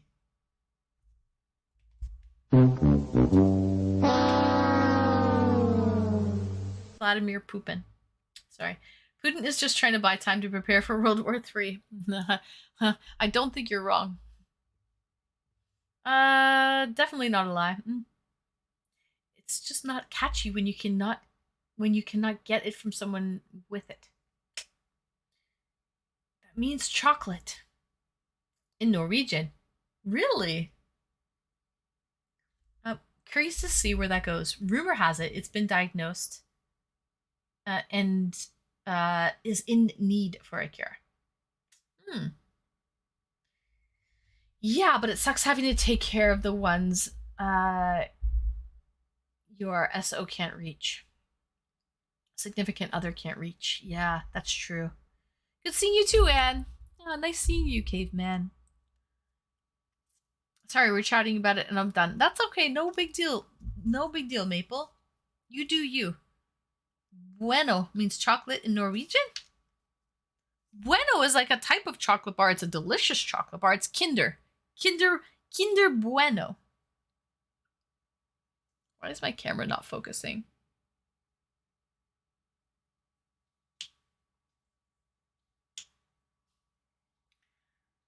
I like to call Justin Trudeau Vladimir Putin. Polydactyl, where are you from? Are you Canadian by any chance? Vladimir Putin is honestly better. Probably is better, I'm not gonna lie.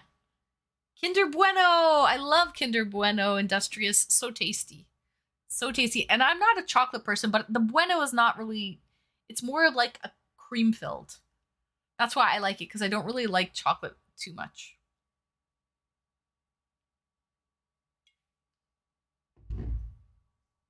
I'm American. Oh, okay. Bueno is good. Yes, Bueno. No Bueno? Bueno is good, yes. Only I. So, guys, I think we had a successful panel today. I was very happy, and a special thank you to Admiral Gibbs. I wrote notes. It was a fun time. A fun time indeed. Some of you are too young to remember when Rick Mercer was on the air. Yeah, he retired, right? Was on the air. But he had a parody prime minister back in the 2000s named Pierre Putin. I don't even remember that, Colt. LA in particular. Oh, nice, Polydactyl. But like 90% of streamers seem to be either from Canada or Japan. I hear that a lot, Polydactyl. I don't see that. I mean, 50% of my viewership are American. I have a couple Canadians in here. Retro Man, Maple Marie, Colt. Those are 3 right there. TNT Guy Who, Tim Games. Any other Canadians? That's pretty well, I have a handful of my Canadian peeps in here. Why is my camera not focusing though? Okay, I'm whiter than white. I think it was on the Talking with American segment. Good times. Aha, I see. Industrious. Wrinkly, thank you for shouting out Admiral Gibbs. Guys, if you're not already following Admiral Gibbs, please go over and give him a follow. He does a lot of panels, debates, podcast type of streams where he brings people on and chats with them. As he says in here in his bio, he is a Texas conservative living in San Antonio. Go drop him a follow. It's free to follow, guys. I had a great time, and it was an honor and a pleasure to be a guest on his panel. So he's also come on a couple e-dates with me as well. So I appreciated that he returned the favor. It was very nice of him. I lived in Vancouver. I loved Vancouver, but it looks like the crime has gotten bad. I haven't been there in years, Polydactyl, but I used to love I used to love Vancouver. I remember the Red Green Show? I love the Red Green Show! Duct tape. Duct tape fixes everything, Schweeties. Not Canadian, but pretty Canada adjacent. With where my address of record is. Oh, Canada adjacent. Arizona? Is your address of record Arizona? Coffee and snus, Swedish tobacco. Here, so way much more chill. I see. Snus? I don't even know what snus is. That snuff? Snuff? I miss the Canadian humor we had back then. A lot of duct tape, Retro Man. A lot of duct tape, but that was great. I used to watch that every weekend. The Red Green Show. Started dipping when I was... Oh, dipping, yeah. If she doesn't find you handsome, at least she'll find you handy. And remember, guys, if she doesn't find you handsome, at least she'll find you handy. That's what it used to say, Cole. Yeah. I remember that. I think my favorite things from Canada are Rush and Tim Hortons. Polydactyl, Tim Hortons is garbage. It's poo-poo. It's shit. Tim's is, the coffee's poop. I don't really like Tim's. The only good thing about Tim's is the convenience factor. There's really one on every corner. It's very easily accessible. But in terms of quality, I do not like Tim Hortons. No. Address of record is Michigan, but I'm out in Arizona for at least a year more now. I see. Okay, Michigan is a close neighbor to Canada, yes. It's the chewing stuff in place of smoking, I guess. I see, Maple. It's dipping tobacco, but it's stem cured, opposed to fire cured. Oh, okay, which is why Scandinavians have such a lower rate of mouth cancer, because it's stem cured instead of fire cured. Interesting. Okay. Snus are a tobacco you put up under your lip in small bags. Just very strong. Ooh. So you put up, like, you... Okay. Like, that's like chewing tobacco, I think. I was on the Red Green Show and I was an extra back in the day. Duct tape forever. You were an extra on the Red Green Show? No way! You were on Duct Tape Forever? Retro Man, that's amazing. That's fucking epic, Retro Man. I know you told me before you used to do some acting. So that's epic, Retro. That's cool. Yeah, man, times are always changing. If you have to crave, check out Letterkenny or Shoresy. Yes. I started in the military. I would like to visit Toronto someday, maybe Calgary. Polydactyl. Oh, yeah, Toronto's okay. Montreal's great. Vancouver's amazing. Calgary is great too, like Calgary and Banff. Banff is beautiful, just north of Calgary. So that is cool, Colt. I agree. Panda, welcome in, Panda Pancakes. Nice to see you, Panda. You're just in time. Well, not really. It's 11:30, but I'll hang out with you guys for a little bit longer because I'm having a good time. I'm liking the conversation, frankly. And you watched YTV back in the day, Colt. I've acted on YTV on a couple TV shows, series on YTV, but I don't want to dox myself. So I'm not going to let you guys know the TV shows that I've acted on with YTV, but a couple of them. But yes, I love YTV. I enjoy YTV. Hi, Mama. Hello, Panda. Crumbs. Have you been to the States much? Polydactyl? I've been to California, Florida, Maryland. Where have I been? I flew through Chicago, Texas. I've been to Pennsylvania, New York, of course.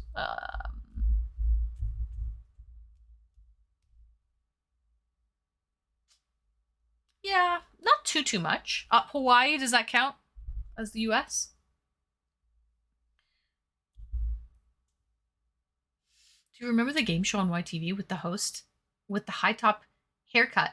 That was like Nickelodeon or something, and the wacky suits and the slime chamber. Yeah, wasn't that like Nickelodeon or something like that? And the buff dude and the gimp suit. I remember the gimp suit. It's not unusual to be loved by anyone. Da-da-da-da. Banhammer J, _J 27 just months. Are you subscribed for serious? 27 months. 27 months? How's that possible? That's insane. Thank you so much, Banhammer, for 27 months. I started streaming in December 1st, 2021. Has it been 27 months? Wowzers. Welcome in, Banhammer. Thank you so much for 27 months of your loyalty. My longest subscriber. So, oh yeah, that's what it was called. I think so. Wasn't it like Nickelodeon or some shit? Do you remember, like, what was it called? Did you hear about the Law and Order Toronto Criminal Intent series, True Series? The series True Stories. No, Maple. Uh-oh. Yes, Cole. It was called Uh-oh. It was called Uh-oh. And the slime would drop at certain times. It was called Uh-oh. Yes. Canadian actress, so probably a small Degrassi role. And maybe Cold Story, as a victim at least. I actually acted on the Degrassi set. Believe it or not, Caveman. Believe it or not, I have shot a commercial on the Degrassi set. So I actually was on the Degrassi set. But nothing about cold case files. No cold case files, no. You can't do that on television. Mm-hmm. Exactly. Retro! I tip my hat to you, sir! I tip my hat to you. I do just that. Take it right off for you, but I haven't got a hat. I'm just a college boy, even at that. I tip my hat to you, but I haven't got a hat. I'm really not a sap. It's plain to see. But if I wore a cap, they never let me back in the university. I think just well I do. I'm standing pat. I tip my hat to you, but I haven't got a hat.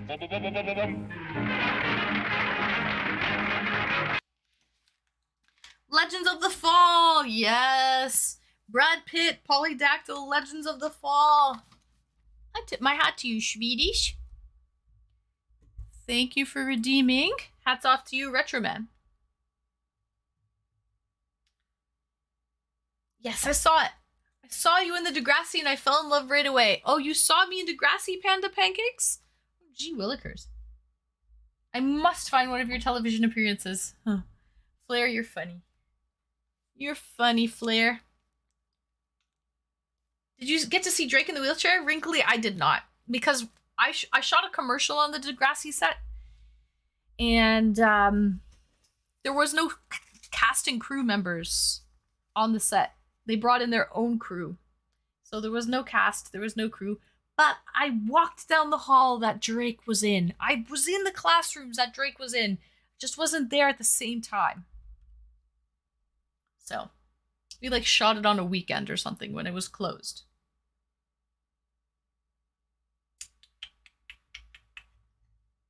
I loved watching Are You Afraid of the Dark? That Chaz guy, I like that too. Goosebumps and Are You Afraid of the Dark? Those were all good. Anytime I meet a Vancouver-based actor, I always have to ask, okay, so which Supernatural episodes were you in? Ooh, Supernatural, that's a great show too. Working on the weekend like usual. Way off in the deep end like usual. They do too much. Haven't done my taxes. I'm too turned up. Okay. I'm not famous, Atomic. I'm sitting here in my stream room. I'm a washed up actor. I'm a washed up actor, guys. But I love it. I am still a member of the Actors Union though. So I am a member of the Actors Union, guys. I pay my dues every year. I save money off my car insurance. It's a tax write-off. I'm a washed up musician. But you know what? As long as you love it, as long as it's a passion of yours and it's an outlet. For me, it's an outlet. And it allows me to do this. So I like it. Let's go. We should start a club. You're never washed up. You're always I'm a star, sweeties. I'm a star. Thank you, Flair. Thanks, guys. Thanks. No, I don't actually think I'm washed up, but, you know, like, you can either... You get to a point... Okay, this happens with a lot of, like, actors or musicians or artistes, I should say. Artistes. You know, you're at that point where you're like, yeah, I can do this full time. I want to make a living at this. I want to be a successful musician. I want to be a successful actor. And then... You can't really pay your bills. It's not really, you know, the cash flow is not what you envisioned or hoped. So that you end up getting a real job, a career, you know? A lot of people sort of have that bridge that they have to cross, right? But it's always still a passion and a hobby and something that you love. It makes you tick. And so I think just you do realize, you do get to a point where you're like, okay, I didn't get my big break. I'm not going to make it. I'm not Angelina Jolie, you know? I'm not going to make 20 million a film. Who did I see here? Brave Raver, welcome in. You're an actor? That's so cool. Welcome in, Brave Raver. I'm an actor. I'm an actor here on Twitch at least now. Vantage Point Sean, welcome in, Vantage Point. Nice to see you, Vantage Point. Greetings upon greetings, Queen. Greetings upon greetings, Vantage Point Sean. Nice to see you here. Fancy seeing you here. I must have you on one of my films sometime. I'm a member of the union, so I can't do independent work, sadly. Sadly, that Chaz guy, you would have to do unionized work, and then I could do it. But I can't do any indie work. Well, I'm never going to fill a stadium. Never say never, Atomic. That makes two of us, Schweedy, and I'm fine with it. I've had my day in the sun. Exactly. Rita Hayworth wishes she was you. Mateo, you are not washed. Mateo, Max. Greetings and welcome, Mateo. Welcome in. I'm not washed, but I'm having a good time. Well, I'm pretty washed. I'm pretty pasty white, okay, guys? I'm pretty pasty. Pretty washed out here. I'm washed out, but I'm not washed up, okay? I still pay my union dues. I'm still a valid professional member of the Actors Union. I just don't do anything. I just haven't done any professional roles in years. I've just been focusing on Twitch, and COVID happened, and my profession happened, my career happened. So I kind of put it on the back burner a little bit, but I still love it. You have to try harder the next time, okay? Oh, that's towards wrinkly. Okay. Turns out you can't pay your rent and beer. Go figure, Atomic. You don't say. Cheers.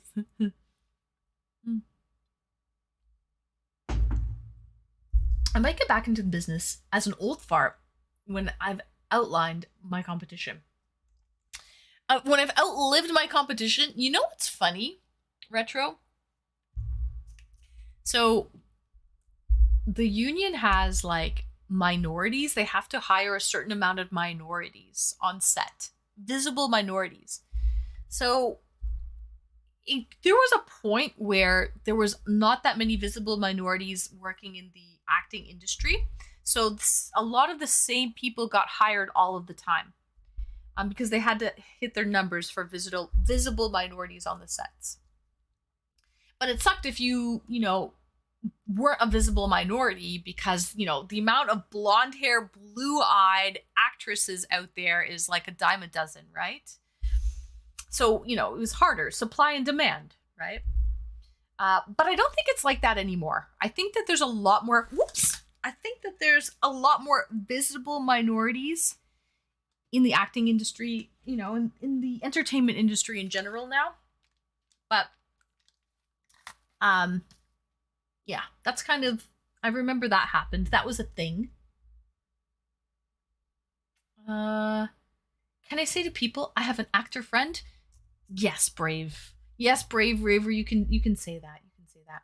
What shows or movies have you worked on? Vantage Point, Sean, I just said that. I don't feel comfortable really doxing myself because at that point you would know my first and my last name. You could easily find that information out. But nothing crazy, just YTV shows, commercials, like nothing insane.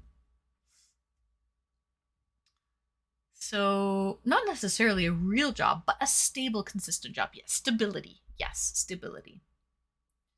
So much and lore tonight. Yeah, I guess so, Ash. That's why Uncle Doug made Buck a beer over there.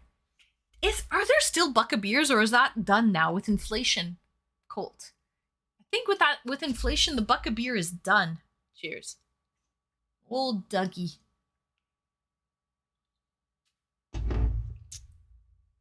That's my special friend. Special indeed. Special indeed. Emphasis on special time. Atomic. Love it. Love it. I always wanted to sing the national anthem at an event. That would be epic, Maple. She's Canadian. You need your papers. Oh gosh. If you were any paler, you would be clear. Polydactyl. Yeah. The sun is not my friend. You? Off with his head! Off with his head. Any good stuff happening this weekend? E-dates. E-dates, Vantage Point, Sean. Some e-dates this Saturday. Rancure. What are you catching? Oh, you need more Pokeballs. They needed their token character. Yes, exactly, Caveman. Their token character. Mm-hmm. You said it. You're special. She was the hot chick in the commercial. Huh. And knows a washed-up musician. You said it, Atomic.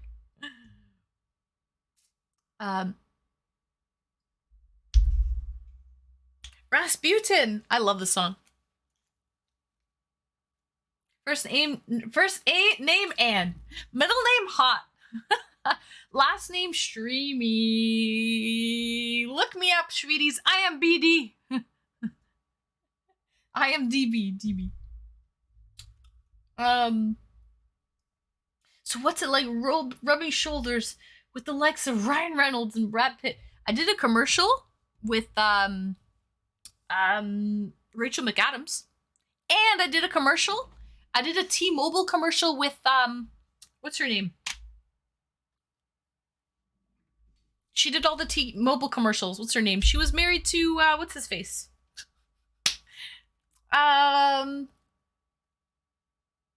Brown hair, beautiful. What's her name?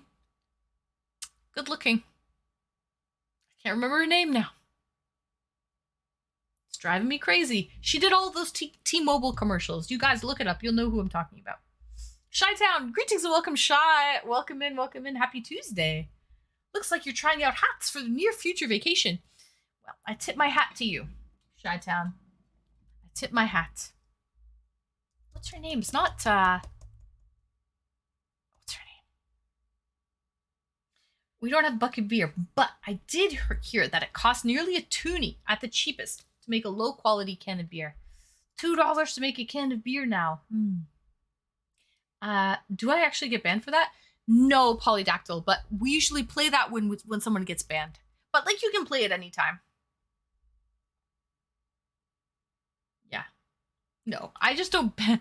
You can't, that's against terms of service, Polydactyl. You just can't ban people for no reason. There has to be a valid reason. You just can't pick people and be like, boop, you're banned. Boop, you're banned.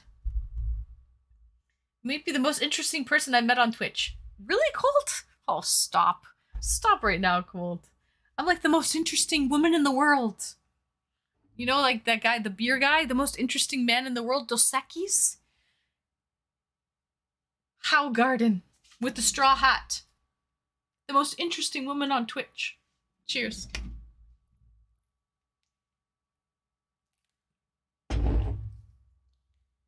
Rachel McAdams, she is beautiful. No. Who did the T-Mobile commercials with the brown? She's older. Catherine Zeta-Jones. Catherine Zeta-Jones. She did a whole series, guys, probably like a dozen T-Mobile commercials. For Canadians up here, T-Mobile is a cell phone provider in the US. T-Mobile. Catherine Zeta-Jones. Yes. Yeah, I did a commercial with her. But like when I say I did a commercial with her, when you're at Catherine Zeta-Jones status, okay, you have stand-ins to basically be there the whole time. You come on set, you deliver your lines, you do a few takes with the lines, and then you go back to your trailer. You don't do a lot of socialization with the rest of the members on the set, or the cast, or any of the crew. For example, usually, you know, craft services, it's all catered food, and we all sit and we eat together as the set. The whole set, the cast and the crew will all eat together. Unless you're like a star. And if you're a star, you will have your own private trailer and you can eat alone in your trailer. You know, that's like, you know, top of the line creme de la creme type of stars. Craft dinner! KD! Anyways, Catherine Zeta-Jones, she ate dinner in her trailer. She had a stand-in for the majority of the set. So when they are doing lighting and all of that, because it takes a while, right? They have to make sure all the lighting and the sound and everything is perfect. She had a stand-in to do that. That looked just like her. So the same height, dimensions, and everything. Until everything was perfect. The shot was all set up perfectly. Everything was taped. You know, she was placed exactly where to stand. The stand-in left. Catherine Zeta-Jones came in. She delivered her lines. She might have done 5 or 6 takes. Back to her trailer she went. So we didn't really do any talking or interaction with her on the set. So, I mean, yeah, I did a commercial with her, but I didn't talk to her. Dang. Yeah, it gets like that when you're dealing with, like, you know, A-list, B-list celebrities, like big celebrities. But if you're like maybe like a B-, a C+ celebrity, a lot of the time they're nice and they'll chat with you. It's up to them. It's up to the celebrity how interactive and how social they want to be on set. A lot of the time they just stick to themselves and they don't do much talking or socialization. So, anyways, did the chat play the what did this cloth item cost game for the heart shirt? Chi-Town, we did not, and it's a brand new shirt actually. And it's called Chi-Town The Price is Right game. The Price is Right game. R.I.P. Bob Barker. Okay, that's what we'll do, guys. For the last 10 minutes, let's play The Price is Right game. Retroman, if you don't mind, I will take off the hat. Thank you for redeeming. Hats off to you, Retroman. I tip my hat to you. So Michael Douglas gives me hope. He tagged that. Yeah, Michael. Yeah, she's married to Michael Douglas. Exactly. Are they still married? I don't know. But when I did the commercial, they were married. Yes. Did you happen to get the number of her stand-in? I've nothing against second best. I did not get the number. That is very faux pas and frowned upon. To run up to someone on set and ask for their autograph or anything like that, definitely not the time and the place to ask anyone for their autograph. No. You wouldn't have a camera handy, or like it just wouldn't. Yeah, it's just not the time or the place. You're working. But I mean, hey, the stand-in would not be too shabby at all. That's showbiz, baby. I'm here for it, though. No new friends for the rich and famous. Don't ever leave us, Anne. I won't, Flair. I won't, sweetie. I do need a top hat. I do need to hop off. Oh, it was lovely seeing you, Colt. Thank you so much for joining me, Colt. Have a lovely night. See you another time, sweetie. I'll be back on Thursday. It's a painting stream on Thursday, Colt. And if we get 2,000 subs for the month to meet our sub goal, we are going to have a special IRL stream at a grocery store. I will take you guys for a trip to the local, either Russian, like Eastern European supermarket, or East Asian supermarket, like Chinese grocery store. I haven't decided which one yet. That's if we meet our sub goal for the month. So, US or Canadian? What? What do you mean? Polydactyl. Bye, Colt. Have a good night. Thanks for joining me.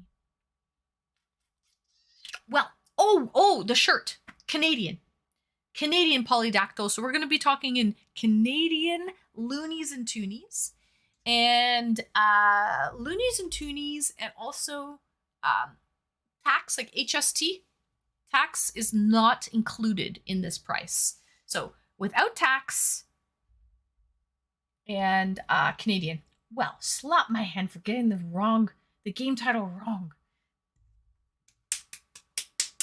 The Price is Right game! The Price is Right game! Bob Barker! That was my childhood babysitter. Faux pas. Hey, I know the person in chat that wants your number seems on the up and up to me. I had a short convo with Mickey Rooney outside the Royal Alex. Oh, nice, Retro Man. Years ago when he was doing Sugar Babies. Interesting. Oh, nice. Good night, Colt. Okay. Shall we play the Price is Right game before we go? We're starting it off. Maple Marie starting it off here. R.I.P. Bob Barker. Maple Marie starting it off. This lovely shirt.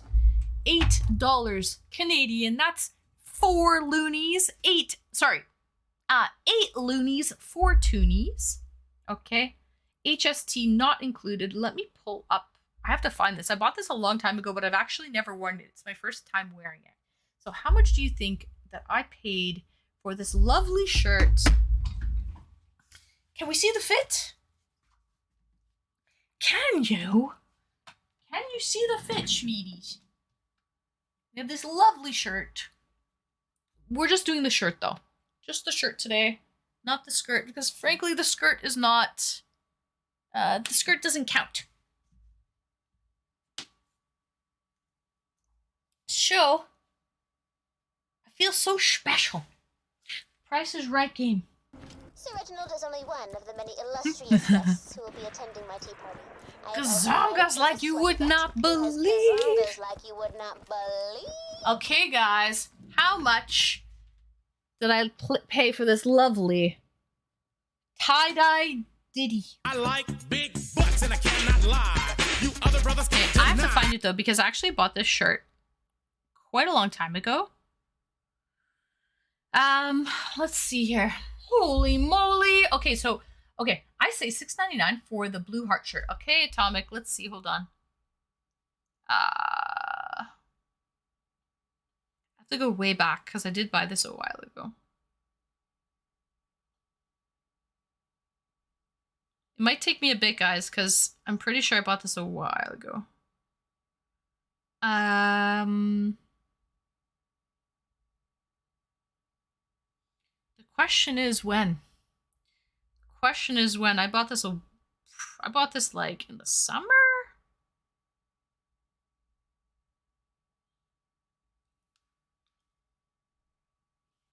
Okay.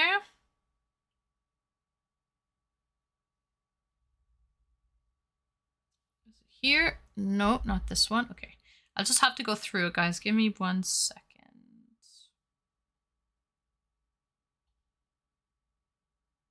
Place your votes. Place your votes. Canadian currency. Canadian currency.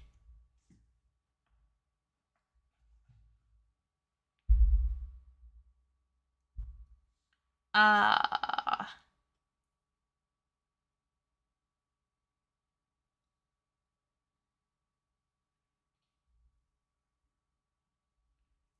hope I find it.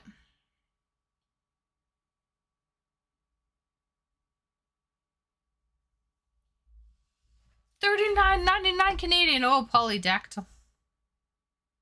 Oh, polydactyl.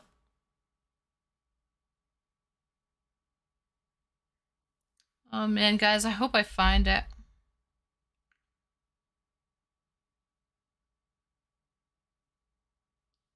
Once I find the order, I will know. So I remember what I bought it with.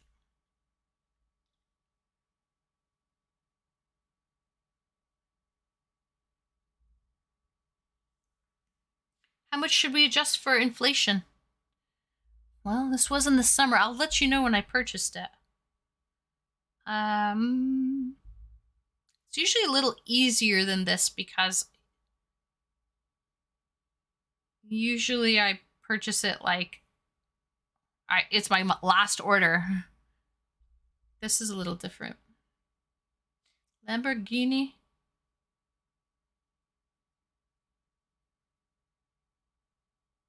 Okay.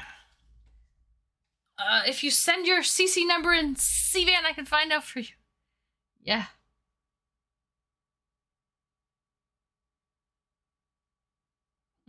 Okay, guys. I don't know if we're gonna play that game today.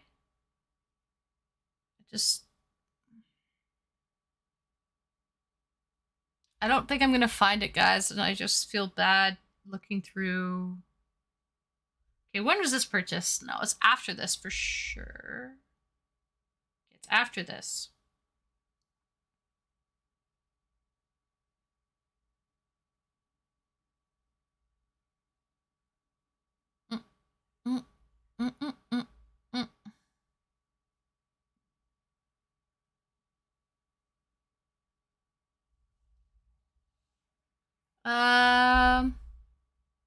No, we can't do that, guys.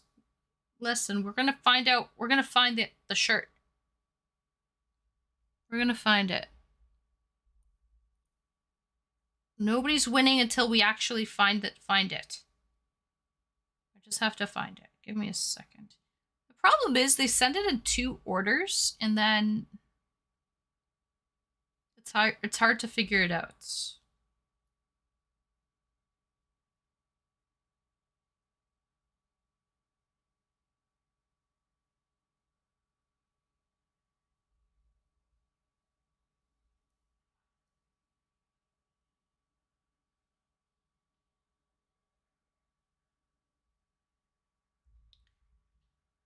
I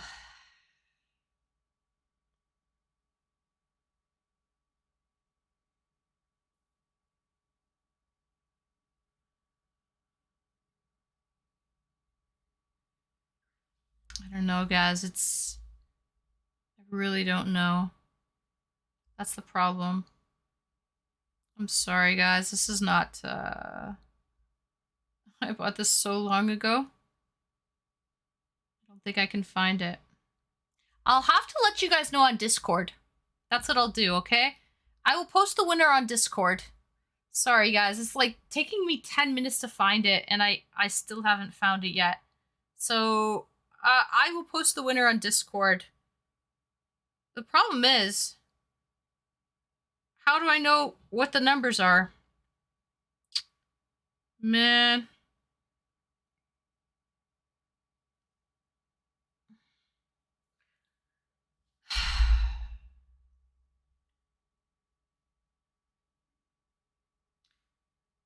Who makes the shirt? Well, Chi-Town, that would kind of give away the answer, wouldn't it? Then you would kind of know where to look all the time, right?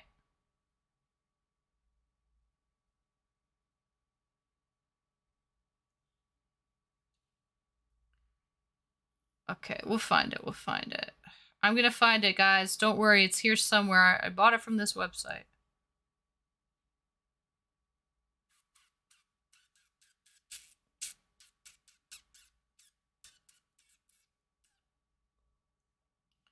Alright, guys.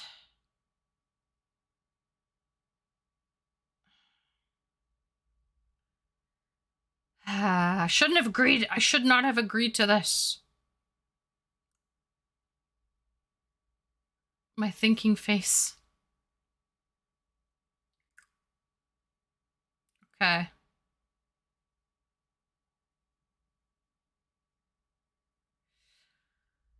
I'm just going through. That goes to show you. I feel like I have a problem at this point, guys. I think I have a problem. I think I have to sign up for like Shoppers Anonymous because yeah, I think I officially have a problem here.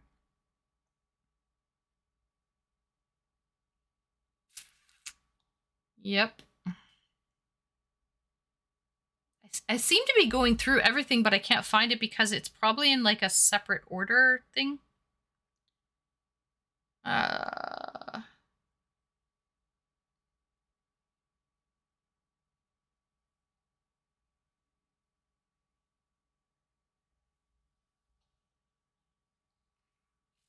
Your higher power is not your credit card. Right. Guys. It's not looking good. I did buy it, like, I just don't remember when. Was it a year ago? Was it 6 months ago? I'm looking at bikinis at this point, like, I don't know. I feel like it was before this, but it could have been after this.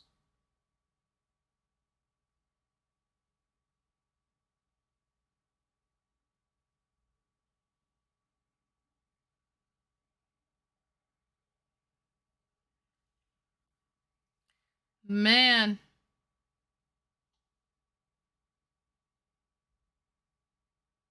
I'm looking at dresses here. I mean, I'm going to keep going back because maybe it's after this, before this point.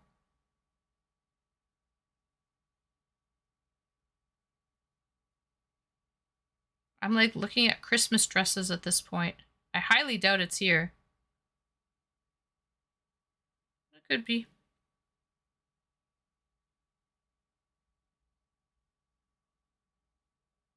Because I haven't found the order that with, like, I know if I find that order, I'll know.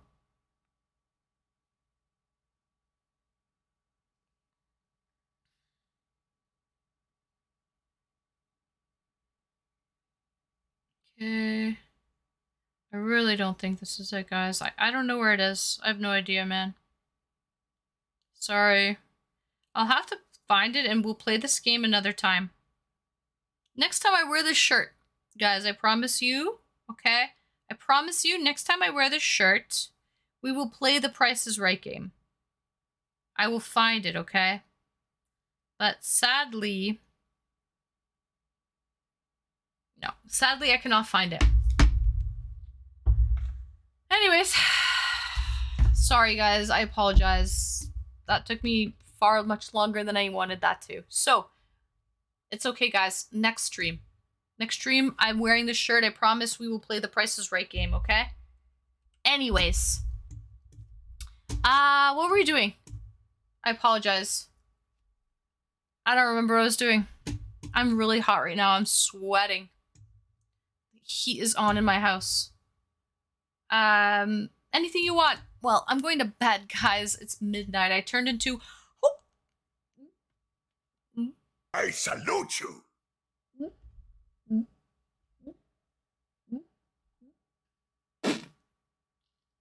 Turning into a pumpkin 5 minutes ago, guys. You are the heat, and I'm the fire. I'm the fire Gundam. Casey, good morning. I just saw you were live. Good morning, Casey. Welcome in. Good morning to you. And Gundam, welcome in, Gundam. Hello. Mateo Max, no shame. No shame, no shame. We were talking good things. We were talking about commercials, though.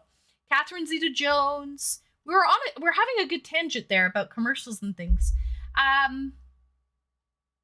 It's all right, Chi-Town. I thought the guests were already done. No, Shy, I wasn't planning on that game. It's all good, Chi-Town. You didn't know. I'm not blaming you. I should not have agreed unless I knew where to find that order. I have to go searching. I will find it. Maybe I deleted the order. I don't know. I have no idea. I don't know. It was a long time ago, so I may have deleted the order, but I promise, I will look for it for you guys, okay? When I'm off stream, watch. In 5 minutes, off stream, I'll find it. Isn't that always the way? Isn't it always the way? Maybe next time. For now, let's just say Flair wins. No, Flair does not win. Nobody wins. No winners. No winners. You're still live. I am Gundam. Sorry, I was just staring at my phone for 10 minutes looking for an order. We played the Price is Right game with the shirt, and I couldn't find it. That was awkward. That was awkward, but it's all good, guys. I will be back Tuesday. I'll be back... Oh, sorry, today is Tuesday. I'll be back Thursday for a painting stream. I'm currently sweating my ass off right now. The heat is on in my house. The heat is on, Swedish. Who should we raid? What do we have here? Anybody good? Anybody good?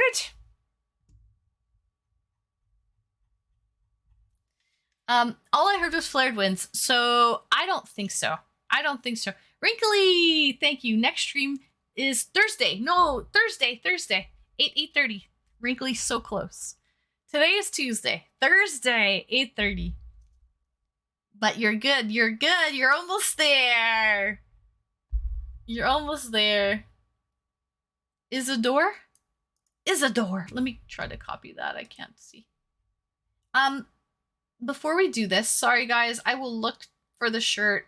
I don't know how much I paid for it. Not much, though, I can guarantee that. Not much.